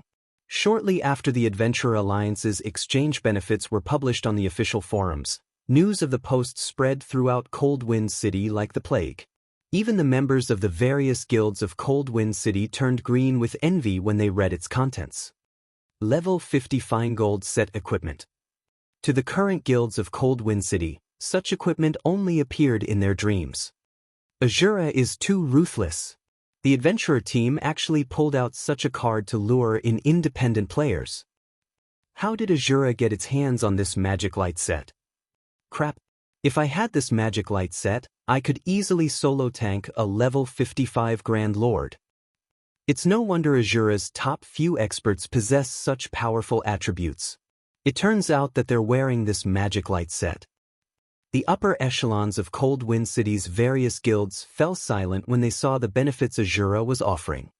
Just the weapons and equipment Asura put up for exchange were far superior to what their guilds had. However, compared to these weapons and equipment, the second exchange benefit Asura offered was the part that truly gave them a headache.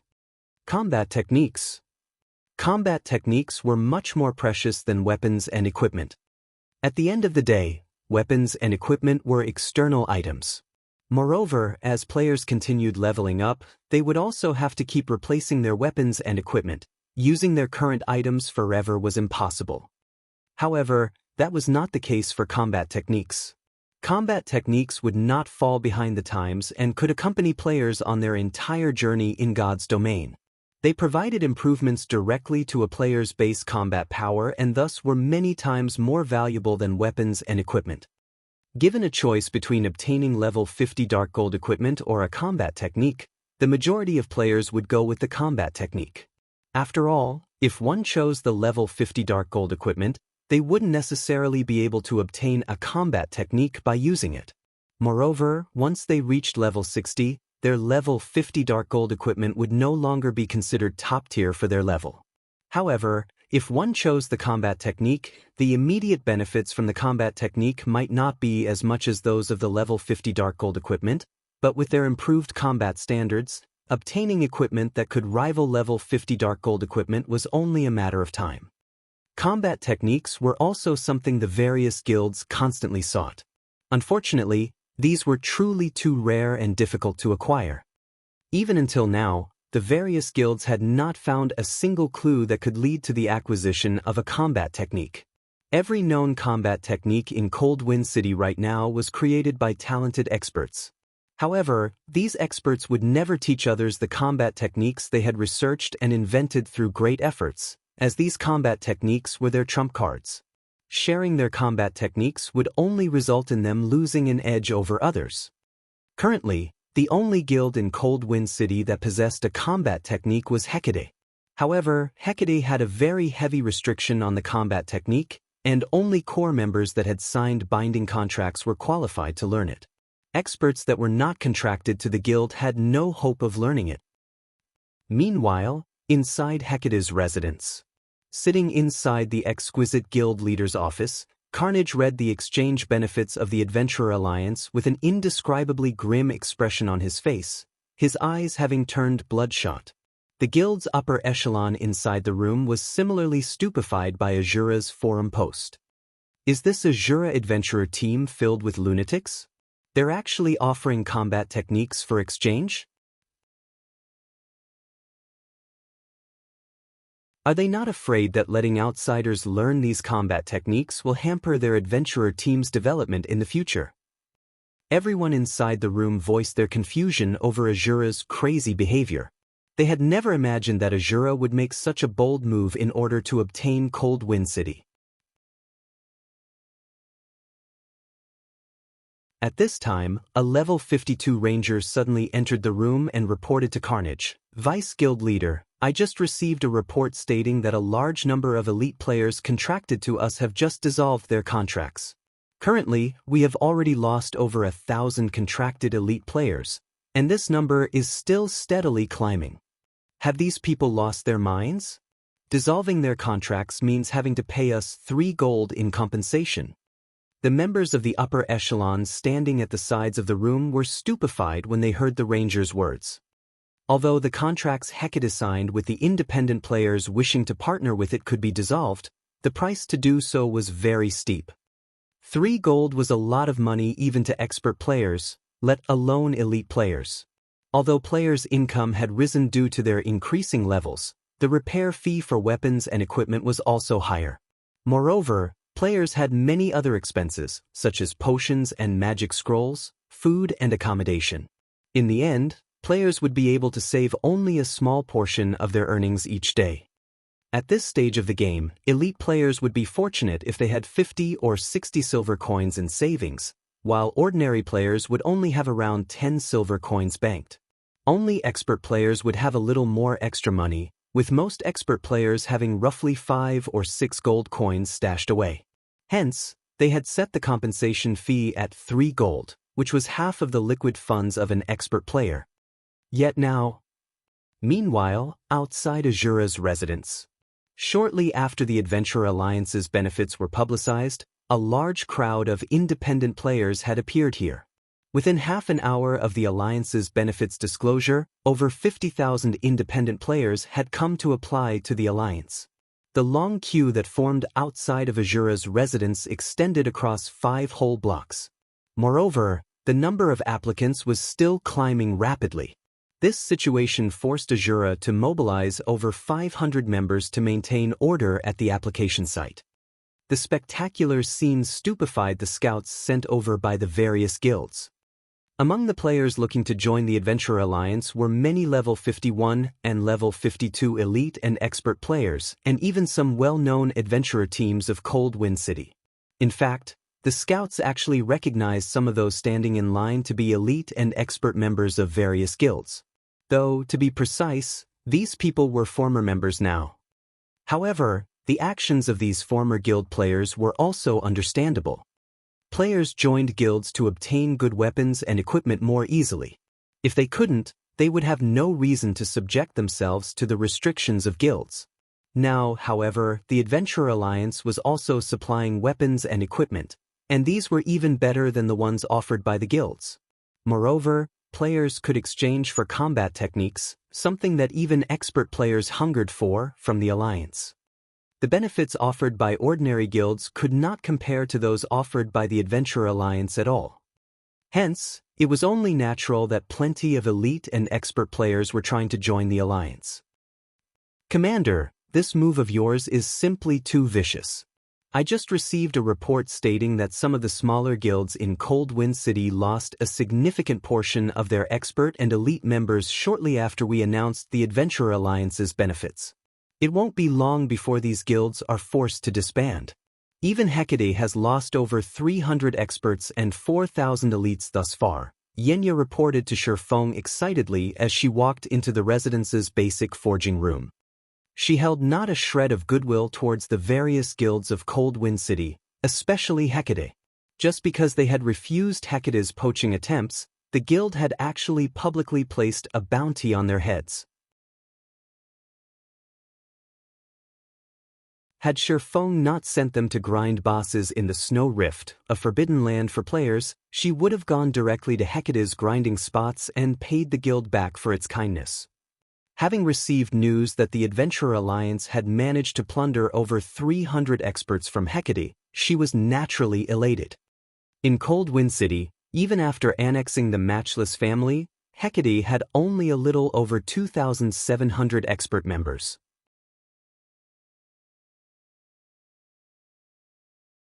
Losing 300-plus expert players was equivalent to losing 1/9 of its expert forces, which was definitely a huge blow to the guild.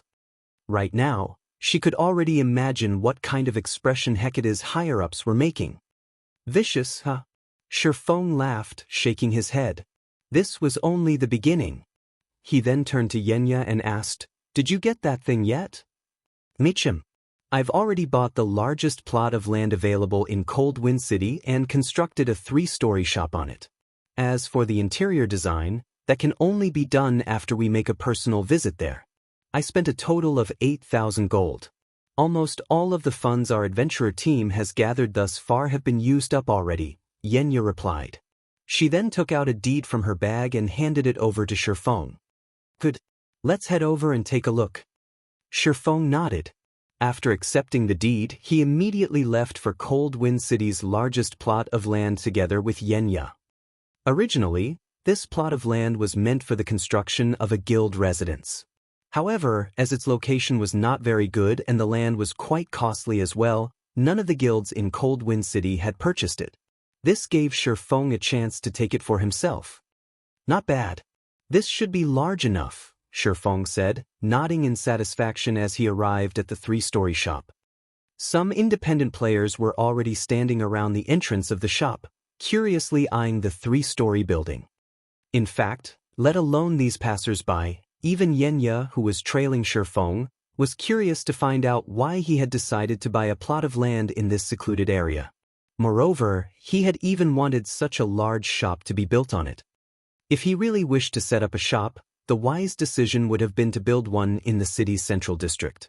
Not to mention, even though they had built such a large shop, the Asura adventurer team did not possess that many items to sell. However, Shi Feng did not bother explaining his decisions. Instead, he walked straight into the shop. Currently, the main hall of the shop was still empty. Shi Feng also did not hurry to start the decoration process. Instead, he took out a large number of magic crystals and rare materials, then started drawing a magic array at the center of the hall. The magic array he was drawing right now was none other than the Starlight Gathering magic array, which he had gotten from the War God's temple some time ago. When activated, the magic array would create an enclosed space with a 500-yard radius and increase the mana density within it by 300%.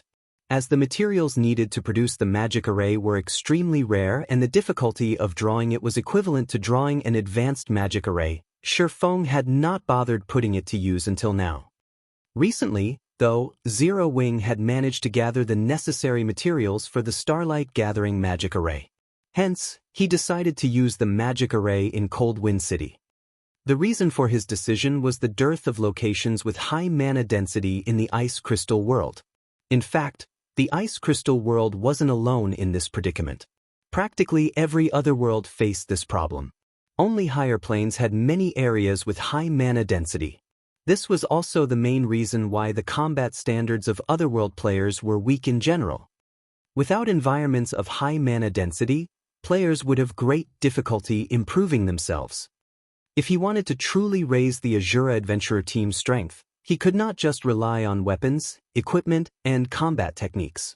As for sending players to the continent of God's domain via the ancient shrine, the cost of doing so was simply prohibitive, way beyond the current means of Zero Wing or Asura.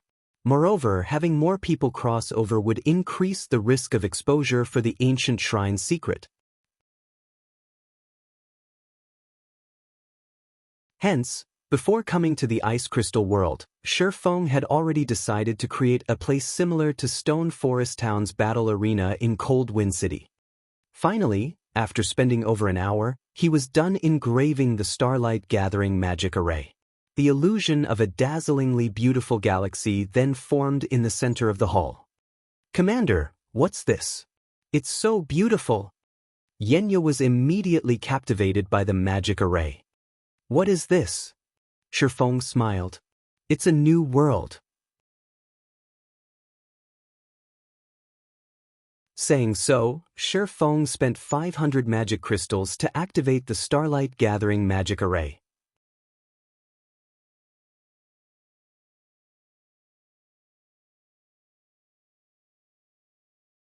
Chapter 1755, Asura Hall. Chapter 1755, Asura Hall. Inside the spacious hall. When the Starlight Gathering magic array activated, white mist began to fill the hall. The light then dimmed, and twinkling starlight glittered around the room. A short moment later, the mana density inside the hall swiftly started to rise. 100%, 200%, 300%. The Ice Crystal world's ambient mana density was already higher than that in God's domain, and now, after this 300% increase, the shop's mana was even denser than the mana in Zero Wing City. Celestial magic arrays truly are amazing. Shi Feng was quite satisfied as he gazed at the galaxy that had appeared on the hall's ceiling. As he stood in the hall, he could feel his mind become tremendously clear. He could even push aside unwanted thoughts and block his sense until he only existed within his own consciousness. As long as he put a little effort in, his mind could easily process what he wanted and provide the desired results. In fact, he even felt physically lighter. As a magic array that had been passed down since ancient times, current magic arrays simply couldn't compare to the power of a celestial magic array like the Starlight Gathering magic array. Due to the celestial power, celestial magic arrays were able to operate at a cheaper cost and higher efficiency than present magic arrays of similar rank and functionality. That was also why any celestial magic arrays that had appeared on the market in the past had sold for astronomical prices. If he hadn't caught Abandoned Wave, he wouldn't have obtained the Starlight Gathering magic array. Xianxia, who stood beside Shifeng, was utterly dumbfounded as she felt the change that had taken place around her. The strength of the Starlight Gathering magic array before her was simply too frightening. The entire hall felt like a revolving galaxy. The ambient mana was so dense that she felt almost omnipotent. If she could train in such an environment, she was confident that she could fully grasp the basic combat techniques, which she had struggled with before, in a short time. She even felt like she could learn the advanced combat technique, Void Steps. An advanced combat technique. Void Steps was an advanced footwork technique that not even Lifeless Thorn had mastered.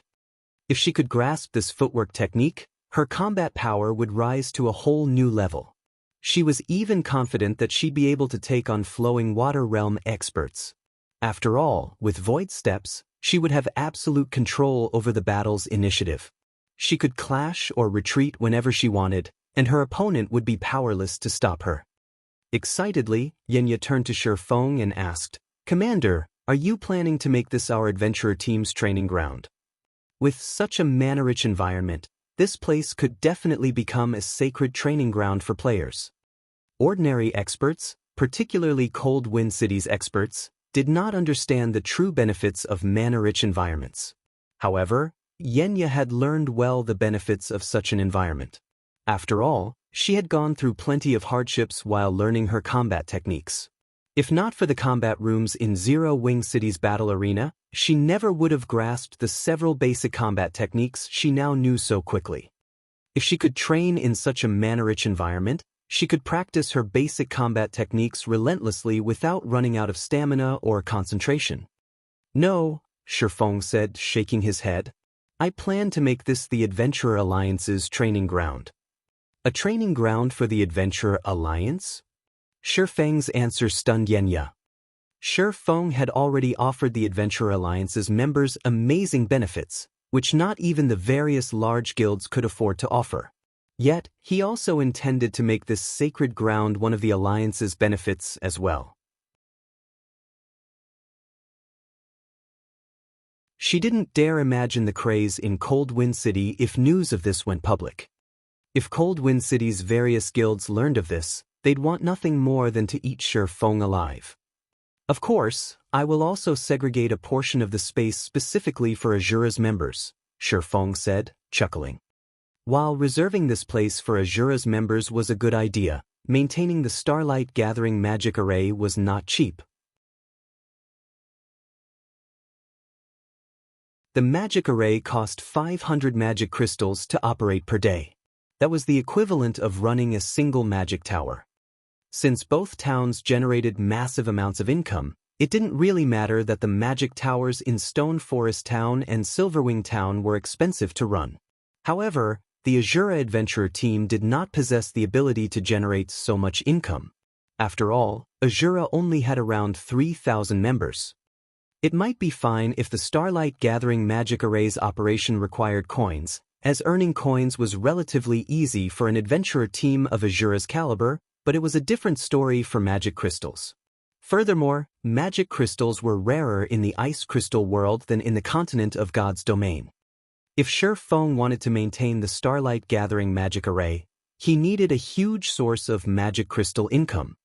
Currently, Cold Wind City had over 2 million players, the majority of which were independent players. Shifeng wouldn't have to worry about a lack of interest in the new training ground with such high mana density. As long as he charged a small fee for using the training ground, he could easily maintain the Starlight Gathering magic array's operation. Moreover, by making the Starlight Gathering Magic Array available to the Adventurer Alliance, not only could he earn back the Magic Array's operation cost, but he could also attract more players to join the Alliance, killing two birds with one stone. Following which, Shifeng began to modify the shop's interior. All three of the shop's floors would become training grounds. He also set aside some room on the first floor to establish a restaurant and bar for players to rest. Using the remaining space, he constructed a total of 270 training rooms, 50 of which would be reserved for the Asura Adventurer team. However, although there were 220 training rooms left for the Adventurer Alliance's members, considering how many members the Alliance had, Shifeng ensured that each Alliance member could only rent a training room for 1 hour per day if they paid with coins or Adventurer Alliance points. If players paid their rent with magic crystals, they would be allowed to rent up to 2 hours a day. This way, Shifeng wouldn't have to worry about not earning enough magic crystals. This would also help reduce some of the points Alliance members accumulated. Whether players wanted to purchase the Adventurer Alliance's weapons, equipment, or combat techniques, they all required a large number of points. In other words, none of the Adventurer Alliance's services were cheap. If that were the case, it would only be a matter of time before the Adventurer Alliance collapsed in on itself. With the training ground absorbing some of the points the Alliance members accumulated normally, the Alliance's points would be more valuable and meaningful.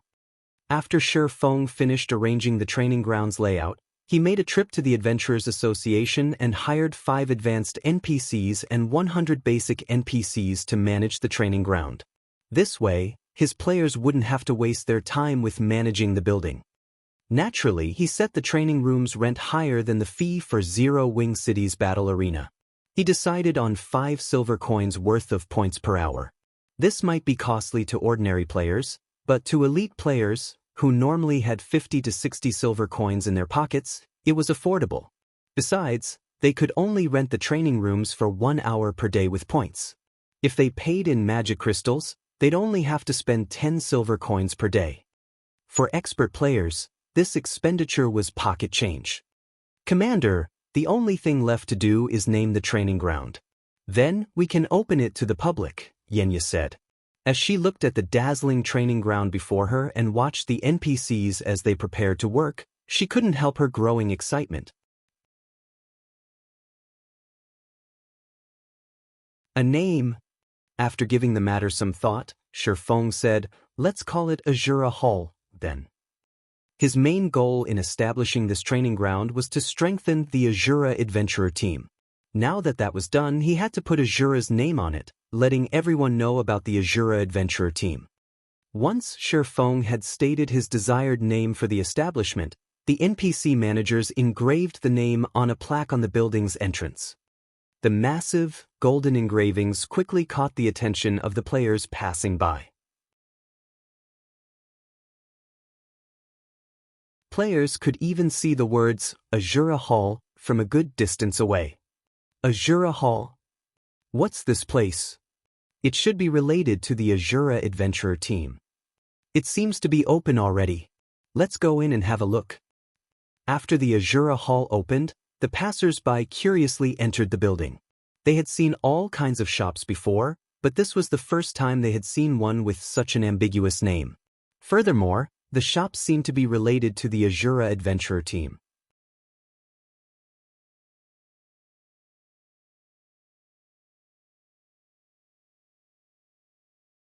Chapter 1756, Adventurer Alliance's Power.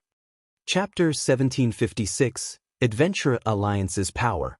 Upon entering the Asura Hall, the group of independent players felt as if they had stepped into a sports arena's main lobby. The ceiling was covered in a galaxy of stars as if it were the actual night sky. It gave players a relaxed, happy feeling. What's going on? The mana density here is so high. Why do I feel like my mind has become so much clearer than before? This place is amazing. Every player that entered the Asura Hall quickly discovered its peculiarities. Not only did they feel calmer after entering the building, but they also felt physically lighter. They felt as if they could now accomplish tasks that had been impossible, and these players eagerly wanted to test themselves in battle in this environment. However, when these players saw the pricing list at the Asura Hall's front counter, their eyes nearly fell out of their sockets. So expensive! Is this a joke? Renting a training room actually costs 5 silver per hour? Is the Asura Adventurer team that desperate for money? Wait, that's not right. Only the Adventurer Alliance's members are allowed to rent training rooms. No one else has access. Just where has Asura gotten the confidence to impose such a restriction? Who would bother to rent a training room here, to begin with? Everyone's burning interested in the Asura Hall instantly froze after they saw the rental prices. Some players had even turned and left the building on the spot, not wanting to waste any more of their time with this place. As the first group of visitors left the Asura Hall, news of the establishment quickly spread throughout Cold Wind City, becoming the latest and hottest topic for discussion. Although many players had deemed that the Asura Hall's prices were too high, they were very interested in its mana-rich environment. Commander, although quite a few players have visited the Asura Hall, none have tried to rent a room. They all think that the price is too high. Why don't we lower the price slightly? Xianxia suggested as she watched a group of players idle around the first-floor hall. No need to rush. We have plenty of time. Players will eventually discover the Asura Hall's true benefit, Shifeng said, smiling. He then continued, right now, we need to focus on collecting enough ice crystal fragments and soul-devouring flowers. I've already posted a purchase request for ice crystal fragments and soul-dissolving flowers in the Adventurer Alliance. Moreover, I've ensured that players who want to purchase level 50 Feingold equipment or the Magic Light set will have to use both CPs and a sufficient number of ice crystal fragments or soul-devouring flowers, Xianxia said. Right now, a piece of level 50 Feingold equipment will require at least 1 ice crystal fragment. For level 50 Feingold weapons, each will require 2 ice crystal fragments or 1 soul-dissolving flower. For the Magic Light set, players must contribute 12 ice crystal fragments or 6 soul-dissolving flowers. While you were designing the internal layout of the Asura Hall, we acquired 9 ice crystal fragments and 1 soul-dissolving flower through the Adventurer Alliance. I doubt it will be long before we have the required number of fragments and flowers. That quickly? Shifeng could not help his surprise when he heard Xianxia's report. Ice crystal fragments only dropped from bosses in the Ice Crystal World's Forbidden Lands. Moreover, only Great Lord ranked and above dropped the fragments. Even if he used Icarus's heart, obtaining an ice crystal fragment from each boss he killed wasn't guaranteed. The drop rate would be even worse for other players. The Adventurer Alliance had only established a few hours ago, yet it had already collected 9 ice crystal fragments and one of the super rare soul-dissolving flowers. The Alliance's material collection speed was astonishing. If the Adventurer Alliance were developed properly and attract hundreds of thousands of independent players from Cold Wind City, the Alliance would beat any guild in the city when it came to collecting materials, aside from the items that dropped from team dungeons. As for guilds that tried to acquire the Adventurer Alliance's top-tier weapons and equipment or combat techniques by disguising their members as independent players, Shifeng did not particularly mind. Rather, he welcomed it. After all, the extraordinary items the Alliance offered required other items of considerable value, such as the ice crystal fragment and soul-dissolving flower, in trade. At this moment, Shifeng finally understood just how frightening the Adventurer Alliance in his previous life had actually been. It was no wonder why the Alliance had become one of God's domain's apex powers. Resources were everything in God's domain. With abundant resources, one could even pump out batch after batch of expert players. If one was fortunate enough, they could even nurture peak or apex experts. Although our resource collection speed is very fast right now, as more independent players join the Adventurer Alliance, our stock of weapons and equipment in the Alliance's inventory will begin to dwindle. If we don't replenish the items soon, aside from the valuable items that require ice crystal fragments or soul-dissolving flowers, everything will be gone, Xianxia said with a bitter smile. The Adventurer Alliance indeed possessed a frightening resource collection ability. However, The cost of maintaining this ability was also frightening. At this point, the weapons and equipment they had gained from killing Hecate's members before had already been purchased with rare materials. These materials flooded the Adventurer Alliance's warehouse, and nobody had any intentions of purchasing the items. The Adventurer Alliance earned its income of coins and resources by buying and selling items, earning the price difference. For example, it would purchase a particular rare material using 9 CPs and selling them for 10 CPs, making a profit of 1 CP between trades. However, the problem now was that nobody in Coldwind City wanted these rare materials. The Alliance was only gaining a mountain of rare materials that no one wanted while losing a bunch of weapons and equipment. You're right. Shi Feng smiled after listening to Xianxia's concerns, although the situation didn't surprise him. The Asura adventurer team wasn't like Zero Wing, which had the support of the Candlelight trading firm. So long as the guild had rare materials, it could quickly turn those materials into products that various players needed. However, the Asura adventurer team lacked this ability. Let's do it this way then. Have Solitary 9 bring a few assassins and load them up with rare materials, then head to White River City and hand these materials to Melancholic Smile. We'll have Melancholic collect as much ice resistance equipment and items as possible and send the items back with the assassins. Meanwhile, I'll try to craft as many items as possible to cope with the Adventurer Alliance's current expenditure. While rare materials might not be particularly useful to adventurer teams, they were very valuable to the Candlelight trading firm. In Starmoon Kingdom, Candlelight had difficulty purchasing rare materials in bulk, and the prices for these materials were very high. However, the situation was the opposite in the Ice Crystal world. Rare resources were more common and cost significantly less. Shi Feng could take advantage of this situation and make a profit off of the price difference of rare materials between the two worlds.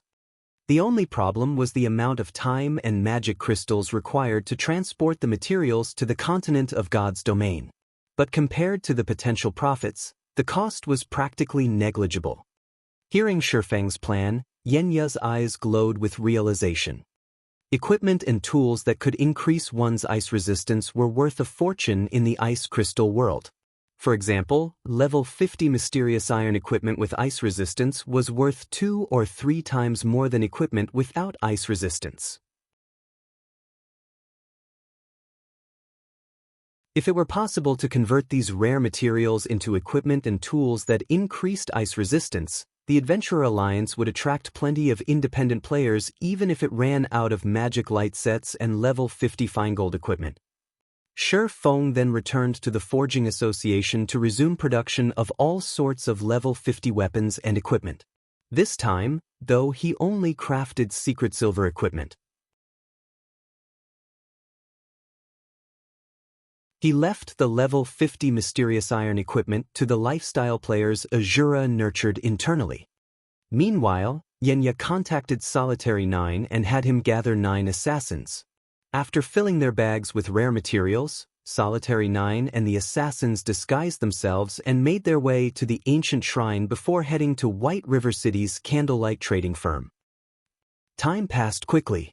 After working for around half a day, Shi Feng had made 50-plus pieces of level 50 secret silver equipment with the rare materials the Adventurer Alliance had acquired.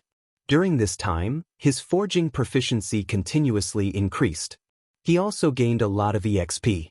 Now he was at 41% of level 66.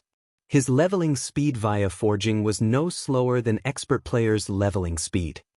While Shi Feng was in the midst of forging a piece of plate armor, Xianxia sent him a message. The content was very simple. All 100 ice crystal fragments have been collected. The collection's done? Shi Feng smiled as he read the message. It's about time that I pay the Countess a visit, then.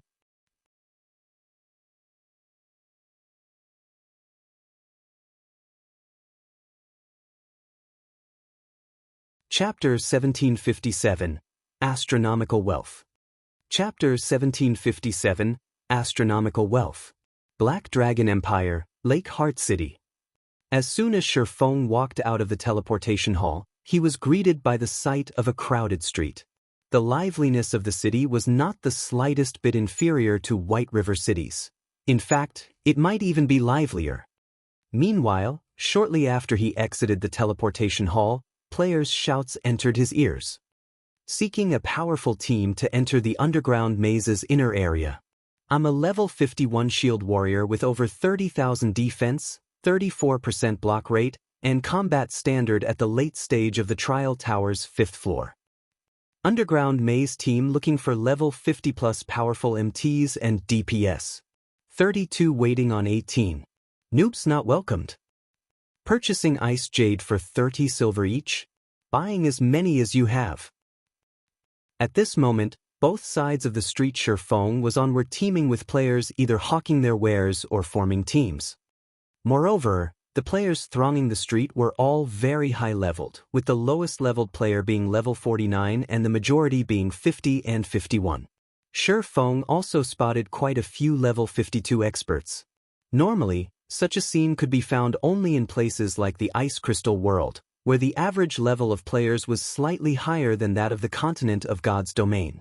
Yet, now, the players in Lake Heart City could actually rival the players of Cold Wind City in terms of levels. Looking at this scene, Shifeng even thought that he was still in Cold Wind City right now. Aside from the large number of independent experts, Shifeng also noticed plenty of guild elite and expert teams coming out from the teleportation hall from time to time. As soon as these guild teams arrived, they would dash out of the city. Did these guilds finally notice it?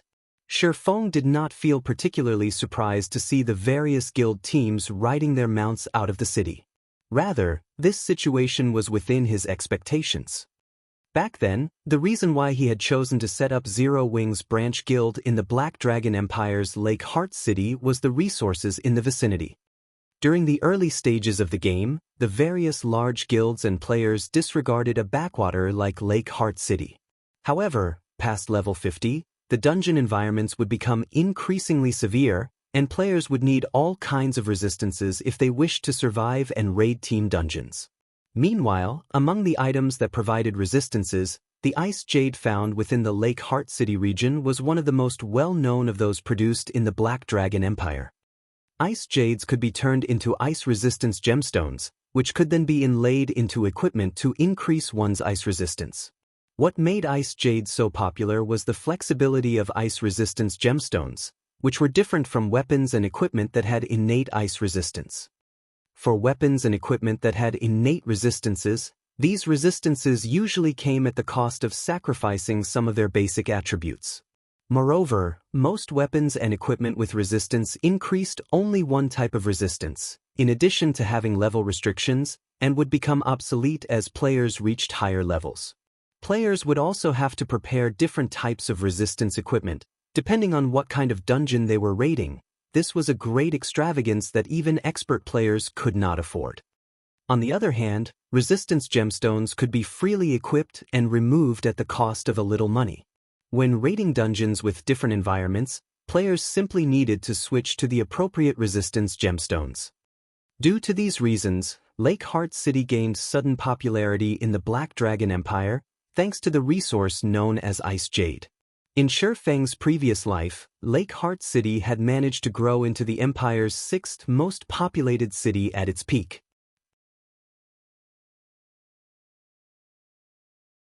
For comparison, since the player population in an empire far exceeded that of a kingdom, even an empire's 6th ranking city would have a higher player population than the capital city of a kingdom.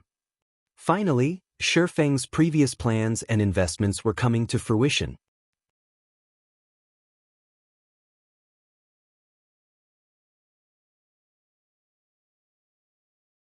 One could easily imagine how popular Ice Jades would be there.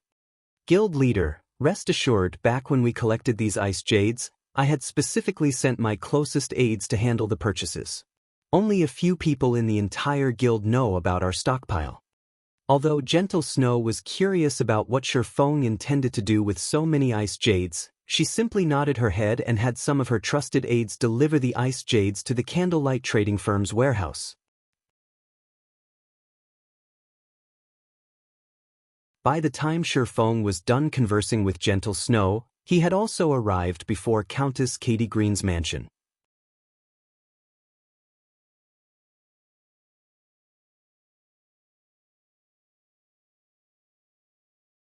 Chapter 1758, Treasure Acquired.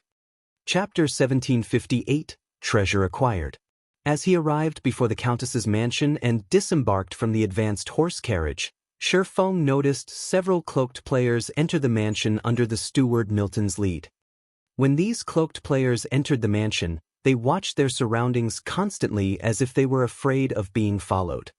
When these players noticed Feng, they became alert, their expressions turning somber. Someone's already discovered this place?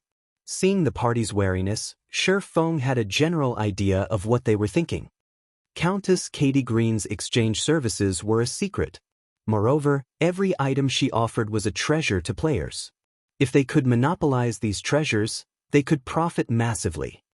However, if others discovered this secret, it would increase their competition and reduce their profits. Moreover, the more people that knew about the Countess, the harder it would be to keep the secret.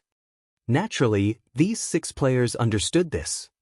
When the Countess's secret had become public in the past, the various large guilds had contested for her services, and the competition had become so intense that battles had been waged on the street outside of the Countess's mansion. In the end, though, the Dragon Phoenix Pavilion had monopolized the Countess and garrisoned players at the mansion's entrance long-term, preventing outsiders from entering. After watching Feng for a moment, the 6-man party hastened their way into the mansion. Feng simply chuckled in response and continued onward. The Countess only offered so many items, and in the 6 players' opinion, he must be here to purchase these items as well. They likely wanted to get ahead of him and buy as many items as they could before he reached the Countess. Unfortunately for those 6 players, Feng wasn't here to buy items. As Feng reached the mansion's main entrance, he sensed someone's presence nearby.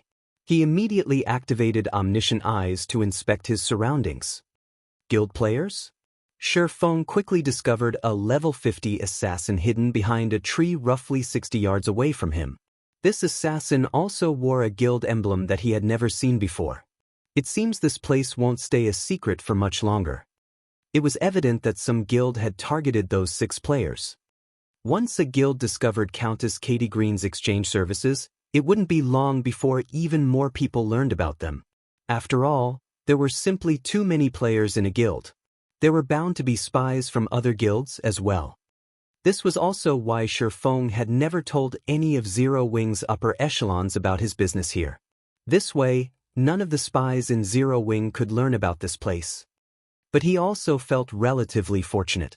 Had he chosen to visit the Countess at a later date, there would have been a ton of players in the Countess's mansion. They might even have discovered the secret about the temporal sand. If the various superpowers learned about the treasure of time and, subsequently, the 7 treasures, they'd use all of their power to obtain them. If that happened, his quest would become exponentially more difficult. After waiting at the entrance for some time, Milton returned to greet Feng. Under the steward's lead, Feng then entered the Countess's mansion. After Feng entered the mansion, the masked assassin behind the tree made his way towards the entrance. A sly smile appeared on his face as he watched Feng's disappearing figure. Guild leader, as you've guessed, those people seem to have discovered some secret exchange point. The exchange point is in Countess Katie Green's mansion in Lake Heart City, the masked assassin reported to the middle-aged man on the screen before him. Excellent. Now that we've discovered their secret, we'll have to remove those players from God's domain. I will not allow other people access to my treasure. The gray-robed, skinny man replied, sneering. Aside from the people you instructed me to follow, another person has entered the mansion. It seems that person has discovered this exchange point as well. What should we do about them? The assassin asked. Someone else knows about it? The middle-aged man frowned slightly. Do you know who? They were wearing a black cloak. Unfortunately, even after I used my advanced identification skill, I couldn't see his real identity. All I got was unknown, the assassin reported. Keep an eye on him and figure out a way to uncover his identity. Once you know who he is, get rid of him if possible.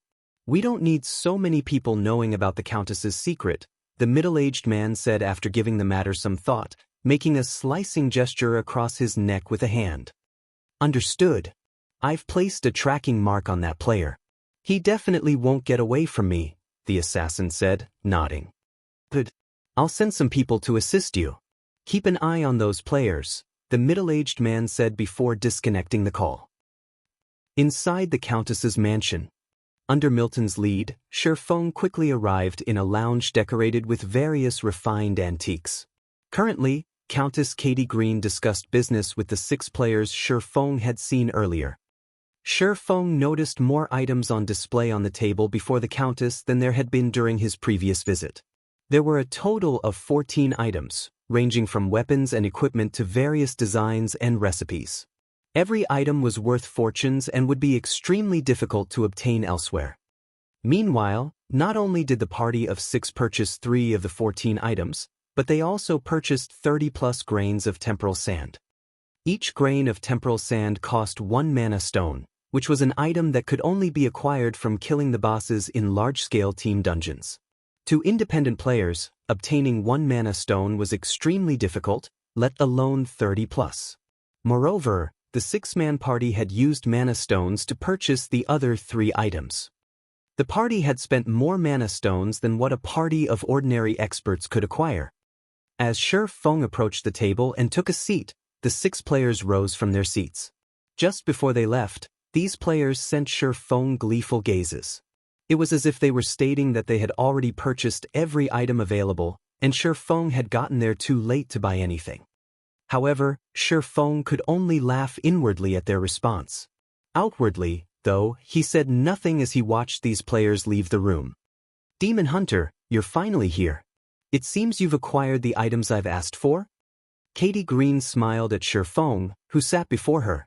Her smile felt incredibly intimate, as if she were greeting a longtime friend. In response, Sherfeng nodded silently. The Countess's words stunned the 6 players, who had yet to exit the room fully. What is going on? The 6 players watched the Countess speak so casually to Sherfeng with disbelief. Whenever they visited Katie Green, the Countess maintained a dignified air. Even when they purchased items, she barely spoke to them, yet the Countess treated Sherfeng like an old acquaintance, warm and friendly. For a moment, they even wondered if the Katie Green before them now was the Countess they knew. As the 6 players considered lingering to hear the conversation between Katie Green and Sherfeng, the Countess shot them a glare. My business with you has finished. You may leave. Katie Green snapped with a frosty tone. Immediately, the steward Milton ushered the party out of the room. This further stupefied the party of 6.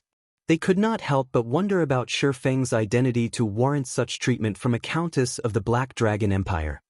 However, even if they wanted to know more about Sherfeng's identity and his purpose here, 2 guards began to walk towards them. It was evident that the guards intended to use force to evict them from the mansion. After a short moment, the party of 6 was chased out of the mansion. Meanwhile, only Sherfeng and Countess Katie Green remained in the quiet, elegant lounge. All right, they're gone. You can show me the items now, Katie Green said, anticipation flashing in her eyes as she watched Sherfeng. Her desire for the eternal ice crystals was evident. Without speaking, Sherfeng retrieved the synthesized eternal ice crystals from his bag and lined them up on the table before him, one after another. When he placed the 10 eternal ice crystals on the table, the room's temperature fell abruptly. If not for his sufficiently high ice resistance, he might have had difficulty moving. Wonderful! These are indeed the eternal ice crystals I have been looking for. Excitement lit up Katie Green's flawless face. Immediately, she stored the eternal ice crystals away before retrieving a dark gray pearl bracelet from the void, tossing it to Sherfeng. The instant Sherfeng received the bracelet, a series of system announcements bombarded his ears, stunning him.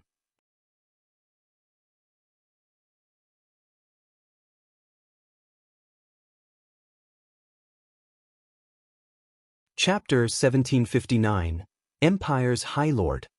Chapter 1759, Empire's Highlord. System, congratulations. Epic ranked main storyline quest, Ice Crystal World, completed. Rewarding 1 Bracelet of Time, Legacy Skill Points +3, Black Dragon Empire Reputation +100, Katie Green's Favorability +50, and +50% to current experience bar. Suddenly, Shifeng's experience bar filled up rapidly, going from 41% to 91% of level 66 in the blink of an eye and saving him several days' worth of grinding. However, compared to the reward, the part that truly surprised Shifeng was the system announcements that followed. Black Dragon Empire Region System Announcement. A player has triggered a new expansion pack, Ice Crystal World. The Empire has conferred Countess Katie Green the title of Highlord, and she will become the Empire's 8th Highlord. From now onward, Lake Heart City will become Highlord Katie Green's territory. Black Dragon Empire Region System Announcement. In 3 hours, Highlord Katie Green will open a gate to the Ice Crystal World in Lake Heart City and will lead the Black Dragon Empire's first division on the conquest of the Ice Crystal World, officially starting the Empire's conquest of other worlds.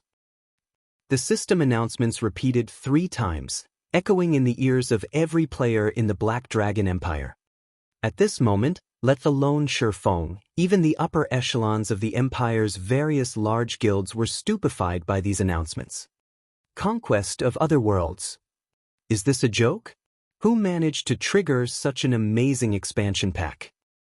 This was definitely the first time they had encountered a situation where an empire launched an expedition against an otherworld.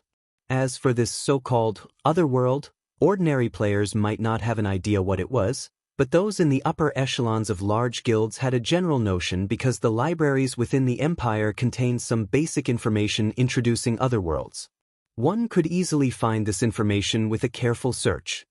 Meanwhile, the information introducing otherworlds stated that otherworlds were incomplete, smaller worlds containing many resources that could not be found on the continent of God's domain. According to rumor, ancient gods created these otherworlds to store their treasures. Hence, regardless of which era it was on the continent of God's domain, there were bound to be kingdoms and empires that would try to conquer these otherworlds to monopolize the resources available there. Among the various expeditions launched against otherworlds in the history of God's domain, 4 by ancient kingdoms were especially notable. Back then, these kingdoms hadn't been particularly strong. However, after conquering an otherworld, they had grown into empires within a very short period. Hence, the conquest of an otherworld was a major event in any kingdom or empire. Meanwhile, this was also a major event to players, as it meant that they would gain access to the resources of the targeted otherworld. The resources available in an otherworld were much more abundant than those on the continent of God's domain. If a guild managed to monopolize the resources of an otherworld, they could develop rapidly. The upper echelons of the Black Dragon Empire's various large guilds glowed upon seeing the system announcements. They immediately held emergency meetings to discuss matters regarding the Otherworld expedition. Lake Heart City, outside of Highlord Katie Green's mansion. After the steward Milton chased the 6 players out of the mansion, they all stood stock still with dumbfounded expressions on their faces as they looked at the latest system announcements. Boss, isn't the NPC we just traded with called Katie Green? Why did she suddenly become one of the Empire's Highlords? What's more, she's even launching a conquest of the Ice Crystal World. No, that's not right. The system announcement appeared as soon as we left Katie Green's mansion. And according to that, a player triggered the new expansion pack. It must be related to that cloaked swordsman. Indeed, based on the Countess's behavior when she was dealing with that swordsman, there must be some kind of secret between them. Boss, what should we do now? Our luck is really good. Since that person triggered the new expansion pack, he should have plenty of information about the expansion pack itself. We'll wait here for him.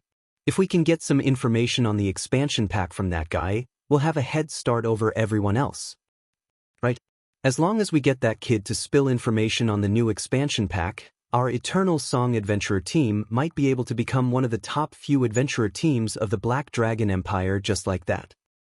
All 6 in the party nodded in agreement with the level 51 swordsman's suggestion.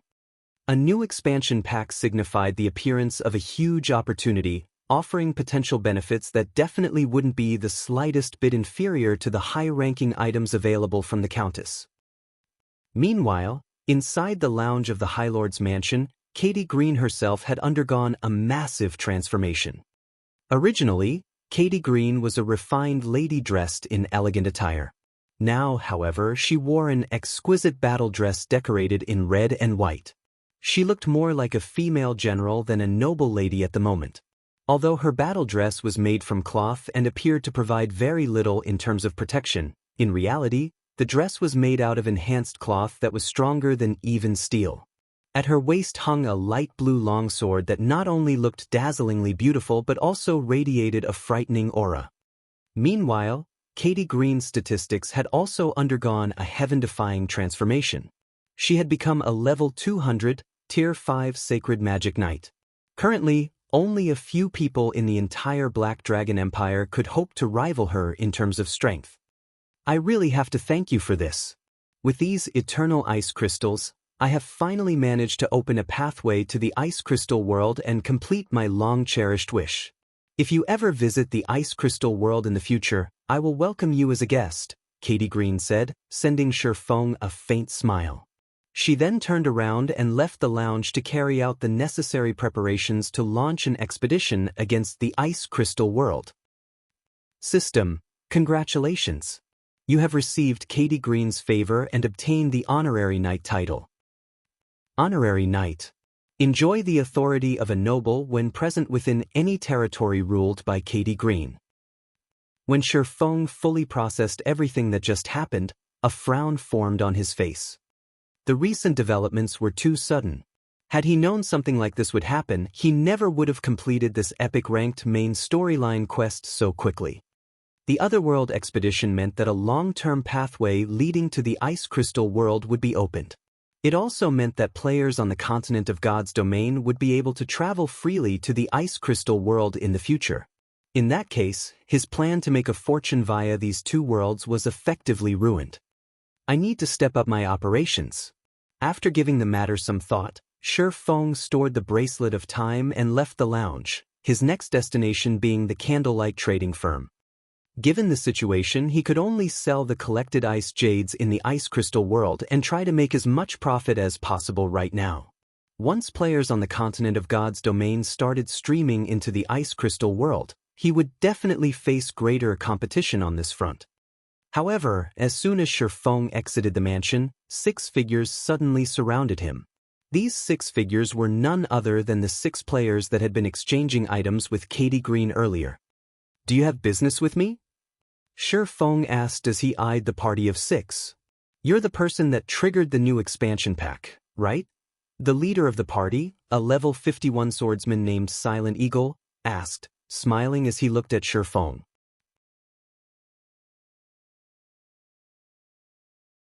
What if I say that I'm not? Upon hearing Silent Eagle's words, Shifeng understood that his identity as the precipitator of the new expansion pack was already exposed. Stop lying. As soon as we left the mansion and you started chatting with the Countess, an expansion pack related to the Countess appeared. Who do you think you're trying to fool? A level 51 shield warrior demanded angrily. Then what is your goal in stopping me?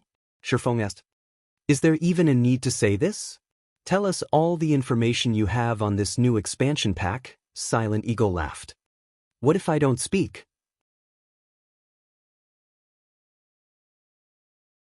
Shifeng revealed a faint smile as he sent a glance at Silent Eagle.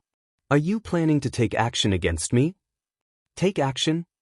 Silent Eagle shook his head, chuckling. No. We don't have the courage to take action inside Lake Heart City. However, although we can't take direct action against you, we've already placed a marker on you. We'll be able to find you no matter where you go. I believe the various large guilds in the Black Dragon Empire will be very interested in meeting with the player that triggered the latest expansion pack. What do you think they will do if we tell them about you? I see. Feng mostly understood Silent Eagle's purpose now. The man was using the large guilds to threaten him for information. The various large guilds had branches all over the Black Dragon Empire. As long as his location got exposed, these guilds would definitely hunt him down relentlessly. If you don't wish to get hunted by the various large guilds, you'd best tell us all the information you have regarding the latest expansion pack. This will be beneficial to both you and me, Silent Eagle said, chuckling. Is that so? Taking a deep breath, Feng eyed Silent Eagle's party of 6 and then said, however, I feel that I have an even better option in mind. What is it? Silent Eagle asked curiously.